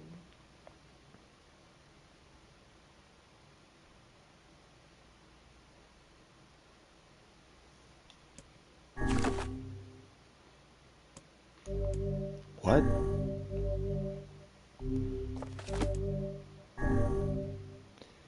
Load your clear data after completing the game to experience Kaine's story. Ending B.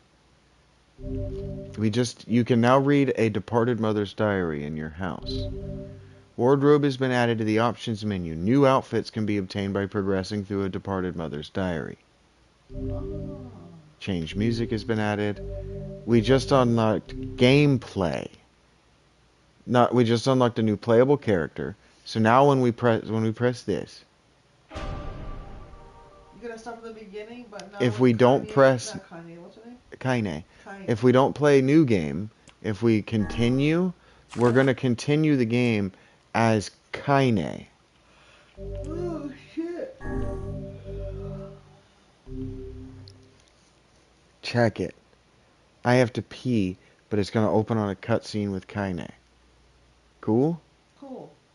This is what I thought Elliot was gonna do. That's why I went ahead and speed ran it. Now. Whenever I interacted with Kaine, I was reminded about something from my past. Here's where it starts for us. Maybe my mind has been confusing her with my sister this whole time. Anyway.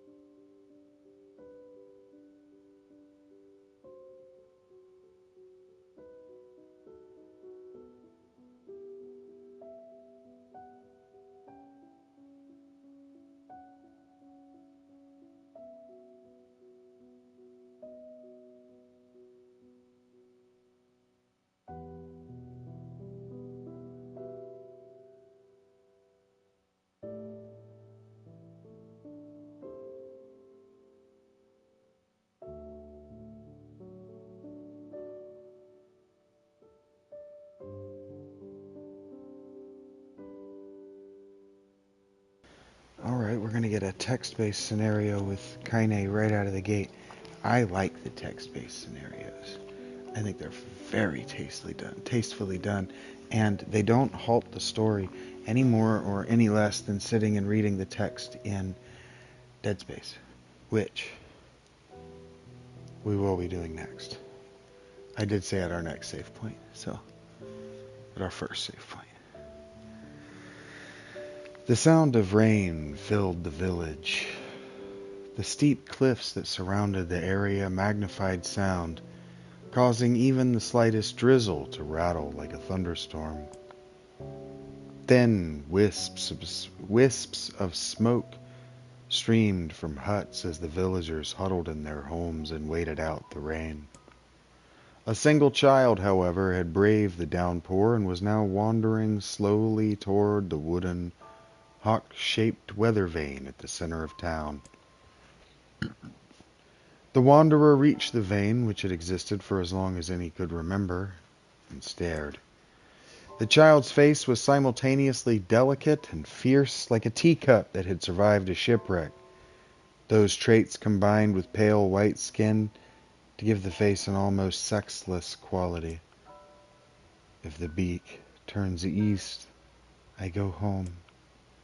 If it stays west, then I... The child blinked. Rain slowly dripped down the young one's short hair and began its long descent to the ground. Come on.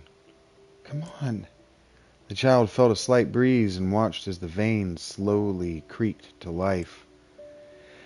Spinning this way and that for a moment, it finally settled with the beak pointed firmly toward the east. East? Really?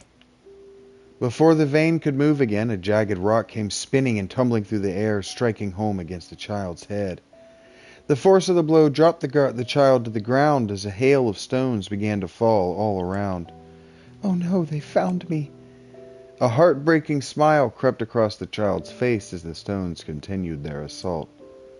Through the rain, the sound of multiple footsteps grew louder before a voice rang out. Yoo-hoo, Kane! Or Kaine! The voice belonged to Demo, worst of all the bullies in the area. As Kaine struggled to stand, a final stone came skittering through the mud and bounced against her foot. Blood oozed from a cut above her eye and blurred her vision, but she could make out the shapes of Demo and his usual gang of idiots. The boys seemed taken aback for a moment by Kaine's seeming indifference to the blood dripping from her face, but quickly regained his bravado. What's up, freak? You like the rain? You like getting all wet? Or did you finally decide to run away from home? Though she knew it was futile, Kaine turned to leave. Before she could get more than a few steps, the other children scrambled to surround her, cruelty burning in their eyes. Kaine knew those were not the only eyes on her. The tormentor's parents watched from the safety of their homes. She was attuned to this sensation. It was one she had experienced many times before. While some villagers simply turned a blind eye to the actions of their children, many encouraged it openly. In a society ruled by superstition and fear, Kaine was something to be hated, and, if possible, destroyed. I didn't say you could leave, freak. Demo's words chewed at her like a worm through an apple. He can't hurt me, she lied to herself. Be strong, be brave. He can't hurt me. He can't hurt me. He can't hurt. Oh, look, the little freak's gonna cry. What's wrong? Are you sad that everyone hates you and wants you dead? Kaine prayed for the rain to flood down and carry her away from a world that seemed to have no place for her. But if there were gods, they chose to ignore her. As Demo crept ever closer, the clouds began to thin and the rain slowed. Even the weather hates me. I'm useless, a failure. I wish Demo's rock had taken my head off. Kaine couldn't meet Demo's leering gaze. She lowered her eyes and stared at the muddy ground below. The bully moved forward until he was inches away.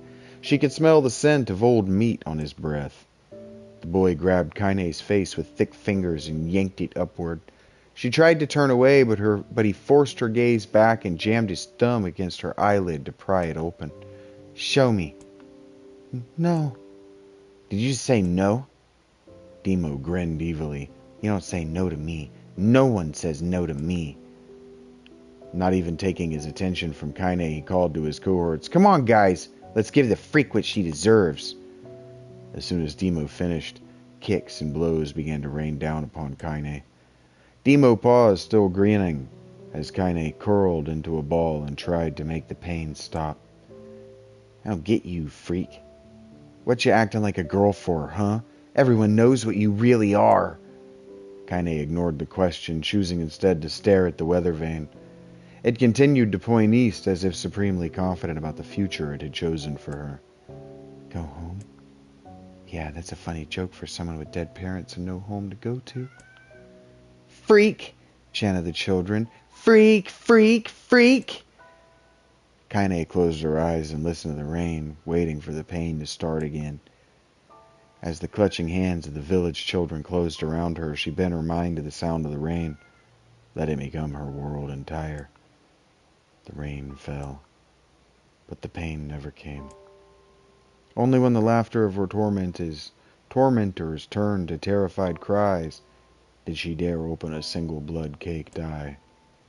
Kaine was shocked to see Demo sprawled on the ground, holding his head and screaming in pain.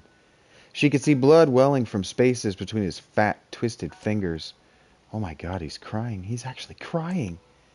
Deprived of their leader, the other children glanced back and forth between themselves as if waiting for someone to step forward and take charge. When no savior emerged, they began an uneasy shuffle away from Kaine. But the young girl was the least of their concerns. Instead, their attention was rapt on the ancient woman standing a few feet away. After struggling for breath for a moment, she finally spoke in a voice thick with rage. "Hurts like a bitch, don't it? Now I suggest you scatter before I throw another one. And if any of you little bastards ever touch Kaine again, I'll do far worse than throw a rock. You can count on it." The old woman crouched down and gently touched the hand Demo was using to cover the wound. Before he could think to protest, she ground her palm into the wound and twisted back and forth. "Ow!" he screamed, leaping to his feet. "Stop it! What are you doing?" "Quit whining. Ain't no one ever died from a scratch." "You hit me with a rock, you stupid bitch! A big one! That thing could have killed me!" The old woman shrugged. "Death is the best cure for stupid." Demo's face twisted with rage at her words. Locking his eyes on Kaine, he took a step backward and spat on the ground. "Get out! Leave this village! No one wants you here, either of you!" Seeing the old woman grab another stone, Demo and his companions turned tail and ran. As they fled, the old woman grabbed her side and barked out a single laugh. "Ha! Look at the fat boy go. Guess he's healthy enough to run from a fight." The woman's smile faded as she turned her attention to Kaine. Kneeling down, she removed her shawl and placed it around the young girl's shoulders, then produced a cloth from the folds of her dress and began blotting at the blood on her forehead. "Oh, Kaine," she said, "why didn't you fight back? You're stronger than that lot." The words of her grandmother stung Kaine, and she turned away. "Don't be nice to me," she said. "I don't deserve it. Nothing matters anymore." Her tears, held in check for so long, finally began to fall on the muddy ground below. "Everyone hates me. They think I cause bad things to happen. They think I'm a freak. I wish I was dead."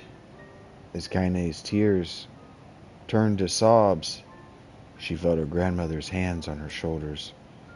Despite her advanced age and diminutive size, she was a woman of surprising strength, and Kaine found herself unable to turn away. "Don't talk like that, girl. It's a river wide and deep that flows between the realms of this world and the next, and it grants no mercy to any that attempt the crossing. You got a duty to fight until your last breath. Understand?" The old woman tightened her grip and tried to still the tremor in her voice.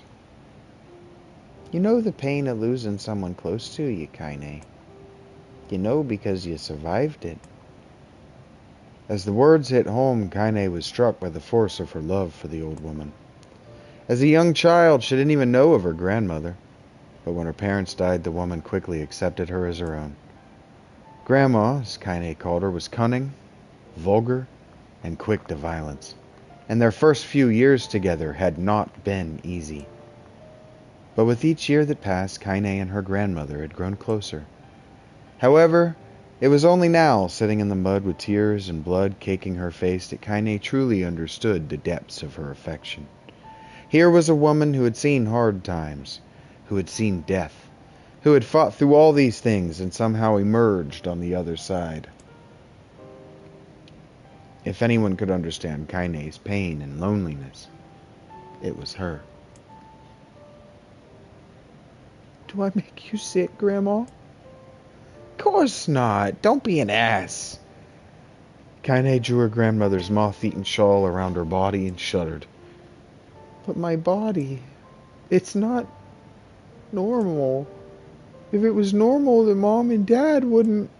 Hush, interrupted Grandma. I'll not hear another word of this nonsense. You're my granddaughter and I love you, and if folks have a problem with that, they can just go to hell. With that, the old woman reached out and placed a wreath of dried flowers in Kaine's hair. The skill it took to bend the flowers without breaking the stems or losing a single petal was remarkable, and the beauty of it made Kaine want to cry all over again. Oh my gosh, these are lunar tears. Grandma, you made this for me? Lunar tears were legendary flowers. Most people could live their entire lives without ever seeing one, and yet her grandmother had somehow collected a dozen or more. Kaine reached up and touched the wreath as if she couldn't believe it was real. Where did you find these? Just stumbled on them while I was out doing the shopping. The old woman turned away as she spoke, leading Kaine to suspect that the search had been more difficult than she was letting on. The pains she took to construct the ornament, let alone track down the flowers used in its construction, made Kaine's heart hurt. She reached up and gently adjusted the wreath, admiring the way it felt between her fingers. Didn't quite turn out right, said her grandmother as she squinted at it. These old hands have trouble with delicate work, but it sure looks good on a pretty girl like you. Kaine blushed and turned away. You think I'm pretty? Of course you are. What a fool thing to say. Thank you, Grandma. Her grandmother smiled. We're gonna be fine, you and me, she said. Long as we got each other, we'll be just fine. Kaine took her grandmother's hand in hers, and the two of them struggled to their feet. As they began the long walk home, Kaine gripped the hand with all her might, as if trying to stop smoke from drifting away on the wind. The rain had stopped. Kaine stood beneath the weather vane, watching it spin in lazy circles, no longer caring about the direction it faced when it stopped. I don't need to escape. I have a home now. Grandma loves me, and that's enough. Even if it is us against the world. Kaine let her gaze drift up past the vane and into the cloudy sky. The last faint hints of a rainbow were slowly fading. As she turned and headed for home, the light scattered into a million particles and vanished, seemingly taken away on the breeze. Kaine's dreams, daily life. Boom, boom, boom, boom. In the distance, Kaine heard the steady sound of an axe striking wood. The noise had a purposeful quality to it, as if she were hearing a master woodsman go about his work. The firewood being produced, however, was as far from a work of art as could be. Pieces of every shape and size were being flung about a barren yard with wild abandon. Anyone trying to stack such wood would probably die of frustration before the job was through. Stupid piece of shit axe. Kaine's grandmother flailed away with the axe, filling the air with both splinters of wood and words that would make the most hardened sailor blush. Grandma, called Kaine. That you, Kaine? Yelled the old woman, taking her eyes off the wood for a moment. Don't get too close, or I might take your goddamn foot off by mistake. She brought the axe down on a piece of wood, sending chips flying in every direction. One spun past Kaine close enough for her to hear the whistle, at which point she decided to step back. Once she'd scuttled to a safe distance, she cupped her hands around her mouth and shouted, Grandma! Do you need help? I can get you water or lunch or, a new axe or something? The axe, poised to strike another wobbly blow, paused in midair. The old woman considered her granddaughter's offer for a moment, then smiled. Tell you what, since I'm doing such a piss-poor job of chopping, why don't you come here and take over so I can get the water? Shades have been restless lately, and I don't want you running into one of them bastards. Relinquishing the axe, her grandmother picked up a long pole with wooden buckets on either end. Gathering water was by far the more difficult of the two jobs, but Kaine knew better than to complain. Once Grandma's mind was set, there was no changing it. Kaine did her best to help with chores, but Grandma took every task that required travel to the village. Though she had a long list of plausible excuses, Kaine knew the real reason. She didn't want her granddaughter to be taunted and harassed by the villagers. Once Kaine moved in, Grandma decided to take up residence a good distance from the Eyrie. Out of sight, out of mind. It seemed to be the very best policy when it came to the villagers and her granddaughter, and rare were the days when any but the two of them could be found on the rocky acre of land they called home. Kaine enjoyed the solitude, but harbored a secret resentment that her grandmother was forced to spend her golden years in such a place. After watching her grandmother leave, Kaine turned her attention to the task at hand. She had never chopped wood before in her life, and soon discovered why the old woman hated the chore. Swing after swing of the axe produced only a tiny crack in the wood, and when she had finally managed to connect with a solid stroke, the tool embedded itself in the log and refused to budge. Frustrated, Kaine swung the axe around her head and threw it, log and all, across the yard. Damn it! Crap! She suddenly understood the joy her grandmother felt in a good curse. Happier now, she picked up the axe, forced it from the wood, and resumed chopping. She had a natural skill with a blade, but the task was challenging, and blisters soon began to form on her small, pink hands. This is tough, and my logs are all weird sizes. Spitting on her palms and ignoring the pain, Kaine redoubled her efforts. Just as she was developing a rhythm, Grandma returned from the village. Setting down her buckets with a small sigh, she took one look at the logs and coughed out a wheezy laugh. Pretty clumsy girl, you better practice if you... Her grandmother suddenly collapsed to her knees, causing one of the buckets to wobble precariously. Eyes wide, Kaine dropped the axe and ran to her grandmother's side. Grandma! The old woman shook her head and pointed a trembling finger at the bucket. Get the bucket. Can't let it spill. Kaine steadied the bucket with a foot as she knelt by her grandmother. A small bit of water sloshed over the side and made a new home in the hem of her dress. But Kaine didn't notice. Grandma, what's happening? Crazed with panic, she grabbed her grandmother by the shoulders and shook. After a moment, the woman lifted her arms and batted Kaine away. Stop that! Just stop! She cried, breathing heavily. It ain't like I'm dying. Just tired from the trip is all. Kaine desperately wanted to believe her, but one look at the old woman's shaking hands and worn face told her more than words ever could. Her grandmother had lived a long, hard life, and it seemed the bill was finally coming due. The time when her grandmother watched over Kaine was ending. Sooner than either of them had feared, the positions would be reversed. The next morning, Kaine came to the side of her grandmother's bed and took her wrinkled hand. Grandma, you're sick and you need medicine. I'm going to the village. The old woman shook her head and tried to rise, but Kaine gently pushed her down.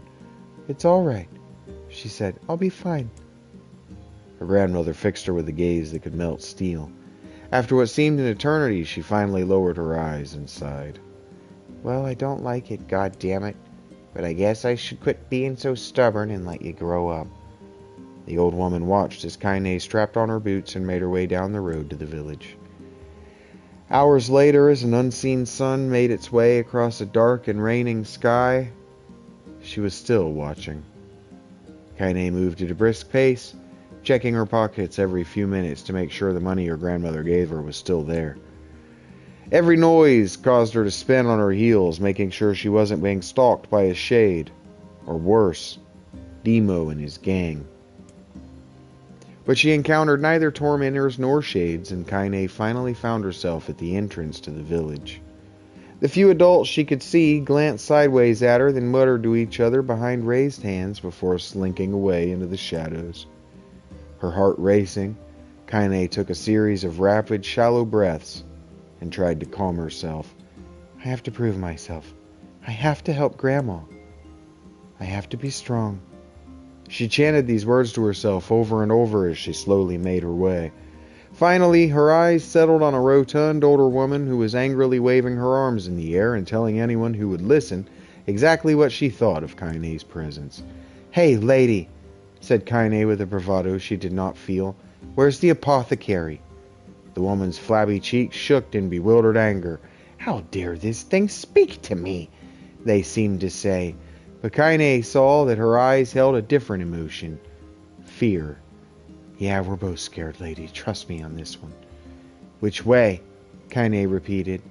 The woman pointed at a small building to her right before hitching up her dress and stumbling off in the other direction. Kaine cringed, expecting a stone to come flying from the assembled crowd, but none came. Her mind was filled with a strange sense of pride as she made her way to the apothecary.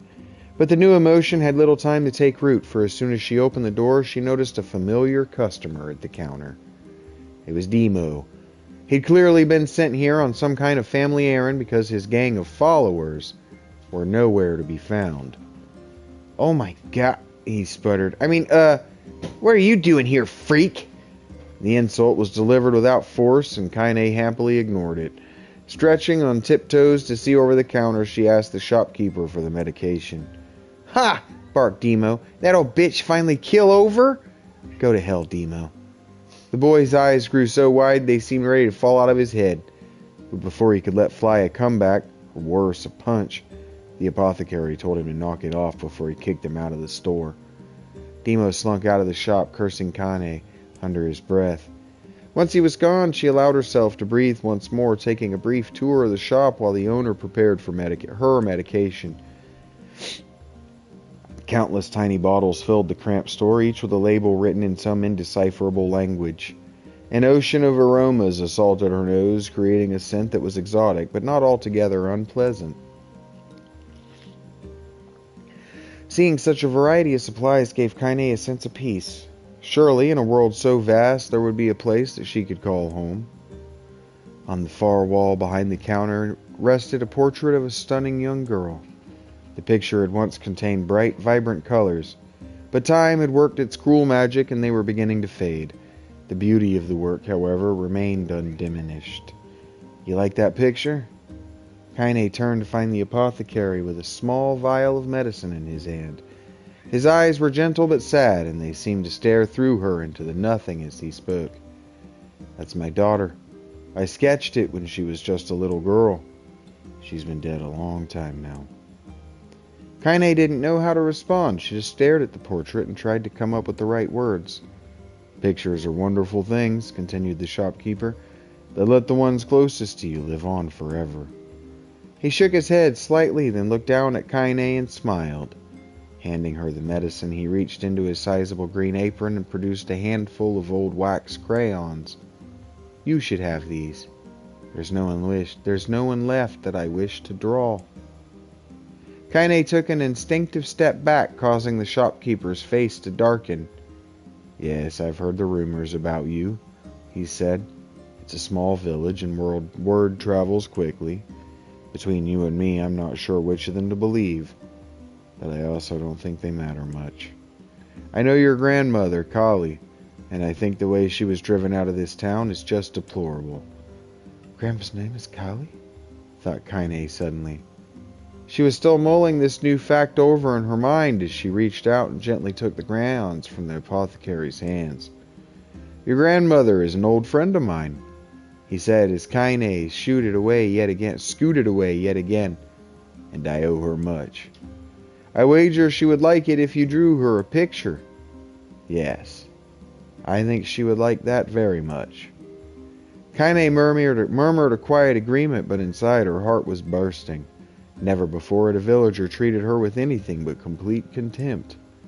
It was a tiny, almost imperceptible step, but it was a step nonetheless. And with enough tiny steps, she might one day discover the rest of the world. When Kaine returned home, she found her grandmother asleep in her bed. Her feet were blackened and raw, even bleeding a bit in places, leading Kaine to think that she had been pacing around the room until exhaustion finally caught up with her. She placed the medicine by her grandmother's pillow and turned to leave, but found the old woman's hand clasped around her arm. "Back already, are you?" asked her grandmother with a yawn. "Come here. Let me have a look at you." Grandma sat up and examined Kaine from head to toe. Finally satisfied that nothing terrible had befallen her grandchild, she leaned back and allowed herself to relax. "Well, how was it? Those bastards give you any trouble?" "It was kind of fun," said Kaine with a small smile. "No, seriously, it was." "Fun, eh?" asked her grandmother in a voice which implied she believed nothing but. "Uh-huh. So anytime you need me to run an errand, just let me know." As she spoke, Kaine removed the crayons from her pocket. After a brief explanation of their source, she informed her grandmother that she was going to sketch her portrait. "A portrait of me? Ridiculous. No one wants to stare at a wrinkled old crone." "But Grandma, it'll make you live forever." "Horse shit," said her grandmother, throwing back the sheet from her bed. "Living forever would just piss me off. Now, put those crayons away and help with dinner." But Kaine would not relent, and in the end, Grandma found herself leaning against the wall of their house as if posing for a master artist. Kaine took up the crayons, eyed her subject carefully, and set to work. Just as her grandmother was about to nod off, Kaine finished the piece. After staring at it for a bit, she released it from her grip and let it slowly drift to the floor. "It's terrible. It doesn't look anything like you at all." "I'm sorry, Grandma. I thought these crayons would, make drawing easier or something." The old woman's eyes narrowed at her granddaughter's disappointment. "Let me be the judge of that," she said, ignoring the pain in her back and reaching for the paper. The sketch could have been a person's face. It could have been a boulder, a lump of clay, or an incredibly misshapen loaf of bread, all rendered in a chaotic array of colors. The old woman stared at the picture for a long time, then slowly wheezed out a laugh. "Ha ha ha ha, Kaine," she said between chuckles. "You truly are my blood. You're as clumsy as me, and I love it. But, hush, I won't hear any more bull about how ugly you think it is. It came from the heart, and I'll treasure it always." True to her word, the old woman gave the picture a place of honor above the kitchen table. In the days that followed, Kaine would often catch her staring at the portrait with a strange smile on her face, an action she interpreted as silent, mocking laughter. A week later, Kaine could stand it no more and asked her grandmother to take the artwork down. "Posh," said the old woman. "I'll take this down when they roll me in my shroud." She pondered this for a bit, then turned to Kaine and dropped to one knee. "Listen to me, girl. Seeing this picture makes me happy in a way I've never felt before. And it makes me want to go on so that someday you can feel the same happiness." It was a moment that burned itself in Kaine's memory. A perfect blend of pride and love and joy that came together to form a lifelong remembrance. She swore to never forget this moment, to never forget the old woman who had made her place in the world possible. Time moves on. People and memories move in and out of a life like ghosts, passing through a hall. But this memory will be different, Kaine swore, because I will remember it forever. Forever. That was so beautiful. You read it so beautifully. Kaine listened to the sound of crackling firewood and stared at the black object on her plate. She'd been pushing it around the wooden disc, pushing it around the wooden disc for a good 10 minutes, ignoring the bemused stare of her grandmother. Finally, she summoned her courage and gave the object a brief sniff. A sharp, bitter scent flew up her nostrils and made its home there, causing her face to twist with disgust. Grandma, I can't believe you want me to eat a bug. The old woman threw some more wood under the cooking pot and snorted. It's no bug, you fool girl. It's a berry. Why the hell would I be feeding you bugs? Yeah, well, it sure looks like a bug, said Kaine, and I think it's burnt or something because it smells terrible. With that, Kaine held her nose and threw the berry in her mouth, chewing as little as possible. Oh yeah, that's terrible, all right. Why, you little brat, laughed the old woman. Look at the sass on you. You've been spending too much time with me, and that's a fact. 5 years had passed since the moment when Kaine's grandmother saved her from the bullies. As is often the way with two stubborn people, their relationship had grown in fits and starts, but moved forward all the same. Meals that used to be somber affairs were now filled with laughter and hurled abuse in equal measure. Kaine could not remember a time when she had been happier. As the years went by, Kaine started to shoulder more and more of the daily responsibilities. Her grandmother's legs grew weaker by the day, and she could no longer do many of the chores she used to take for granted. So this morning, found Kaine lacing up her work boots with a breakfast of burned berry rolling through her belly. Where are you going today? Asked Grandma suddenly. Kaine looked up, surprised. The old woman rarely asked for specifics anymore. Well, I was going to check out the kelma trees and see if they were ripe. I thought we could make some jam or something. Oh, and I'm going to pick up some flagstones, so I need to take the wheelbarrow. Flagstones? What in the hell for? Kaine stared at her grandmother, then held out an arm and swept it around their home. Constructed mostly of cloth, rope, and rubble, the old place sagged like a boxer in the final round. Grandma, a dying cat could chew through this house. I'm going to build a stone wall so we have some protection. The old woman laughed, exposing her toothless grin to the world. God damn, girl, if a bunch of thieves want to ransack this old place, let 'em come. We got nothing worth stealing anyway. I'm not worried about thieves. I'm worried about shades. People saw one west of the village yesterday. The old woman tilted her head and stared at her granddaughter. Well, shoot, I don't know why you have to do it today. We can worry about it some other... Grandma, no. If I don't go to the kelma trees, we won't eat tonight. You know that. A confused expression passed across the old woman's face, and for a moment, she was a small child lost at a carnival. Yes, she said after a bit. Yes, of course you're right. I'm sorry, Kaine. Lately it seems my mind is...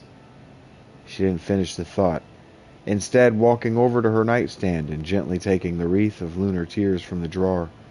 The flower's petals had aged to a brilliant whiteness, and Kaine thought it was more beautiful now than the day she first received it. You're going to be a true woman soon, Grandma said as she placed the flowers in the girl's hair. So that means less chatter about shades and building defensive walls, and more talk about how beautiful you've become. Annoyed, Kaine reached up to remove the garland, but the look on her grandmother's face stopped her hand. You're a beautiful thing, said the old woman, and there ain't another like you in all the world. I'm very proud of you. Okay, Grandma, that's enough goddamn compliments for one day.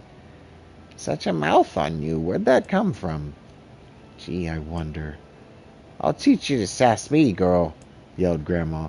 Suddenly she lurched forward and grabbed Kaine by the ears, pulling her around the room with a crazed grin on her face. Grandma, yelled Kaine in a quaking voice. Grandma, stop it! What the hell?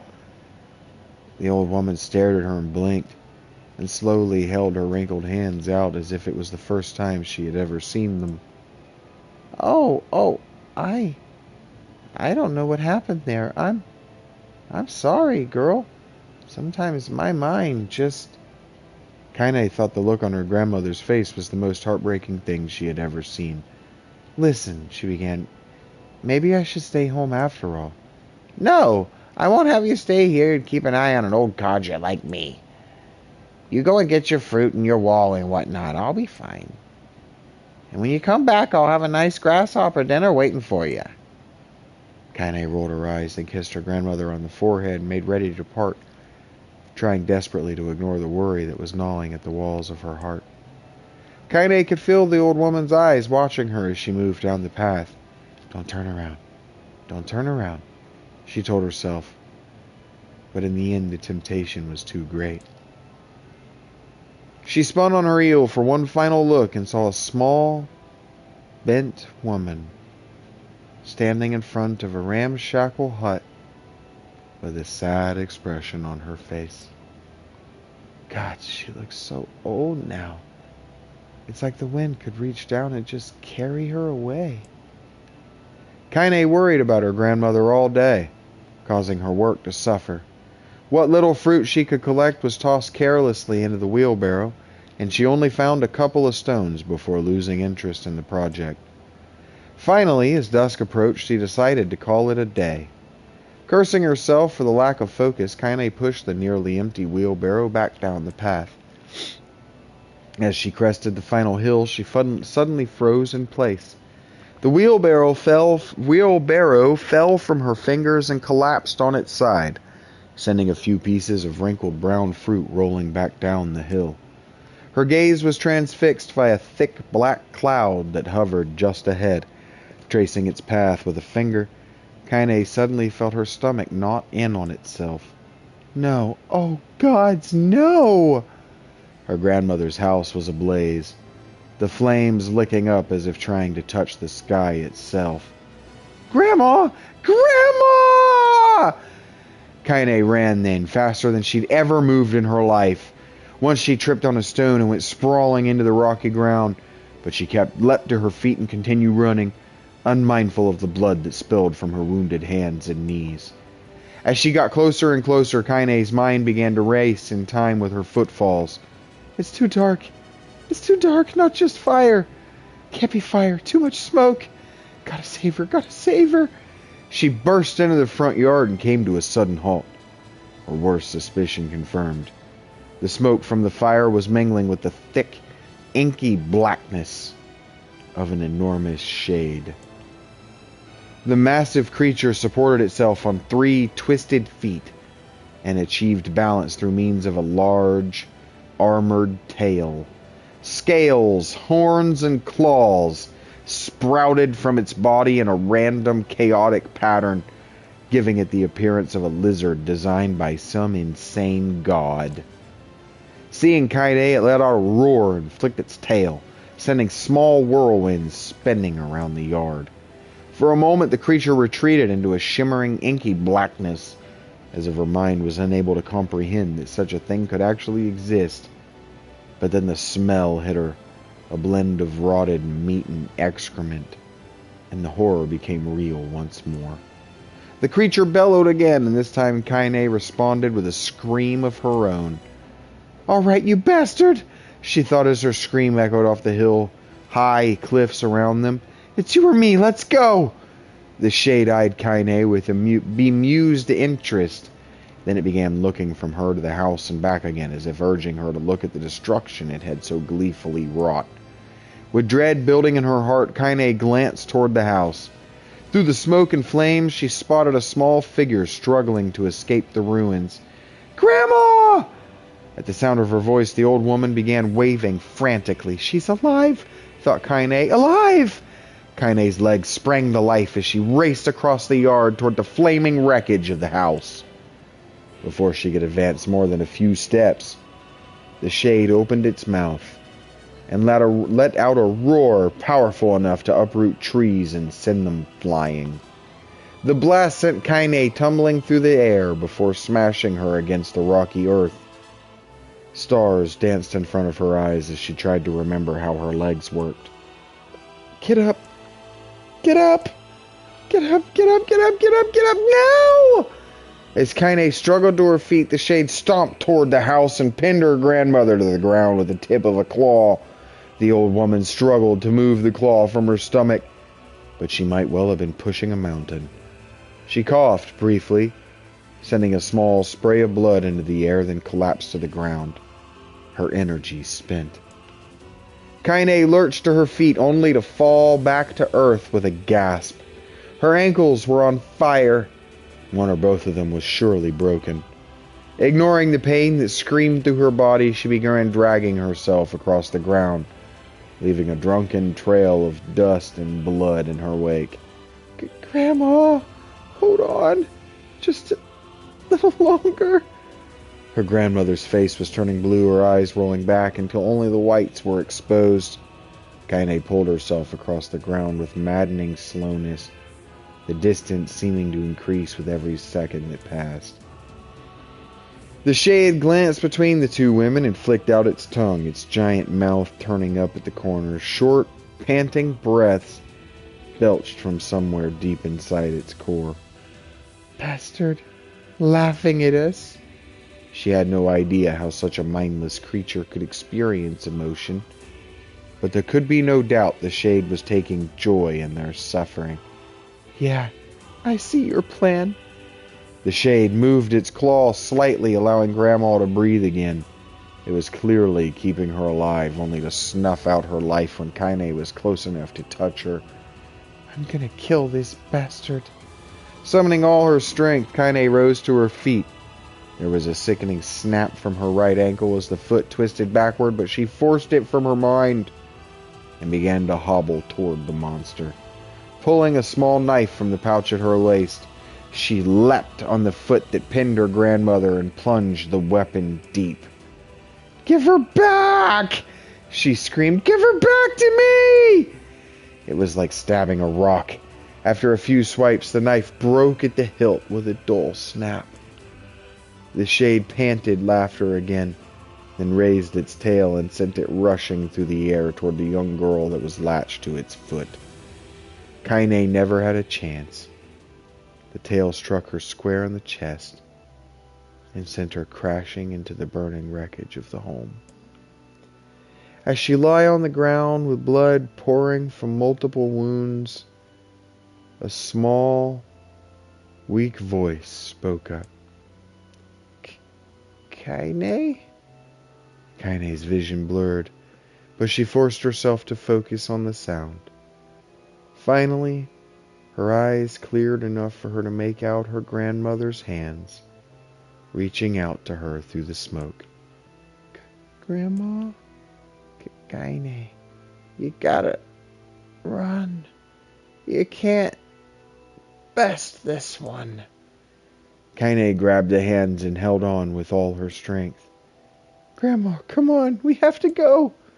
The old woman coughed loudly. One of her hands, slick with blood, slipped from Kaine's grasp and thumped to the ground below. Grandma, no! No! I said run, God damn it! You have to live! You have to get through! The thought would stay forever unfinished. Before she could say another word, the shade's clawed foot descended, smashing through the remains of the roof and down upon the shattered figure of the old woman. Blood oozed from gaps in the creature's toes as the terrible, putrid smell assaulted Kaine's nose once again. She stared at the foot, dumbfounded, convinced that what she was seeing could not possibly be real. When the creature finally lifted its appendage, all that remained underneath was a twisted, unrecognizable mass of rubble and red. Her grandmother was gone. Kaine blinked, trying to feel the hands which had been in hers just a moment before. For a fleeting instant, she could remember the warmth of that embrace, the trembling of the fingers. But then the sensation drifted away on the breeze and was gone. Memories flashed through Kaine's mind, one after the other, faster and faster, until they became a meaningless jangle of noise. Kaine screamed then. A thunderous sound that echoed off the cliffs and seemed to roll away forever. The shade eased forward, black ichor pouring from its mouth and dissolving into smoke on the ground below. The earth shook with every step as it crept toward its prey. Kaine's body slowly rose as if controlled by a mad puppet master. Her arms and legs were bent at impossible angles. Her head lolled dangerously to the side, yet somehow she managed to stand. Staring at the shade, her eyes began to glow with a deep red fire. The creature, so confident just moments before, took a slow, hesitant step backward, trying to discern if this broken human could possibly pose a threat. Kaine seized the moment. Laughing like a madwoman, she leapt into the air and plunged the shattered hilt of her knife deep into the leg of the shade. The shade shook Kaine off like a fly, sending her crashing to the earth once again. Her chest rose and fell slowly, as if a great weight were resting on it. Moist sounds of pain echoed through her mind. Something warm and thick oozed from her ears. Is that blood? I think it is. I think I'm bleeding to death. No, can't die. Grandma told me to live. Deep inside Kaine's mind, something finally broke. The sound, the pain, the smoke and flames, all of it faded away until all that remained was a single incantation, repeated over and over again. Kill it. Kill it. Kill it. Kill it. Kill it. Kill it. Kill it. Kill it now! As the spark that was Kaine slowly began to flicker and die, she felt her desire to kill and her desire to live blend into one. The distance between heartbeats grew longer and longer and longer.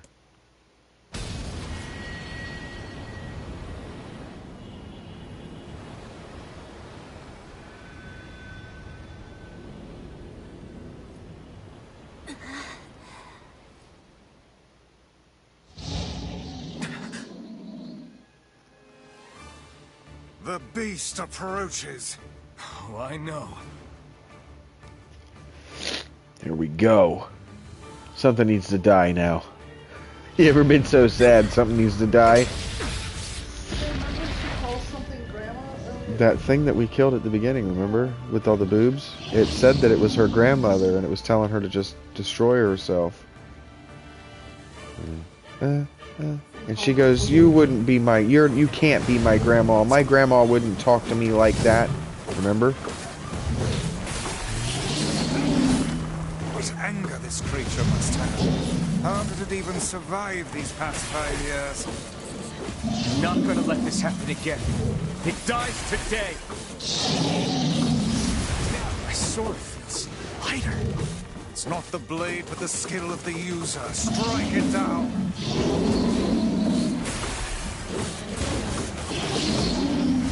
Get around to it, I guess.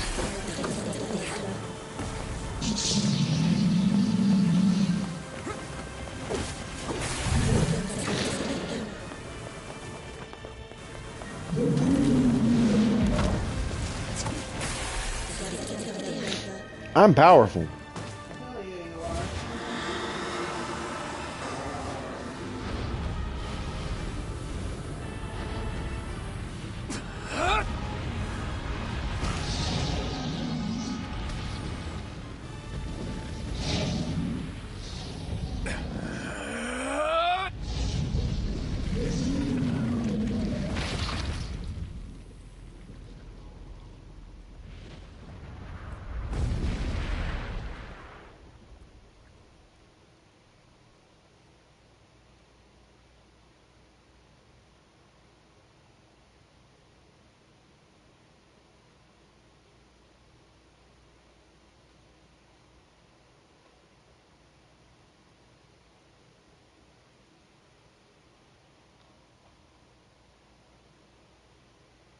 Gently, weakly, softly.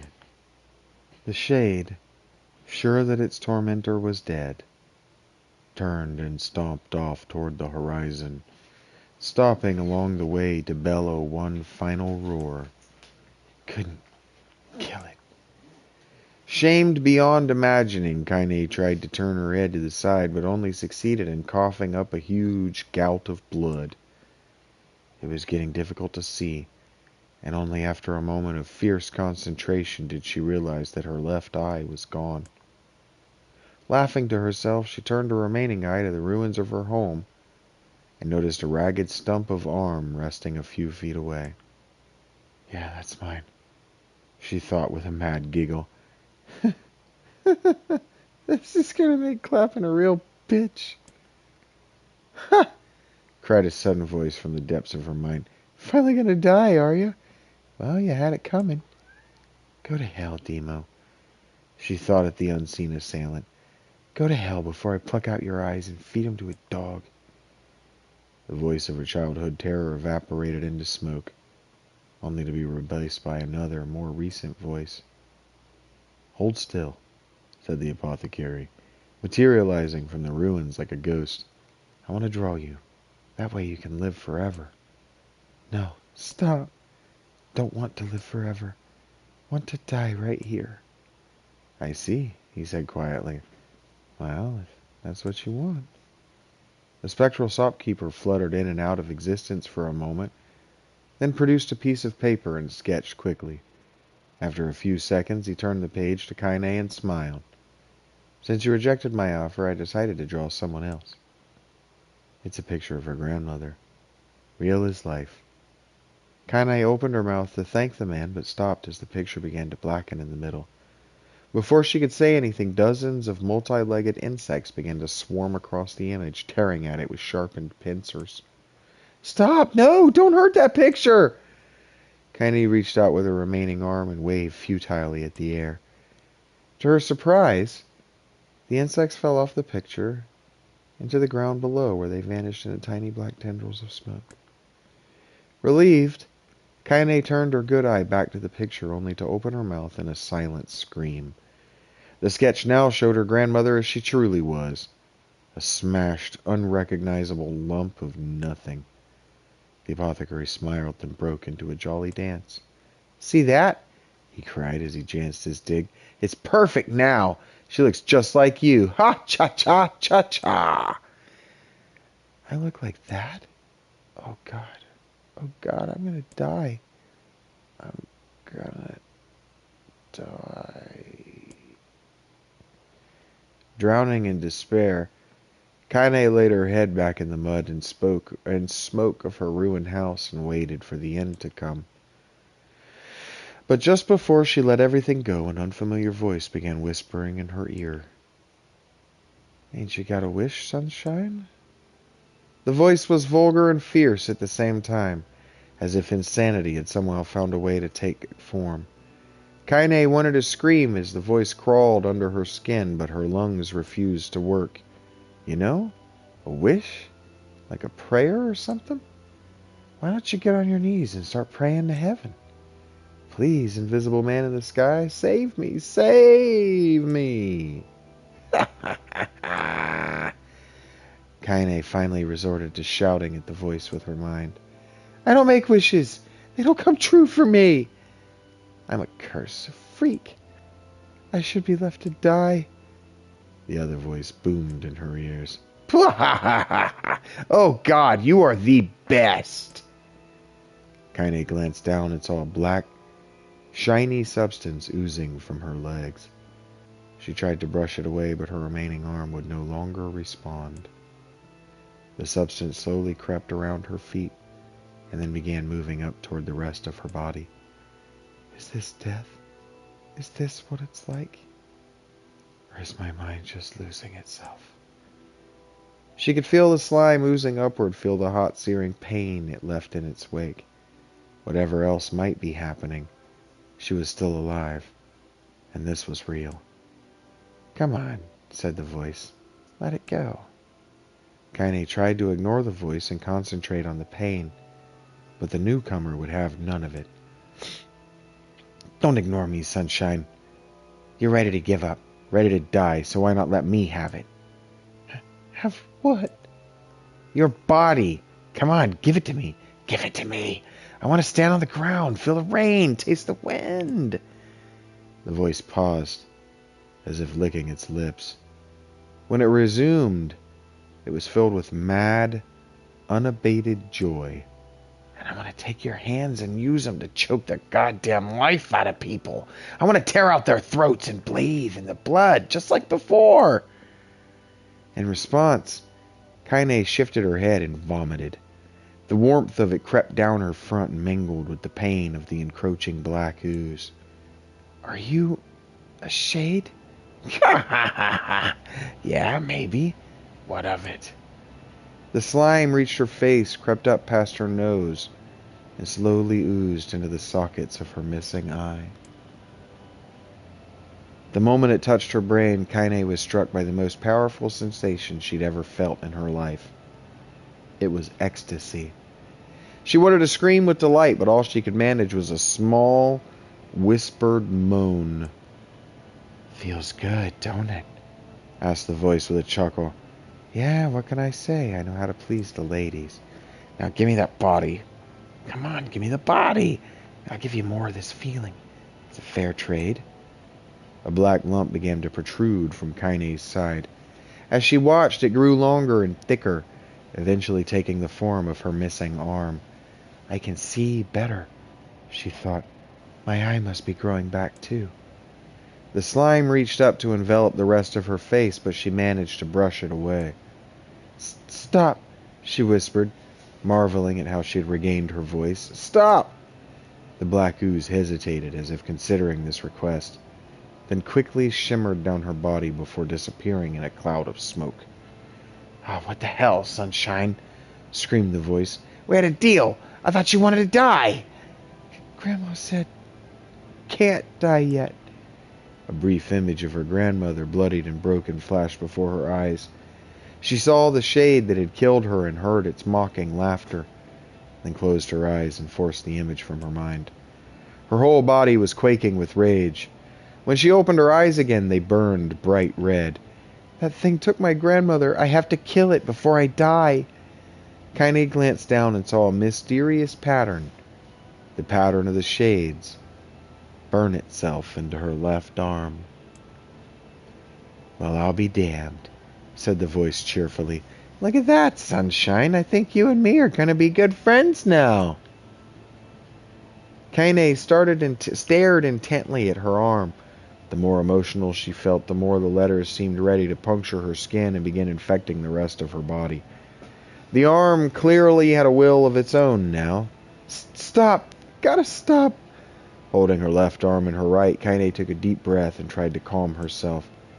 Come on, don't fight it, pleaded the voice. Hate's my favorite dish, and I'm hungry! Let it go! Feel the anger burn with the fire of revenge. Thirst for blood, then go out there and... Shut up, and get the hell out of my body! Your body? Oh, that's rich, Sunshine. Real rich. Look, why don't you just shut up and die so I can have this body all to myself? What do you say? I bet this buddy of yours in the area would love to see you dead. Kaine grabbed a nearby shard of glass and tried to saw off the shade-infected portion of her side. Before she could, her darkened left hand grabbed her right wrist, crushing it.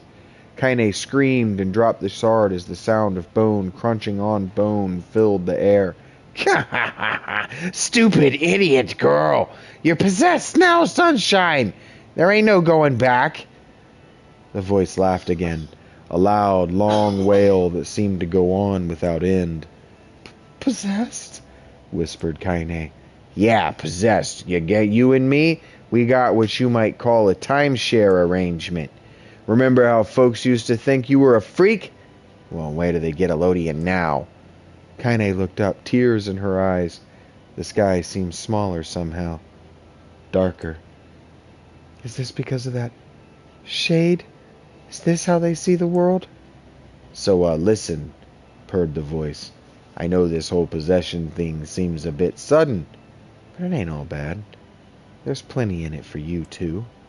I'm a very powerful creature, Sunshine, and now that power belongs to you. You got enemies? People you want to kill? I can make it happen. That little fat kid who kept picking on you? That big old shade that squashed your granny? We'll wrap 'em up in their own assholes. No more abuse for you, sunshine. No more pain. Oh, wait, said Kaine. You're a shade. Why would you help me kill another shade? What, you think I'm some kind of racist? Some killing snob? I don't give a good goddamn who you murder, honey pants. I just want to drink from the well. Kaine considered this as she struggled to her feet, the power of the shade coursing through her. The smoke from her house was drifting away with the wind, and she enjoyed the way the cool evening breeze felt on her new left arm. After a long pause, the voice spoke up again. So, how about it, you and me?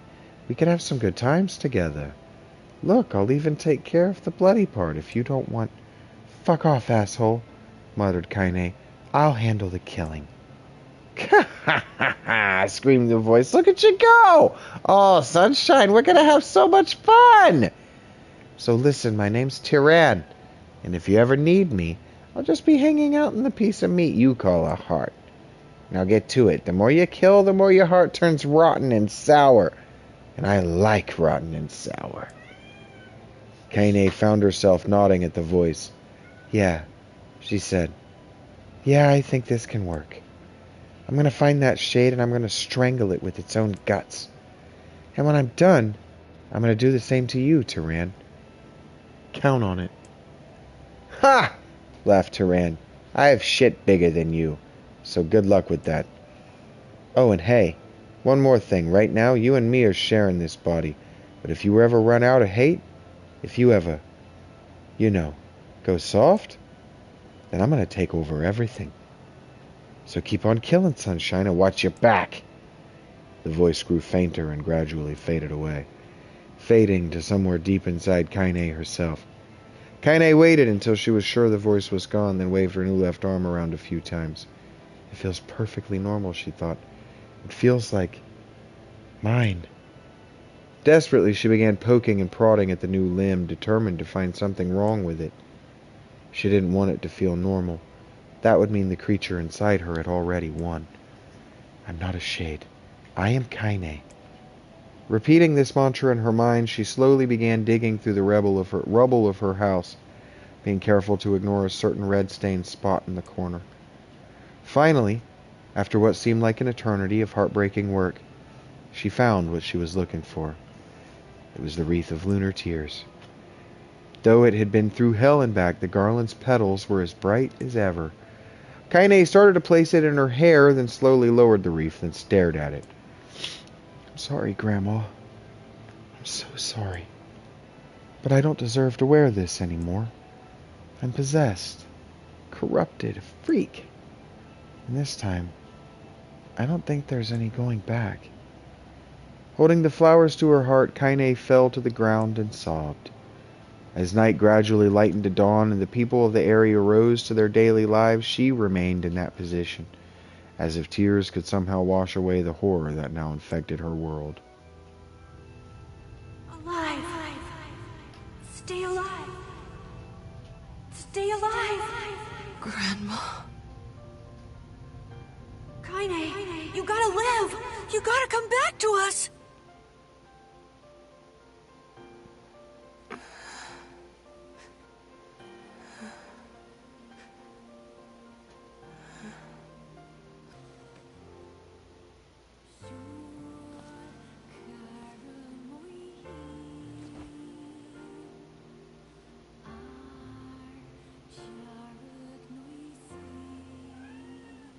Emil, you were the one calling me, weren't you?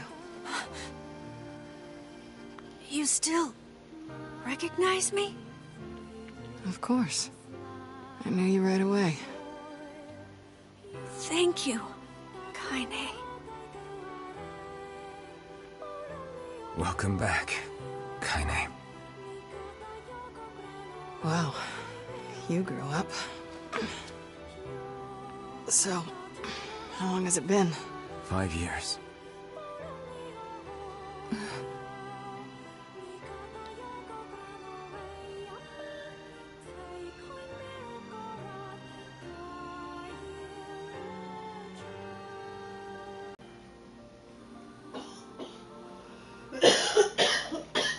And all that just drop it on the floor. Any luck with Yona? We are still no closer to finding her.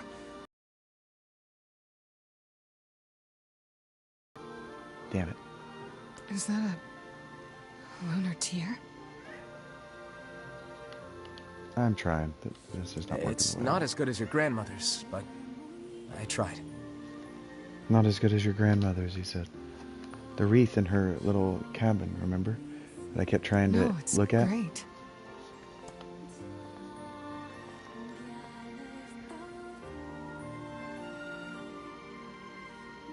Kaine waking from her long petrified sleep.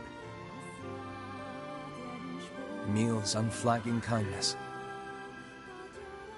Our reunion was a happy one, and we let it wash over us like rain. That is, until Devila and Popola had to go and ruin it all. See, it's acknowledging. It's acknowledging the game. Are you kidding Sort of. me? You can't be serious. Kick them out of town, Try to remember? understand.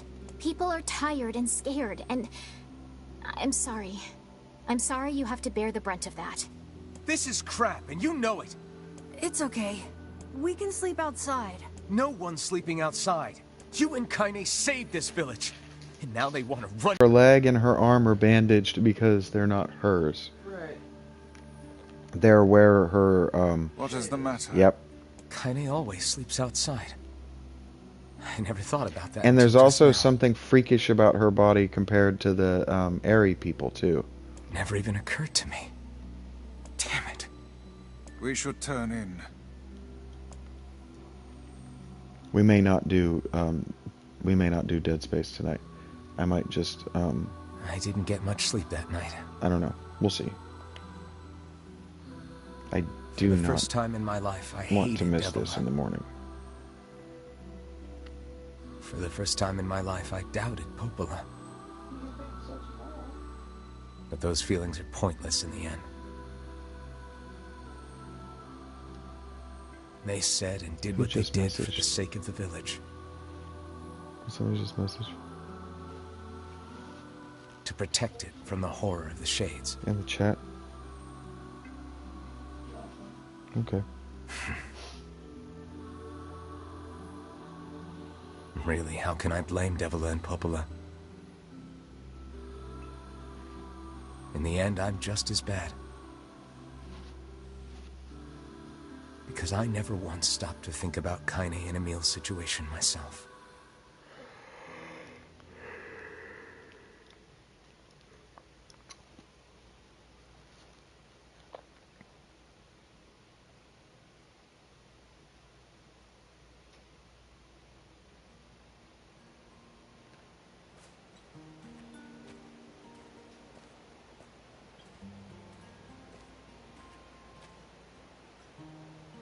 I should apologize to Kaine and Emil, but what good would that even do? I got a fire going, Kaine. Wait, is that... Campfires? I'm so happy to get to talk to you again, Kaine. Yeah, me too. I tried everything I could think of to save you, you know. I polished you with a special cloth. I poured warm water over you? Wait, you poured water on me? Yeah, but it didn't really do much except make you all shiny. Hey, Emil. Thanks for saving me. I guess you noticed how I look different now.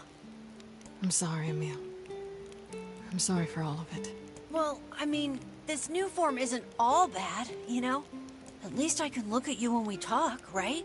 Hey, so why don't you tell me something about yourself? I'm not very interesting. Sorry. Come on. I just want to know you better. Fine.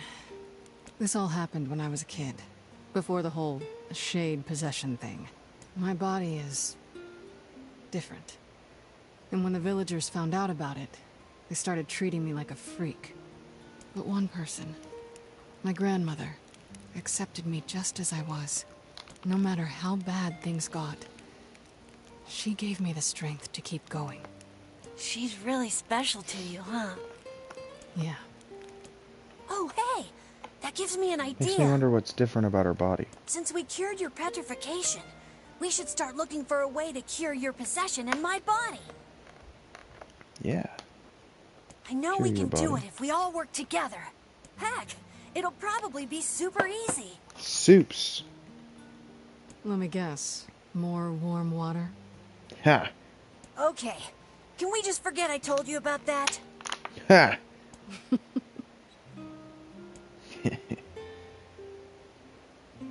Funny. Heartwarming. Touching AF. Emil loves her like a sister.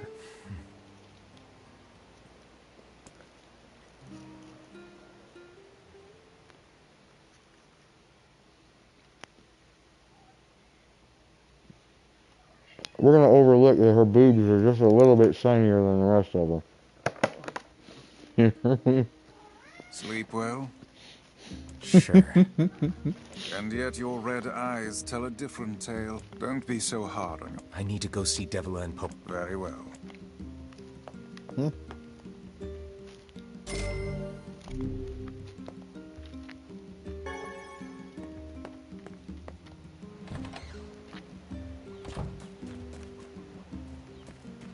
I thought we were gonna get Kaine's perspective. Okay.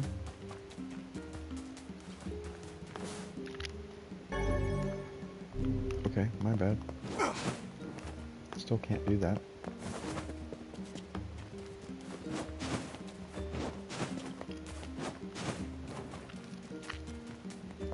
I should talk to Devila first. Okay. Didn't know that the order that you said them in was the order they needed to be visited in. My bad, bro. Oh, that's... Hey. Oh, hi. I kinda thought you'd never talk to us again. I understand you're doing this for the village, and that you don't have a choice. Pretty much, yeah. But look, why don't you go talk to Popola? I think she wanted to discuss the Shadowlord with you. I'm headed there next. Oh, and Devila? Yeah? Sorry about yesterday. I shouldn't have lost. You don't need to apologize. Anyone would be upset when their friends are hurting. Let Emil and Kaine know that we're sorry, alright? All right.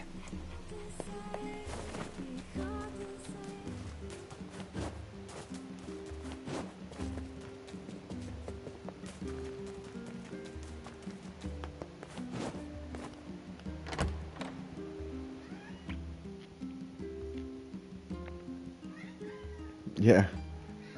What's her name? Yona?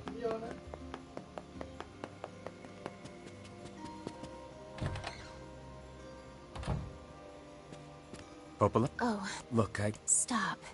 You... Yeah, but you're just trying to protect the villagers. It's very kind of We you. did this scene, so I'm not trying to... Oh. It's not you different. The temple where I was... That's it. Well, Shadowlord's lair. But the bridge that leads there isn't... So, take a boat. A boat? Yes. It took a lot longer than expected. I also asked them to provide a boat at the path. The ferryman will let you use. That should make it easier. Thanks, Popola. I feel like you've done so much. I'm really grateful. All right. And for the love of everything.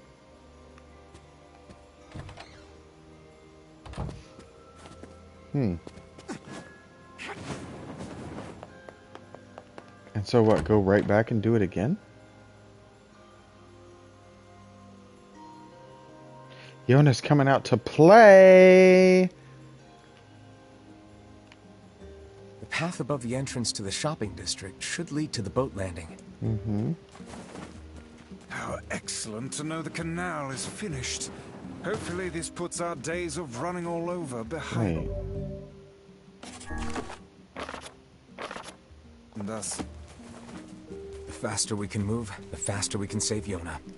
Let's use it as often as we need.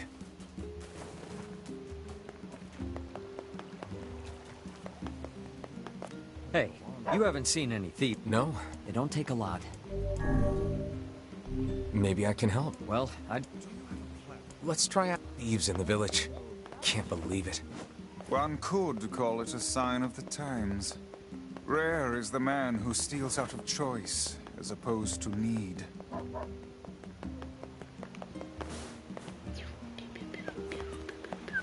Have to actually investigate it. Hey, bud. Hey! That red bag. Hey. Sure had. Apparently I did a... Oh, yeah? Thanks. Anyway.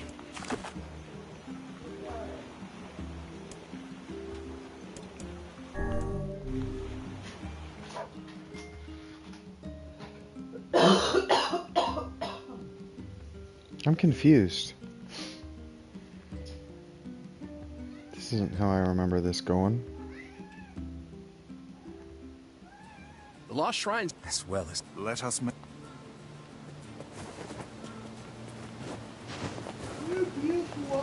Mm-hmm. Facts. I know I didn't spend much time looking at it.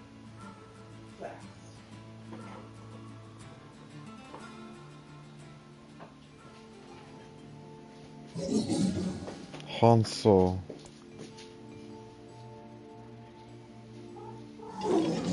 What do you want? Go away, deterred, defective swine. I'm not like you, I'm different.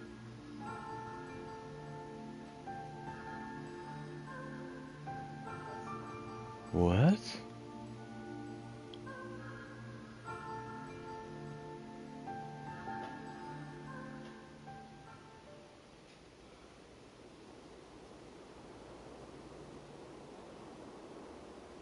Yeah?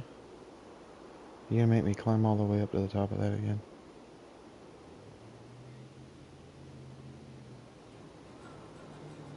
Okay. That's cool.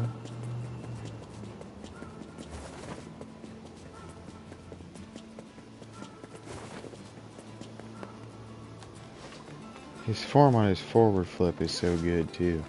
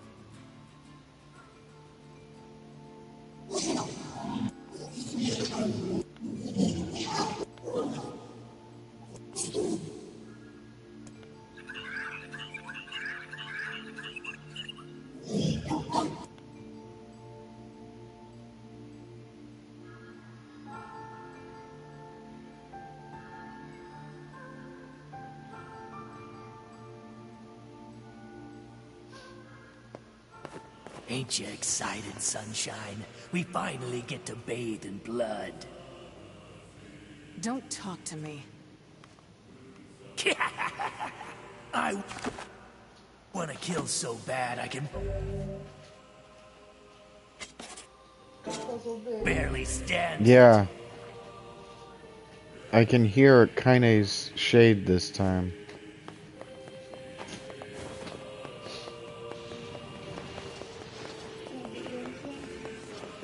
I don't think so. I can't think of anything.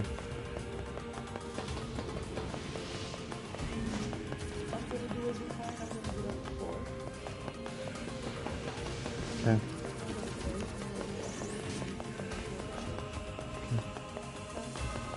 Sounds great.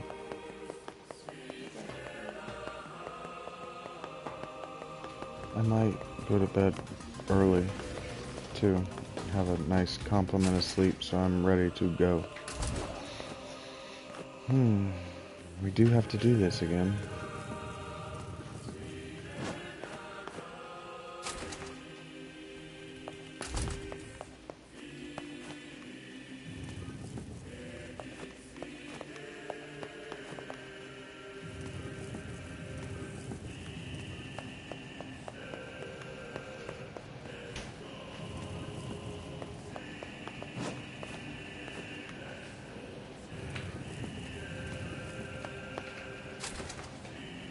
This is all too easy.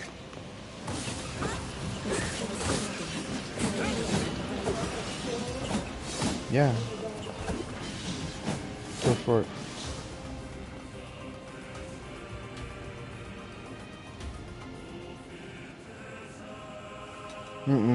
Log out.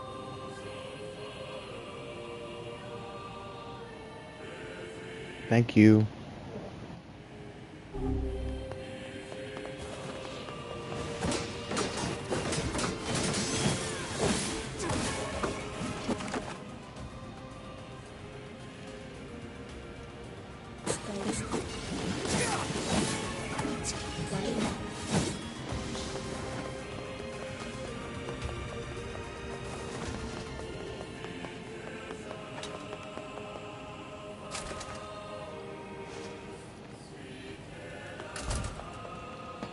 This is like 2 o'clock, isn't it? Good. Yes, you will.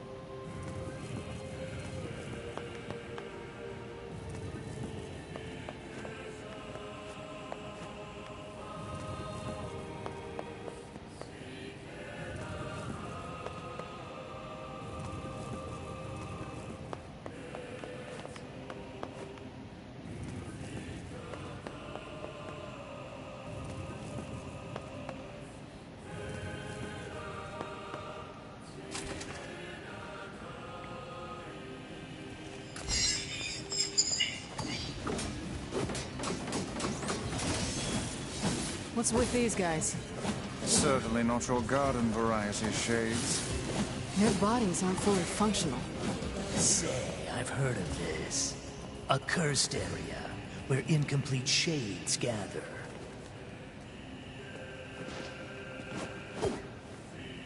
Nope. Damn it.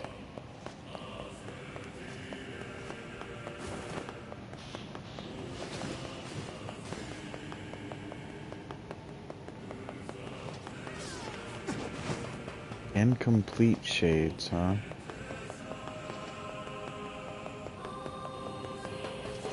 Fighting them doesn't make a lot of sense then. Especially knowing what they are.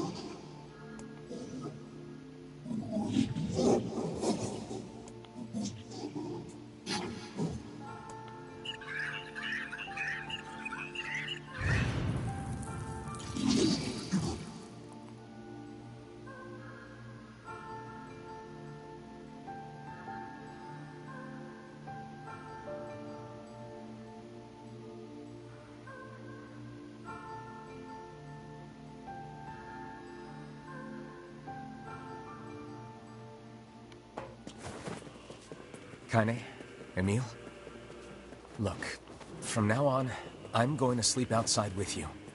Why? I can't accept that you aren't allowed in the village. It's stupid. So you're staging a protest? Fun!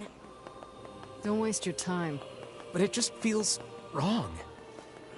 Well, that's really nice of you, but you still don't have to stay out here with us. Emil. You've got a super important mission. You can't sleep out in the rain. What if you catch a cold? Besides, I like camping with Kaine. Sometimes we sit around the fire and tell stories, or roast... Emil, that's enough. I got a fucking image to maintain.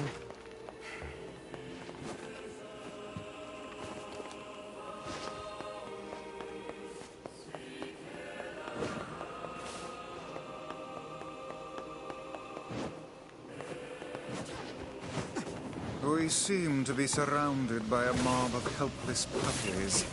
Just kick them aside.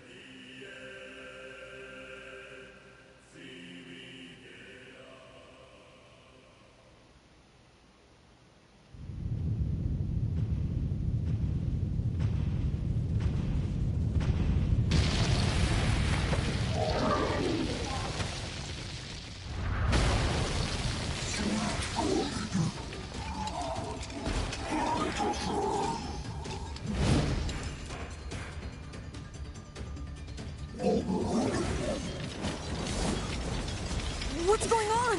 There's dozens of them!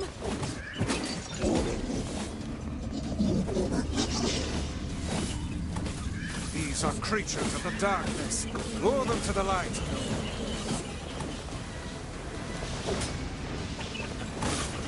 Pathetic to the end, I see.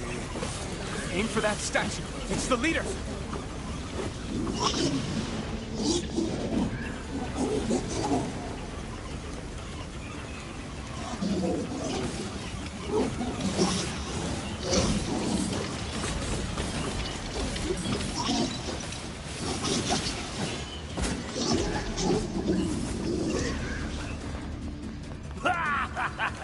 Oh, you're funny. I'm gonna start crying.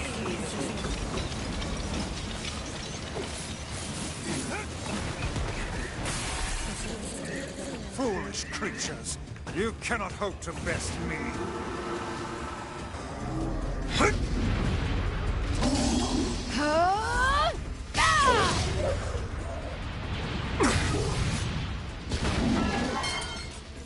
Have you felled the beast?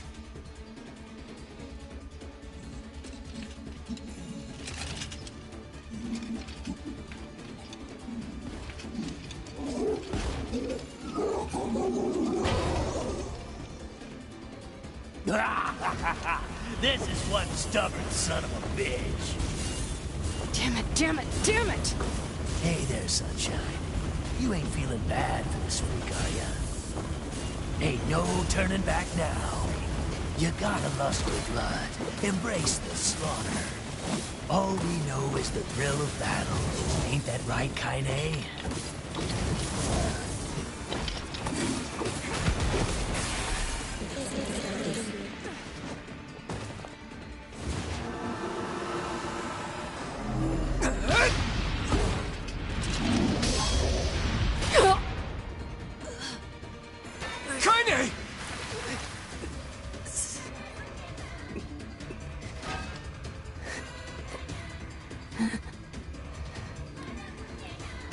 Oh, you're kidding me!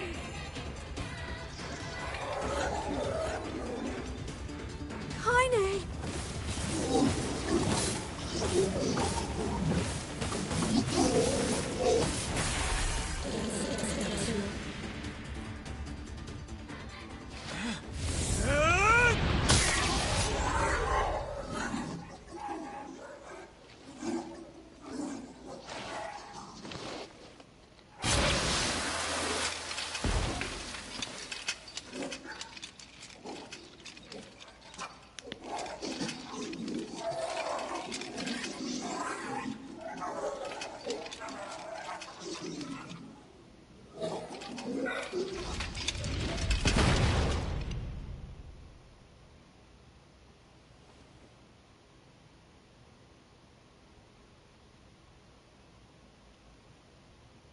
Kaine!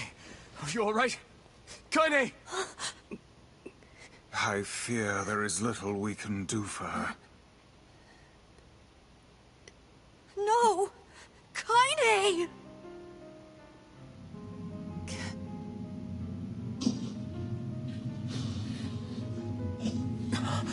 What is happening? It's all over for you, Sunshine. Kaine! Kaine!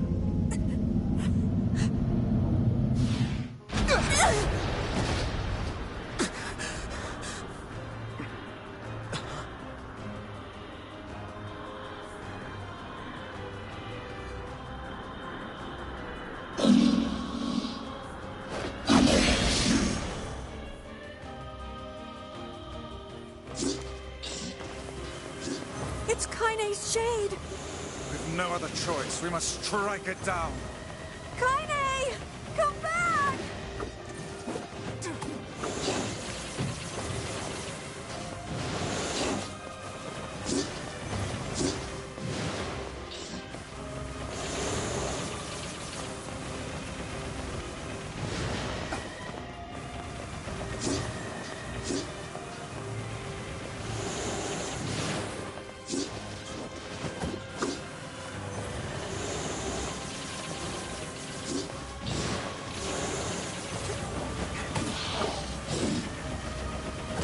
Now, pin her down! Kaine, please! Come back! Oh dear.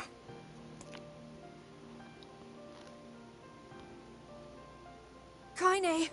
Kaine! Kaine! I couldn't hold it back. I can't be with... We're always going to be together, Kaine. If you transform again, we'll just stop it again. As many times as it takes. I don't care how tough it is. We're gonna get you back. I like sleeping outside because I'm with you, Kaine. I'm able to ignore my appearance and keep going because of you. I'm weak, and I'm sad, and I'm lonely. But you make me strong. You're my friend, and I need you. So don't you dare leave me. All right. Stop crying. And thanks. I'm all right.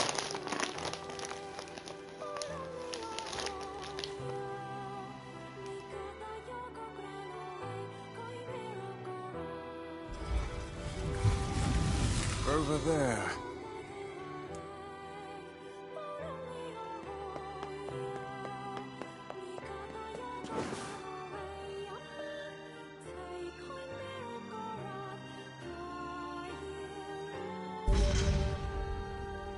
And what is this? Hmm? It's me. How remarkably you...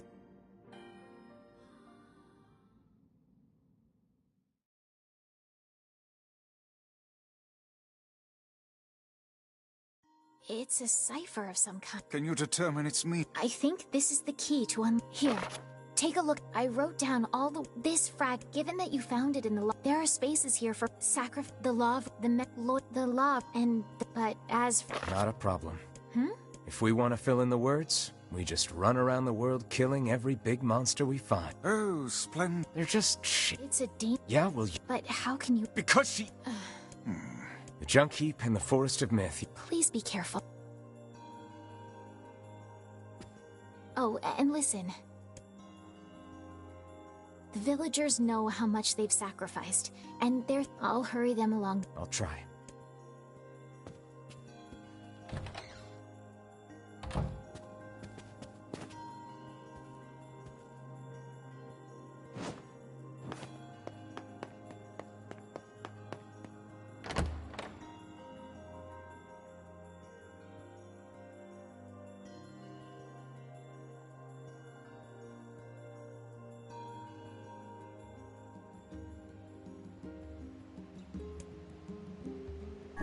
Popola said we might be able to find a key frag. Perhaps we can find a...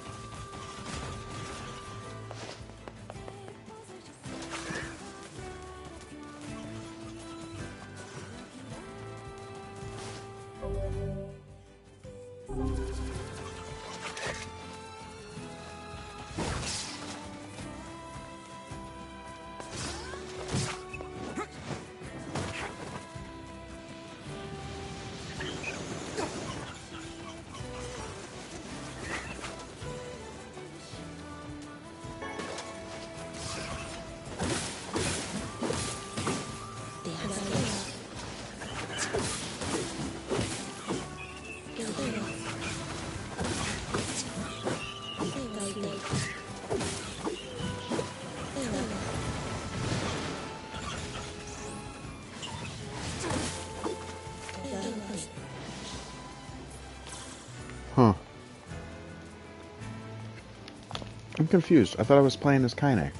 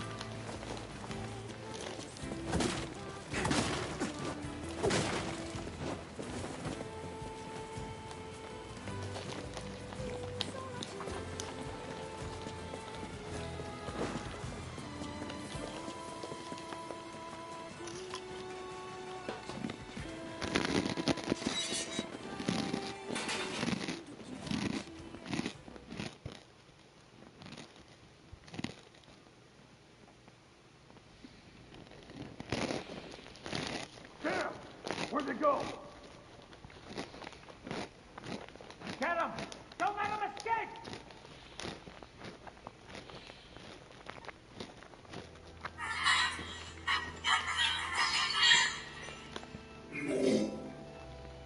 I see something over there!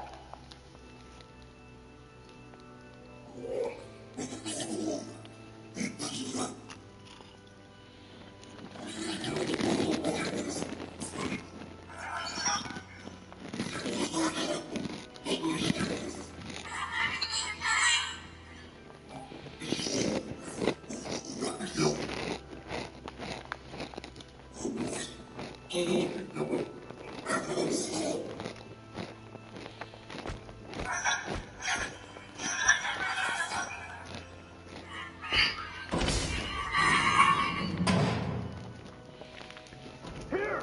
They're in here!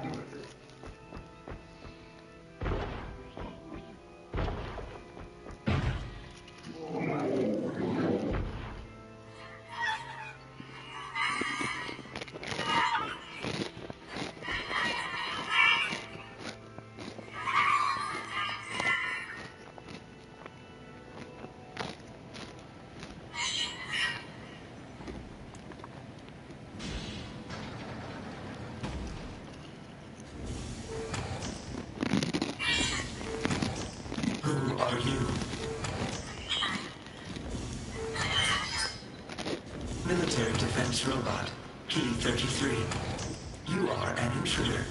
You must be eliminated. Error. There is something leaking from your eyes. What is crying? Who is Mom? My creator is also dead. He perished hundreds of years ago. 874 years, 10 months, 14 days, 4 hours, and 43 minutes. 44 minutes. I am incapable of being normal. missing others, or crime. You will die.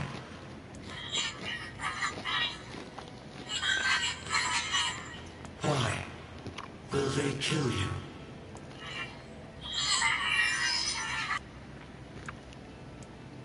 I will not permit the humans to kill Khalil. Military defense robot P-33 will protect you. P-33 is charged with defending others. P-33 will defend Khalil.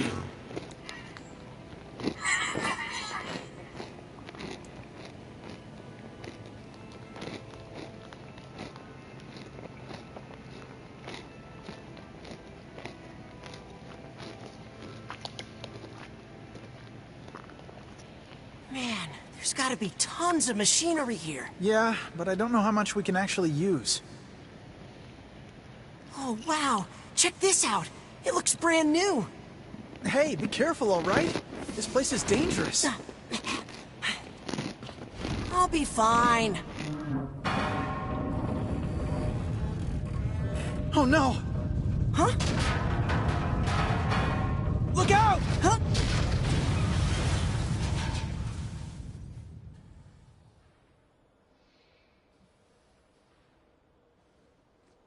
Huh? Huh?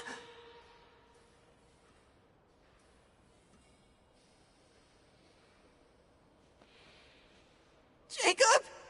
Oh God, this can't be happening. Jacob! Jacob! No!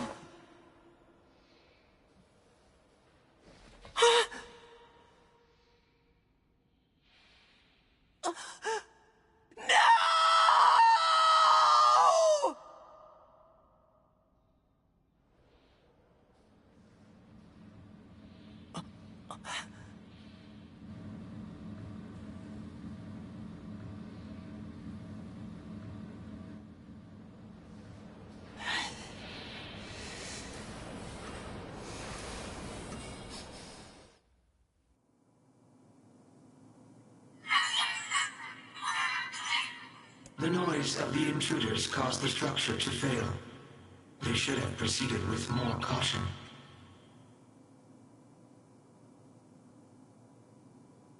One intruder has perished.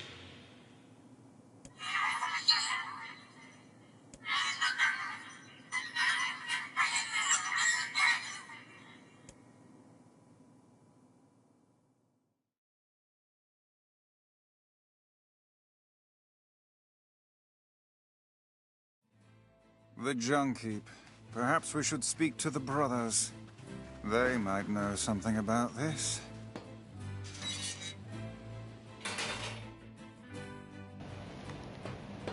Oh, hey there. It's been a while. You're the little one, aren't you? You've grown up. How fares your brother? My brother's been dead for 4 years. Oh, I see. Please forgive the question. It's okay. I need to ask you something. What is it? You heard any rumors about shades around here? Not the little ones. I'm looking for one that's unusually big and powerful. No, I haven't heard about anything like that. All I want is to destroy robots. Just rip them up. Okay. Never mind then. See you later. Wait! Yes? I recently got my hands on a... I thought you might get some... Don't we already have this weapon? Shh.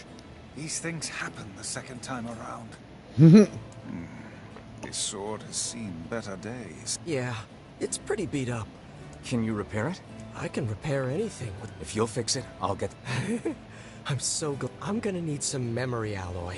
Only the real big enemies on the second basement. Also, here's the passcode to get... You got it. I'm gonna need some... Only the real big enemies... You got it. By the way, what can I help you with?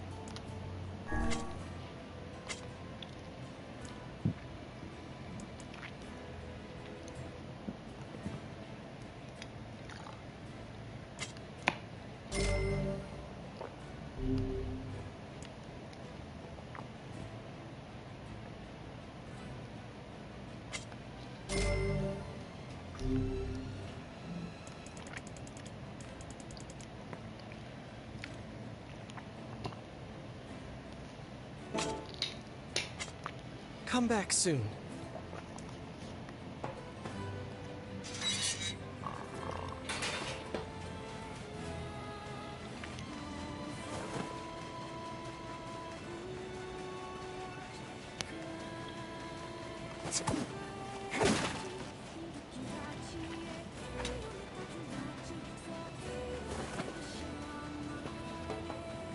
Manic obsession.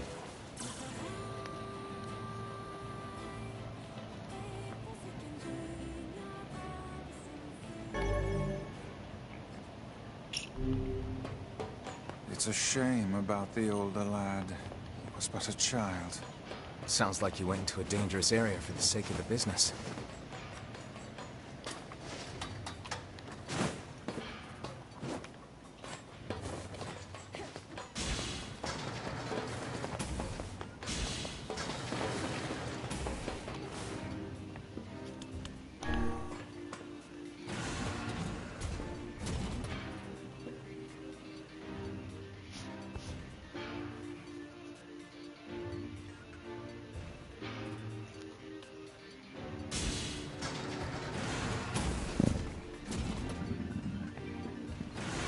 The elder brother postponed his joy for the sake of his sibling. Do you think he was ever truly happy? Just making his little brother happy would have been enough. That's what being an older brother is like.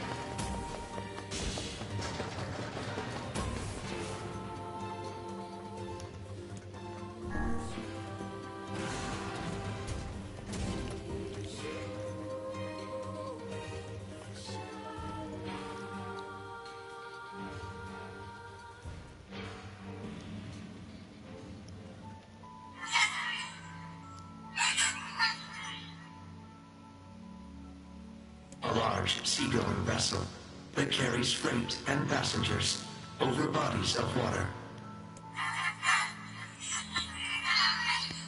You have taught me much, Khalil.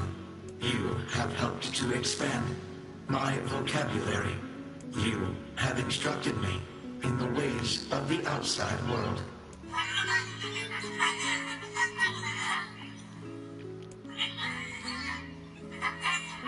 Because we are friends.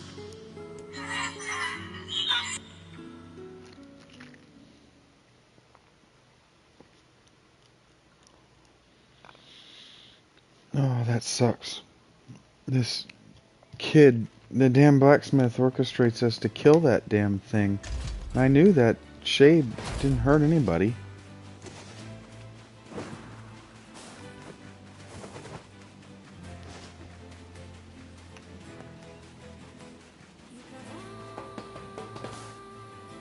I know, you guys prefer when I'm quiet. That's some pretty I'll start, and since you did me a favor... Well, this is gonna take a little... No sense in you waiting around. That would be great. No sense in you waiting around. That would be great. By the way, what can I help you with?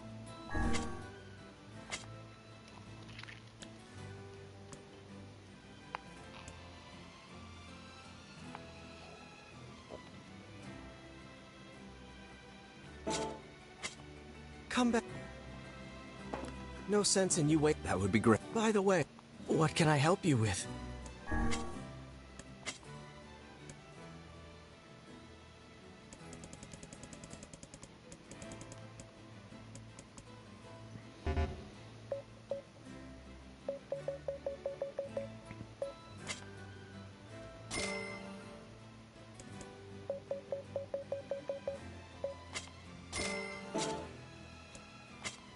Come back. No sense. That would be... By the way, what can I help you with?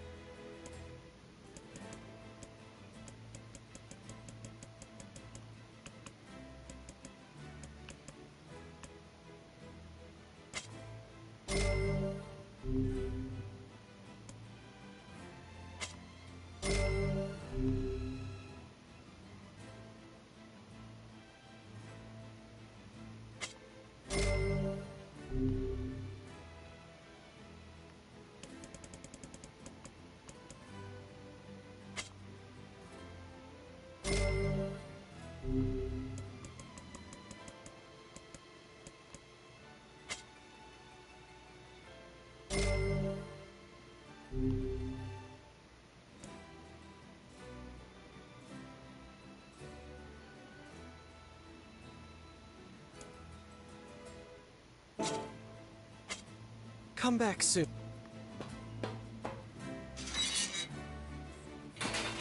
It appears we have some free...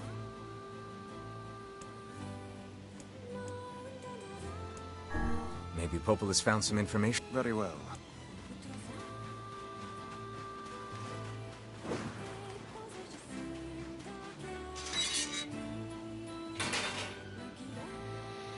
Alright, I'm gonna go lay down and take a nap.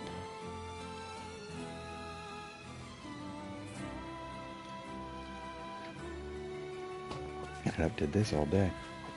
Happy about it too.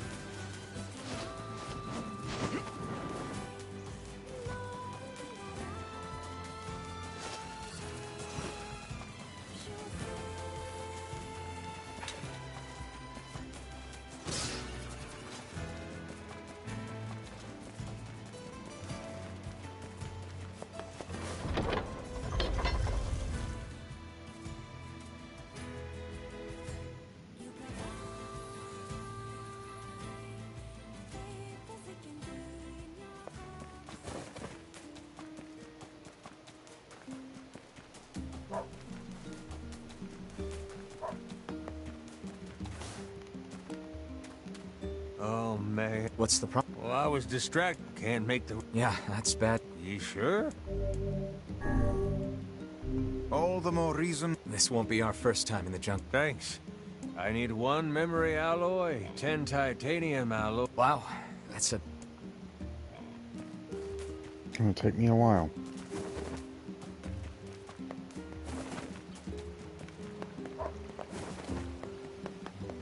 Man. What's up? Our water wheel. This is a wise thought on your part. That we... I suppose we'd all be in trouble if it... Replacing the axle and the paddle... All right. Thank you. And while you're... We've been dealing with...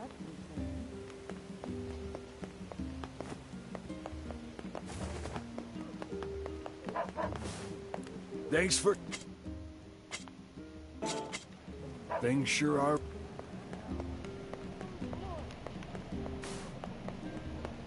I hear it. Everything all right? No. He's been ill. That's not good. No. Something must have happened to him out there. You will? Of course. Meddlesome as all... Sounds like a plan. I suppose all children are precious to their own parents. Yeah. But if the... Hey, you. A trip. Yeah, a trip. I'm collecting. That. So that's why I'm looking... Sure thing. I guess I should know where to look for... One could hardly expect to... Old duck? Well, you're smart. Come up with something. Perhaps we should speak with the local children. Why would kids know when the adults don't? Even the oldest adult in the world is but a child to my eyes.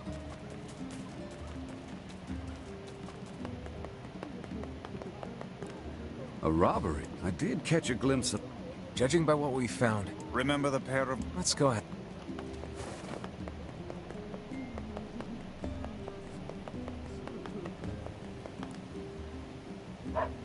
I heard there's a...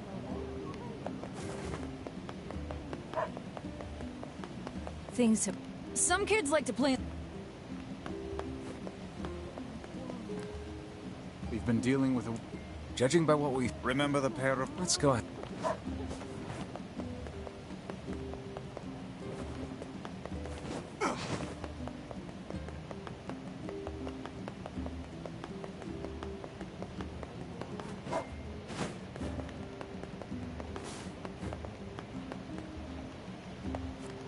Are you two the... You... Okay, because... You're... This guy... Yeah. It seems the ferryman... Guess that means...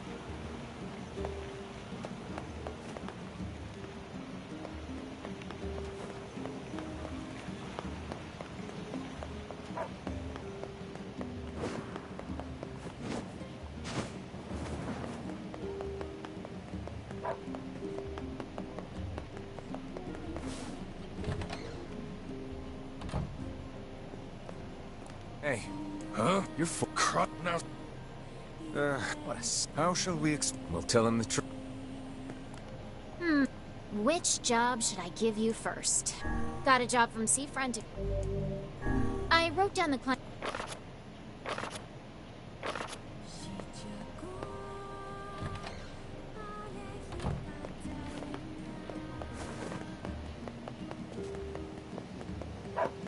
Did you find... Yeah, a pair of children. They shouldn't have stolen... Agreed. Thanks. Oh, and I also think we... Not sure who could take them. Ah, yes, your fee. Using children as tools of thievery. Unthinkable.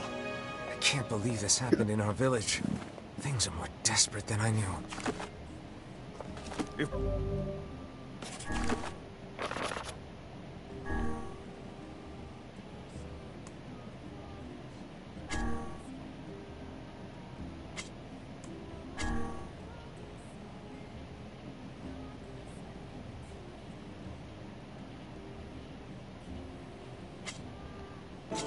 If we hope to restore the lives of the villagers, we must cull as many shades as we can.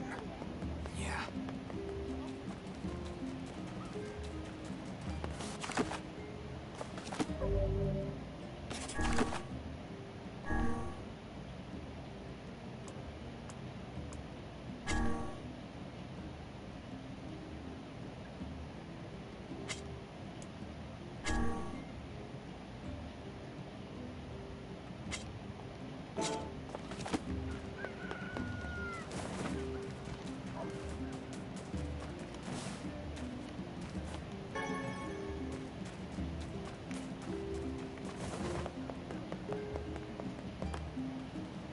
get separated from...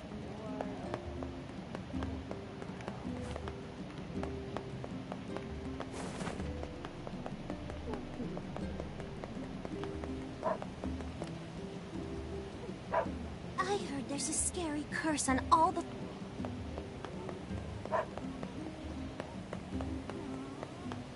Water and food have been getting more and more... Why can't I leave the shopping? Some kids like to play in the northern forest. We're not...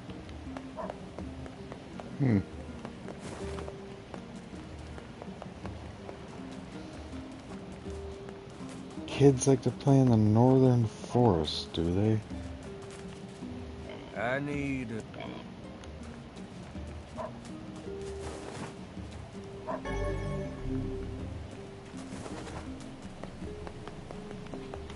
My, but you children's... We'd best leave her be.